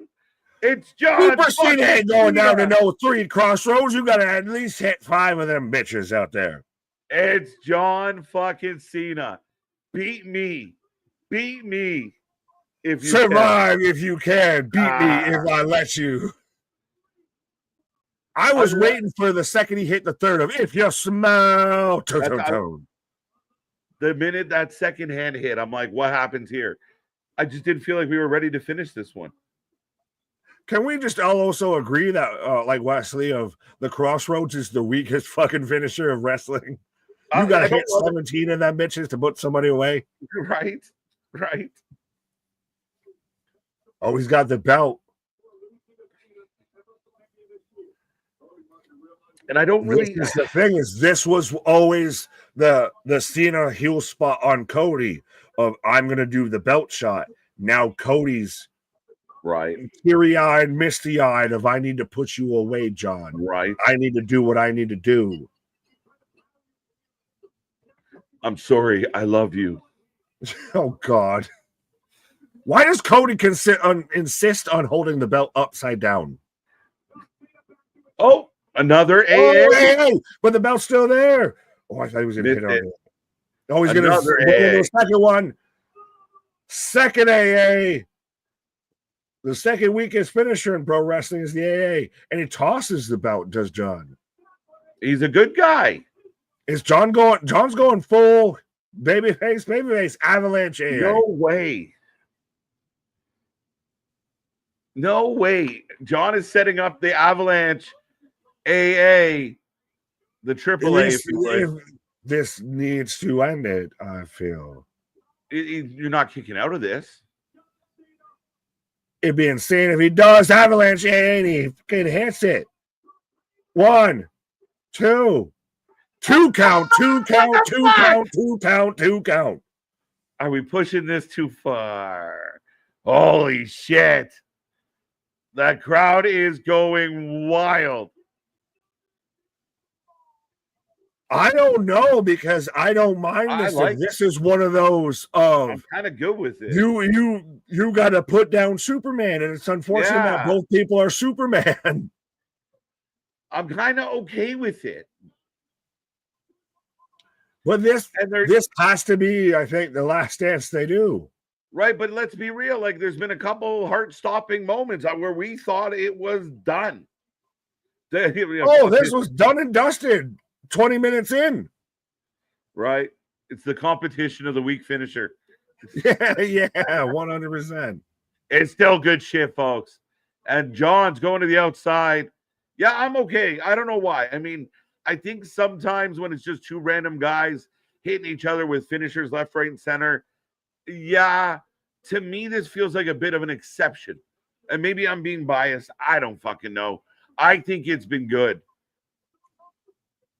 This has built you all know on this moment and everything. This is transition. This is Steve Rogers talking to Sam Wilson type of shit. This is Superman talking to Homelander. This is Captain one top guy, the face of the company going to the other face of the company.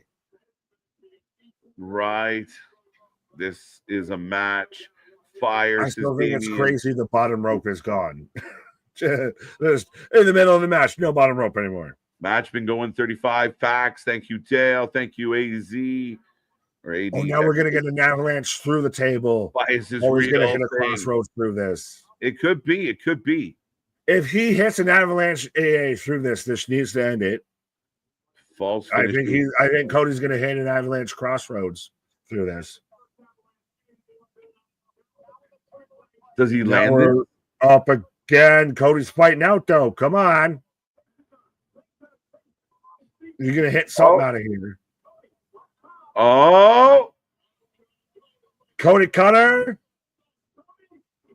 Cody Cutter. Kind of Cody Cutter through the table.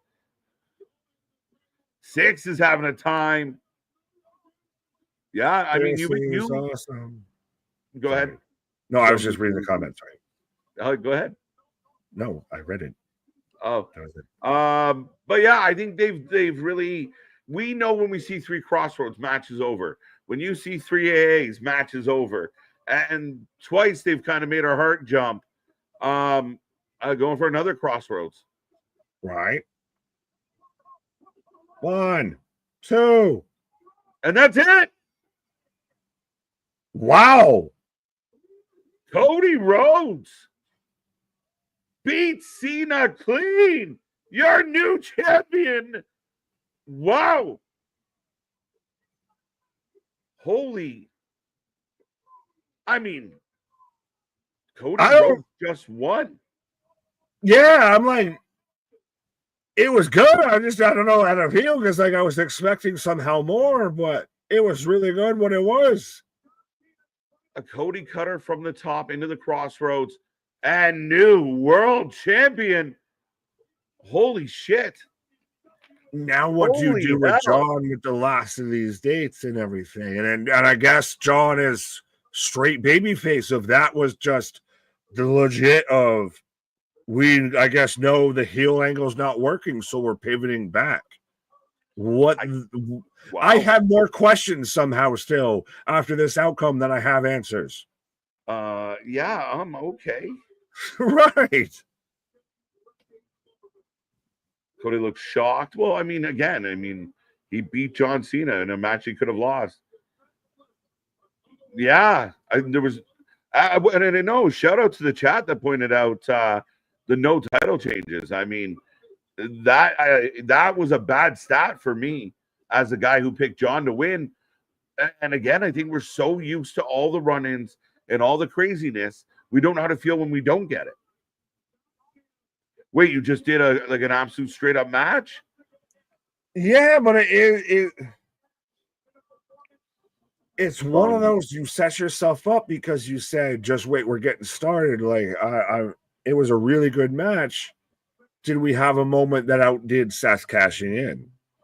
No, maybe not. And I know we still got time on the clock, so I'm waiting. We do. We're not quite done yet. That belt sits in the middle, both guys eyeing it. And John fights to get back. John took a lot of bumps tonight. Surprisingly, took a good amount of bumps. A surprise ending for sure. I mean, not kind of one of our usual holy fuck and pop. It was just almost shocked. And they hug again. But if you just turn John and he's having this whole heartfelt moment and Cody's crying. Cody's crying. Now we've seen on SummerSlam, this is a bad moment if you cry on after you won a belt. But this feels like this would be the end of John almost. Is you're passing on the torch of the end. Is like, what else does John have left to do? Right. Pyro out of pyro from everywhere. 7 and 5 both nights. That was definitely better than Mania match. It was. And I mean, again, the fans are on their feet, but I don't trust it. I don't think we're ready to go home yet. But John jumping him at this point doesn't make sense because you just lost. You would have cheated before you had ended. Yeah, this almost makes more sense if you got a Dwayne coming out and backing Cody or something like this. It's not bad by any stretch of the imagination. It's one of those halfway conflicted of not even just what I thought they were going to book. It's what they sold us. What they were going to do. No, yeah, but just so again, what the fuck do you do with John now? I don't know, man. And it does kind of make the last little bit okay, what was the point of going this route? And again, generally the hero doesn't save the day 2 months before the disaster. It's kind of, make or last break minute kind of we got down to the ticking clock and everything. Not, oh, well, I guess that's done and dusted. So is this like John Cena's last match? He's like, fuck it, I'm cutting the tour short? I don't know, because fuck this. Again, it's not even Cena. what I wanted them to like. It feels so out of place because Fantastic. you took 7 months and just kind of flushed it, but it was still a fantastic match. Like, I can't knock the match. I can No. only knock everything that preceded the match. A little bit, yeah. And I mean, again, this is your happy moment, but it's so unexpected. Yeah. Enjoy this while you can. Like, what the fuck? Oh my God, it's Brock Lesnar! What the? Holy shit! My God! We thought this was never gonna fucking happen, and Brock goddamn Lesnar. Hey, John, you thought you were gonna leave without having to get through me? Brock Lesnar, what?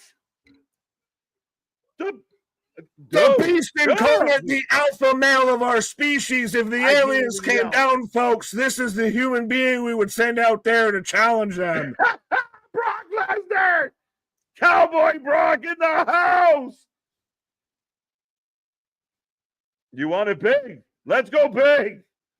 This is something that no one, and I do mean nobody, had on their goddamn bingo card. We were downplaying it, foo-fooing it. There's no way they're strapping their fucking horse to that fucking carriage and everything. I was so wrong. Instantly, KJ, you were wrong as fuck. What the fuck? Wrong. What the fuck? I told you. The hell, you were so certain. Yes, I said it at the beginning. I told you. Is back. What the fuck is 2025? Holy fuck! Holy shit! Holy shit! So we again, a tale as old as time. Yeah, well, this feels reminiscent, wasn't it? When Brock Lesnar, when he made his return before and everything, he went at John, and that's when we had that whole shit. Chris, you did, and we told you were wrong, buddy. Someone else brought it up. We said it was wrong. Brock Lesnar's not coming back. Again, are they playing the media? Are they playing the media? Are they playing? But this is a bold strategy, Cotton. This is a bold strategy. You got to know something we don't. I mean, cool pop, but like, why? Because of the history. Why do we always say that as wrestling fans? But why? Like, I mean, two of the biggest icons ever in this company is why. And there's a history. And again, this is how you babyface John Cena. Yeah, this is how you get out of everyone's a babyface with this situation. No Dwayne, no Travis Scott, and it's still one of those of this is a match you can do that doesn't need a title, that it is just holy shit fuck of Brock Lesnar and John Cena.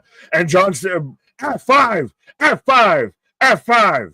F5. It's Brock Lesnar is well, that's back. The thing. We thought Brock was out there just being happy and dandy out there in Saskatoon with his long hair and his ponytails and being, I just said it. Track dads and everything. Even if Brock could come back, he wouldn't. He's happy. There's no way. There's no way. There's no fucking way. But here it is. Brock Lesnar F5ing Cena for what has to be one of the several dozen he's hit on him in his career. And this is seismic. This is different. Literally. I love that because that is fucking pun and full intended with this. This is a seismic shift in WWE right now of Brock Lesnar, the beast incarnate, the alpha male of our species, is back in pro wrestling and just took out John Cena after he lost to Cody in a hell of a match. Dude, I had no, there was no. If I'm Paul Heyman now, what is my response, though, too, think about it. You've got Paul that's going to be out there still with Brock now back in the company. Roman's out there. You have all these different avenues that get really interested as Brock start to aim towards Cody. I think Brock's here for John. Oh, no, I know, I get that, but I'm saying does Brock stay for the long haul? I don't know. I didn't expect him here now, so saying he might be here for the long run is well beyond my depth at this moment. My head hurts trying to think about it. That is crazy. I think, again, I would say, would we argue that that is John Cena's biggest nemesis? Randy Orton, what I almost RKO might be the other one, right? I would say Randy, John might be the next best.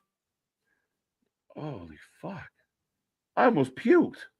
That is well, it's I literally for half a second because I heard the music and I heard you say Brock Lesnar. I'm like, it took a minute to register because it just felt so this is not happening. And it's happening. I didn't even see it. I heard it's that undeniable opening riff to that entrance. And I just blurted the words out. Brock Lesnar was like, no. Right. Ladies and gentlemen. Yeah. But God damn, again, I fully admit I was out there of, okay, Hunter, so you said, we're just getting started. And so we end with Cody wins clean over John after a really good match. No big surprises. And we walk off and Cody's out there and John's just kind of soaping in the moment and soaking it in. Dun, dun, dun, dun. And all right, so I guess the game has fucking changed. And I mean, like, as fans, should we learn to be okay with a straight up one-on-one match that's a good match that just ends one-on-one, no extra bullshit? As fans, yes, but not when it's a street fight and the match before already had bullshit in it. Well, maybe that's my only defense. Maybe that's why you do avoid, again, we saw a lot of shit tonight. Tables, ladders, chairs, oh my. And they had a great match. I thought John Cena, Cody was a good match tonight. They walked the building. John took a lot of big spots. I mean, as fans, is that like, I just want really good quality matches that are entertaining. And I think they did it. But that Brock Lesnar moment, I had no idea that was coming. I believed what I had seen. I believed the stories earlier tonight. I can't even deny that they duped me or had me thinking no fucking way, because we defended it tonight. Oh, 100%. Again, it's at minimum a 9 on the show because now they're back to back have pulled the wolves over my eyes have viable video proof of we were denying that there's no way they're going to touch Brock Lesnar. I compared that situation to Alberto Del Rio. And then we end the show with Brock Lesnar coming out. God damn it. And I mean, there's the contingent of the fans who are like, oh, like when Roman was champ and say, oh, there's always, they always cheat and there's always run-ins. And then you do a match with nothing but just the match. And fans seem a little like, oh, that's it? They just had a match? And that's where I think when you set it up, though, again, as a street fight, and you had all of this going into it. Let's not forget. So John just turned babyface on a Friday Night SmackDown and said, fuck 7 months of storytelling and fuck Dwayne and fuck Travis Scott. Yeah. And now Brock Lesnar is back and instantly John's locked in as a babyface. Fuck The Rock, get Brock. We're doing this proper. Yeah. When did you think that was going to be the safer option? Right? Brock Lesnar returns and hits John Cena with a F5. That is madness. Yes, clean matches are still good. Yeah, I just feel like sometimes, I mean, it was the street fight stands alone. Is it an okay? And they managed a way to protect Cody and keep him baby. Yeah, I thought that was going to be the hardest scenario to get out of here. Of everybody leaves babyface, John leaves babyface, Cody leaves babyface, and you bring in Brock Lesnar, who, respectfully, let's be honest, let's all look each other in the face right now. No one had this on their fucking bingo card. The Seth cash-in, I'd almost believe you had that on your bingo card. Then you had Brock Lesnar showing up. Yeah. Because he's an NDA away from not being here. Fucking believable. What is wrestling right now? Dale trying enough. I mean, again. Tune the fuck in to Monday Night Raw and Friday Night SmackDown this week, folks. We will be live for both of them. This is your early warning. Do not fucking miss a second of it. do not miss tomorrow, the next day, the next day. I'm looking forward to it. Again, you should be excited as wrestling fans. Called it. People talking out their backside about Lesnar's status. Geekbox. He did. He said it, and I gave him the same speech. No, come on. Come on. That's the thing. Well, I see boss. Oh, people already called it. Yeah, that's great. Cool. Yeah, but Not think many. about it. Yeah, I don't What? think anybody was outright saying, "Oh, I'm like this is 100% happening." Confirmed will happen. It'd be cool if it did. Like, let's all put the smart mark cap away for a minute, and let's realize Brock Lesnar was in some serious shit that you wouldn't think a publicly traded company like TKO might want to dip their toes into. So that's why it's a big fucking huge statement that Brock Lesnar's back here. Oh, if they know something we don't know, or they just said fuck it. Yeah. I mean, yeah. Again, even if it wasn't anything beyond that, you and I both thought he was happy out there in his Saskatoon, mansion out there watching his daughter play or do shot put and everything else. If he was out there just happy being Brock, taking pictures with fans, long-haired farmer Brock. Yeah, like I thought, I said it earlier tonight. The man's out there living his best life. He's out hunting elk and all that good stuff, and he's got wifey and the fam. He seemed very happy, very content. Listen, we did so many of these shows, but I was completely and utterly wrong. This man's is back. I don't know what they had to do to get him back. I was not certain we'd ever see Brock Lesnar ever again. Oh, I thought he was retired. Yeah. And to hear that music tonight, I popped. I'm sorry. Right. Well, everyone's going at me. Nick's wrong again. Nick, I've been saying this for months. Brock was never fired or banned. Yeah, but his DC Daniel Cormier sat there and even said he's on a banned list. A guy who works for DKO said he's on a banned list. So that's where we all kind of thought he has been on the roster page ever since his supposed release. No one ever said he was released. Everyone said he just got put away on the shelf because of the implication. Yeah, maybe a little blacklisted more than. Well, why are we arguing about the fucking who called it versus the moment? Is more. No, I don't. I mean, at the end of the day, someone's going to be right, someone's going to be wrong, and cool. You can have that. Not even what I'm mad at. It's not the first or the last L I'll ever take on this channel. Don't worry, folks. But yeah, no, ultimately, I didn't think it. I thought the outside stuff, and again, they must know more than we do. They must feel pretty comfortable with the scenario to do it. And again, now John stays babyface. Cody slides out the back door as the babyface and just runs away with the belt. I don't love the fact that the last 7 months means nothing. That John's no longer wanting to leave the company with the belt. So I think if you are trying to fix a mega mistake, then you kind of do something big. And this feels like big. Well, literally and figuratively. Did you overcorrect what you thought might have been a mistake, though? We don't know that yet until we see it play out, I think. Fair enough. Well, I'm just wondering. Go ahead. It's not that, like, you got to keep in mind, Brock Lesnar is not. There's a history here. There's a standing history. Arguably, two of the best guys out of that generation, right? Like right now, somewhere Jim Cornette's tickled pink because two of his prized pupils end up being, highlighted in this moment. But that to me is the biggest tell of this all. Of you're bringing two guys back that they kind of started together. Now they're going to finish together. A bit. I just think this is goddamn funny. If KJ accepts when he is wrong. KJ, stop making excuses for WWE. I'm not. I like it. The Rock ruined Cena's return. Cena's turn. Yes, he fucking did. Him and Travis Scott. Right. And that's what feels like what happened was the that all went to shit. And then they talked about it and they're like, listen, if we try and feed this back to these fans, they're going to throw it up. We need a better plan. And the better plan, we want Brock, not Rock. That's going to be the thing.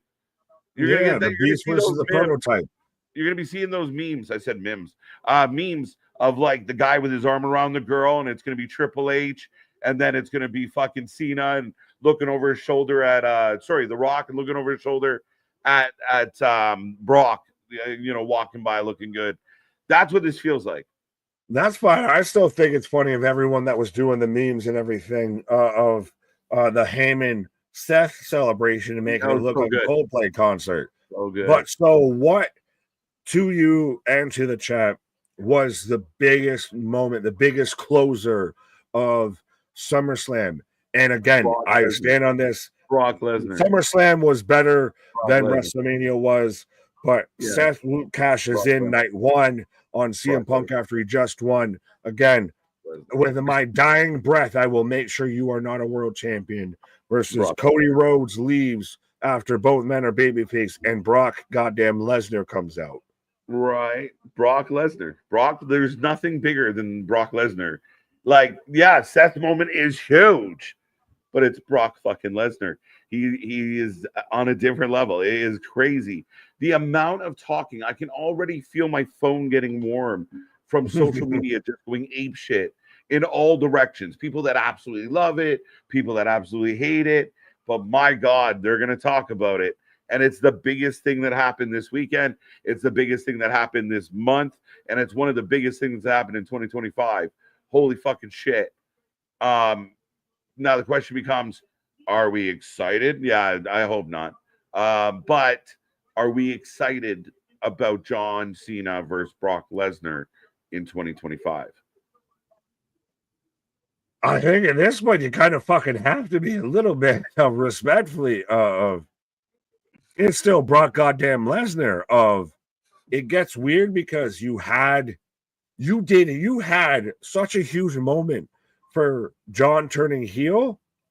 And it literally, I'm glad we did the midlife awards because it wouldn't be mentioned at the end of the year awards at this point. Because what the fucking shit was that? Listen, if we're calling it down the middle, if we're being fair, that's a fucking fumble. They fucked up. They did fuck up. They didn't book it well.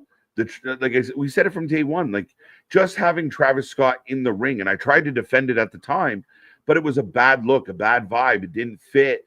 And then The Rock not being at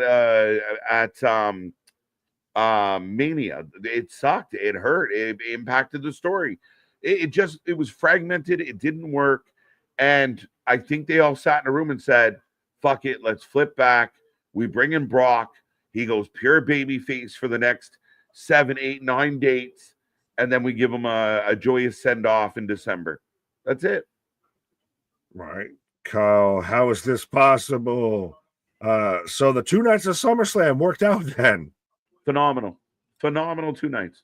So the High School versus the Beast returns. Right.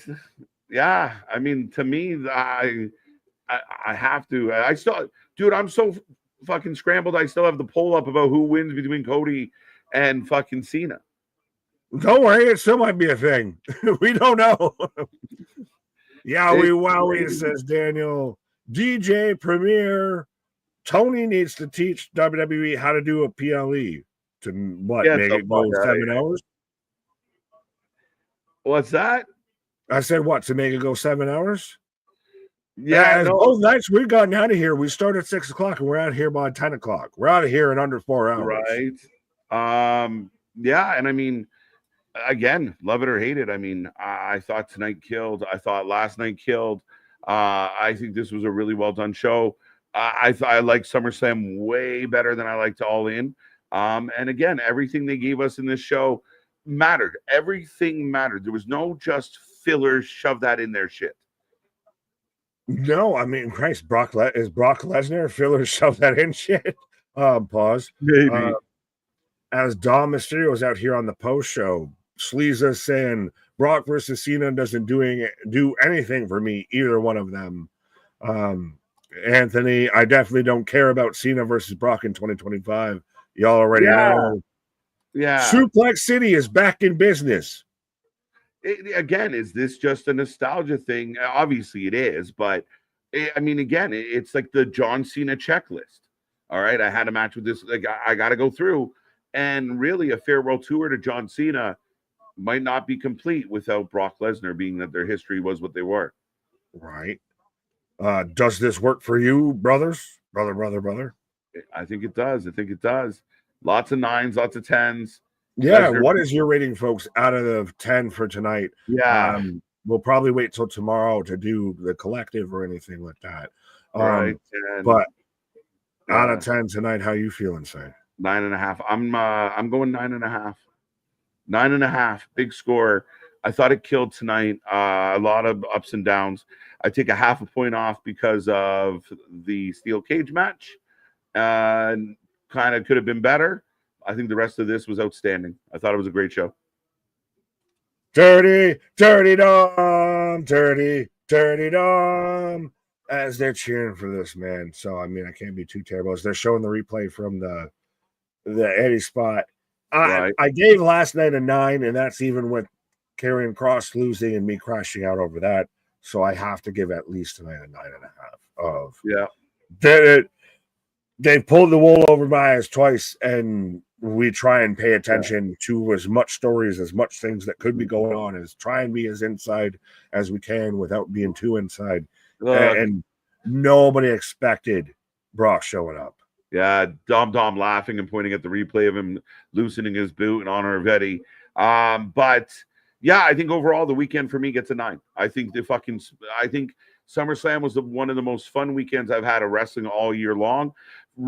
That's not saying other companies did bad, guys. I'm just saying this one did good. I'm very happy with this. We can say someone did good without mentioning someone else did bad. Right? I'm just throwing it out there. Last night 8.5, tonight 9.5, 9 in the middle. That's your average for the weekend for me. I thought they did an outstanding job of making both these shows matter. And anyone out there that says, oh, this was all very predictable, it was fucking chaos. It was all over the place. And they found, even to keep the retention, the belts on the champions, there was a lot of us not thinking it was going to be the case. And it didn't feel that way. A hell of a night. Oh, no. Well, and Dylan mentioned, does John have a say in what he's doing? And even then, still, we had the line of over-under at 2 title changes and thought clearly, at least 2's going to happen. Right. Let alone maybe a third, a fourth, what have you. We had one. Yeah. Well, we end up getting 4 title changes over the run of the weekend. That's still not bad over 12 matches. Not bad. So yeah, I think we will very much be talking about SummerSlam as one of the pay-per-views of the year. Yeah, I think so. And I think we're going to be talking about this particular day. You know, again, like Seth pulled off a huge heist, and all we're going to be talking, like, again, I'm sorry, but there is nobody in the wrestling world right now. All the headlines are WWE. Love it or hate it, the 90% of the talk out there is WWE. Sorry, that's the facts. Well, we had the ruse of the century last night with the fucking cash in. Now, what do we even call this? I know everybody in the chat said, I call it. Congratulations. Don't care either way. Of the fact that he's there, that Brock Lesnar showed up. I didn't think it. We were out there publicly of they won't touch him with a 10-foot pole. Right. We were wondering what big moment are they going to end it with? We were waiting for a Dwayne or something. And then Brock Lesnar shows up. 100%. 100%. DC looks like a clown, unless he was told to say it. 10 out of 10 at SummerSlam. That might be the information he fucking knows. Yeah. Bring this up on your podcast, would you? I was expecting triple turn, but not Brock Lesnar. Yeah, I mean, a lot of us talked. Brock Lesnar didn't come up. We've been here all week long. I mean, again, tonight, a couple of people mentioned it earlier. People had mentioned, but just like small little pockets with Thro's name out there, like a penny in a wishing well. Well, and thought it could happen. Never sat there. This is going to happen. And this, I wonder if this is going to be one of those like that unreal kind of thing of, of King Ocean's 11 type of shit of, well, only 2 people knew who was going to show up, which I don't know how you hide a big fucking body like Brock Lesnar, but yeah. Right. But there was no Cody turn. No Cody turn. DJ said it was boring. I disagree. 8 out of 10. 8 out of 10. 8 out of 10. The TLC, Brock Cody being the new champion saved the show. And again, we come out of this with 2 new world champions. I think that means 5 titles, but it doesn't matter. I mean, Seth Rollins is a world champion. Cody Rhodes is a world champion. Crazy times. But ultimately, I was highly sports entertained for 2 days. That, to me, I saw a lot of things that, exemplify why I'm a wrestling fan, and I enjoyed this one. Right. Well, Tony, by far a bad SummerSlam. What? What? 6 out of 10. What do you want, Tony? My God. No, please. Well, no, just explain. My God, what more do you want from your wrestling company? What more do they need to do? Yeah, and again, what itch did they not scratch? Honestly, that's the biggest thing to me of watching both nights of this SummerSlam and everything. They scratched every wrestling itch I could have wanted. Yeah. If I get a hardcore match, I got an itch scratch there. I want a big surprise return. I got a scratch there. I want to see some technical wrestling, some Russian leg sweeps, some fucking collar and elbow tie-ups and everything. I got my itch scratched with that. I want to see a ladder match and some high spots and people going through tables. I got my itch scratched there. I need a celebrity itch scratched. I got it scratched over there. What else is out there? What literally could they have done more? Check it all. I what are you looking for? What did they need to do to make that a better wrestling weekend for you? What more could they have done? I mean, do you need a personal line, 2 trips, and get everything you like booked? I don't know. Like, what more do you need? And again, the fallacy of WWE doesn't put on good matches. Get the fuck out of here with that noise. We're seeing plenty of them. And the women's matches can't be touched. There is no other company putting on women's matches at this level. Sorry. Right. So please explain what you did not like. I would like to know.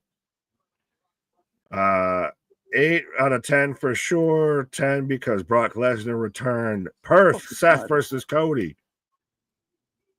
Yeah. You started popping up about something. Yeah, I don't think that'll happen. Raw is going to be super unpredictable tomorrow night on Netflix. Don't miss out. We will be here live. Brock's return, definitely biggest shock. Puppet KJ, think about it. Brock could be working for Triple H, maybe The Rock, maybe he's in the pockets of the McMahons, or maybe he's working for TKO, or maybe for Dana. Whose payroll is he on? All the above. You just fucking everybody. Right. Night 1 was better for my personal taste. Fair enough. I'll give you that. I think overall it was, well, I've been said it of it was better than WrestleMania, I feel. Overall, I think the whole weekend's a 9. Yeah. If you really wanted to beat somebody down, maybe an 8.5, but I still think a 9. Yeah, I'm right there with you, man. I really do think that they delivered. They delivered everything you can ask a wrestling show to deliver. I don't know what more they can do. And for the fans out there that are naysaying this and are very fond of certain other things, we're just not in the same business, and that's okay. Explain your work, show your work, be willing to have a discussion instead of throw out something and just. Oh, I thought you meant me. I'm like, what the fuck? No, not you. Well, Christ Almighty. But yeah, what do you? Again, I mean, to just walk in and that wasn't good. I don't get it. I spent my whole life watching wrestling, and we saw a lot of real good pro wrestling this weekend. And Punk and Gunther really set a bar that we haven't seen in quite a while, with 2 guys going. We talked about it. We called a fucking Russian leg sweep this weekend. Oh yeah. Collar and elbow tie up and everything. We were joking during the main event of we're calling out moves that some modern wrestling fans have no idea what the fuck they are. I said it and I mentioned and I stand by it. of there was not of pretty much every goddamn wrestling itch I could have had that needed to be scratched during this weekend got scratched. Of, oh, I want to watch some really cool women's wrestling. All right, cool, great, that's there. I want to watch some great tag team wrestling. Cool, great, that's there. Like across the board, I don't know where there's major faults.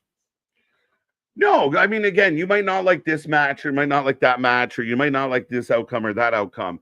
But again, just looking at it from a standpoint of the show you put on, the overall look, you packed the building, over 113,000 people.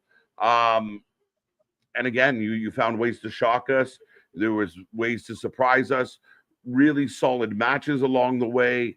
And holy fuck. I mean, again, I don't know what more we could ask for. Yo, Glaze and Lesnar. We're literally talking about how the whole weekend was great. At all. So that's the thing, is I don't know. Selective hearing might be a thing, but yeah, we were talking about the overall weekend being great, sir. Yeah. Right. It's kind of funny. But again, I mean, I think there's a bit of an epidemic of people out that feel the need. I got to put down the other stuff that isn't my stuff because that makes my stuff feel better. And you don't have to do that. You can shut up. And I mean, just, you don't have to say anything. And if you don't like it, don't watch it. That's fine. But at the end of the day, I mean, we watch all the wrestling, and I think we've earned our opinion.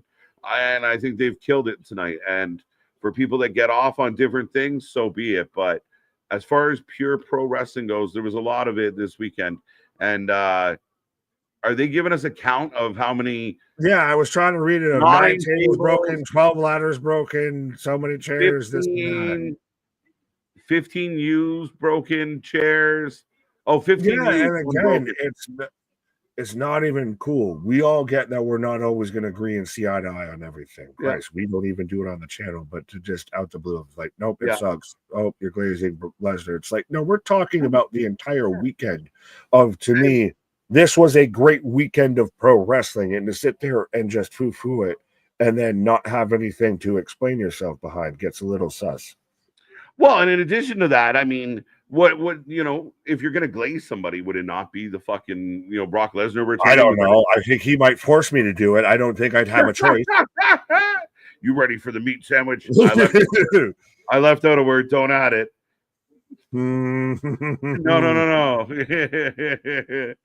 You gave me too much power. Don't do it.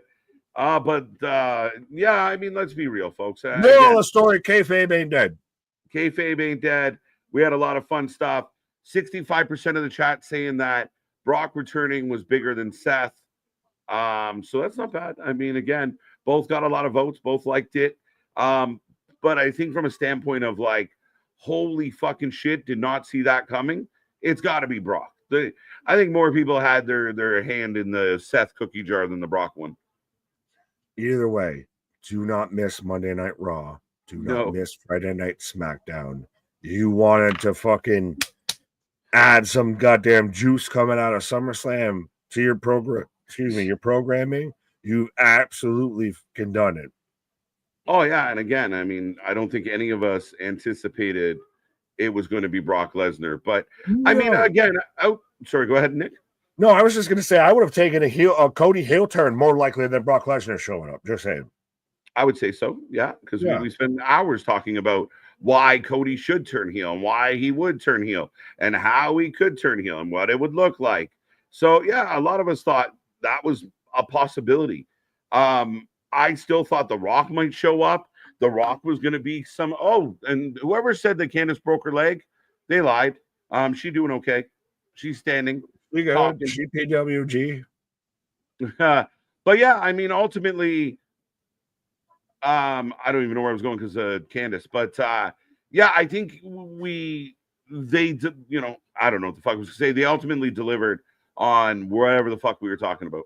Fair enough. We were talking about all the things that we're out here of that. This is, I think, clearly sending us off into that sweet good night after getting 12 hours of pro wrestling madness out here. SummerSlam weekend, the first ever 2-night SummerSlam, a collective score of an 18 out of 20, I feel, or an 18 and a half out of 20. As I've got Becky Lynch with an Eddie Guerrero shirt on the post-show media scrum. But right? yes, sir. No, folks, that is SummerSlam. We are back for Raw. We are back for all your favorite shows. Go get our merch, not just our logo stuff, but we got all kinds of stuff. Plus, we got more coming your way. Be a friend, tell a friend, and go join the WFU. Use the hashtag WFU. The IWC is dying and it's toxic. Join the Wrestling Fans United. We will actually find fun stuff in the wrestling. Novel idea, but we're going to have fun. So be there for that. And don't forget, Raw tomorrow, the Fallout. Will Brock be there? That thumbnail is already different than it looks right there. But will Brock be there tomorrow? Will Seth be there? What will it look like? What will Punk have on his mind? So much to figure out, Nick. Tomorrow is going to be crazy. Absolutely. And I don't mean to bring the mood down, but I do got to acknowledge an MDB saying rest in peace to my good friend Chris Mitchell. 33 is way too young to go. Absolutely. As someone who is above that threshold, yeah, that's young. So T's and P's, my guy. Thoughts and prayers. But no, thoughts and prayers for sure. Geekbox getting in there. Roddy Piper said it best. Just when you think you have the answers, someone's going to come and change the questions. Sounds like CM Punk when he showed up on Fox. He might have taken that from Roddy. But yeah, Brock Lesnar has returned. My God, a crazy 2 nights. My head hurts, and we got to come back and do it again tomorrow. So that's all she wrote, folks. Like, just when you thought you knew the answers, someone comes back and makes all the debuts. But our shit is real, our shit is raw, our shit is all authentic. When you're talking about that rest, you put that for life with it.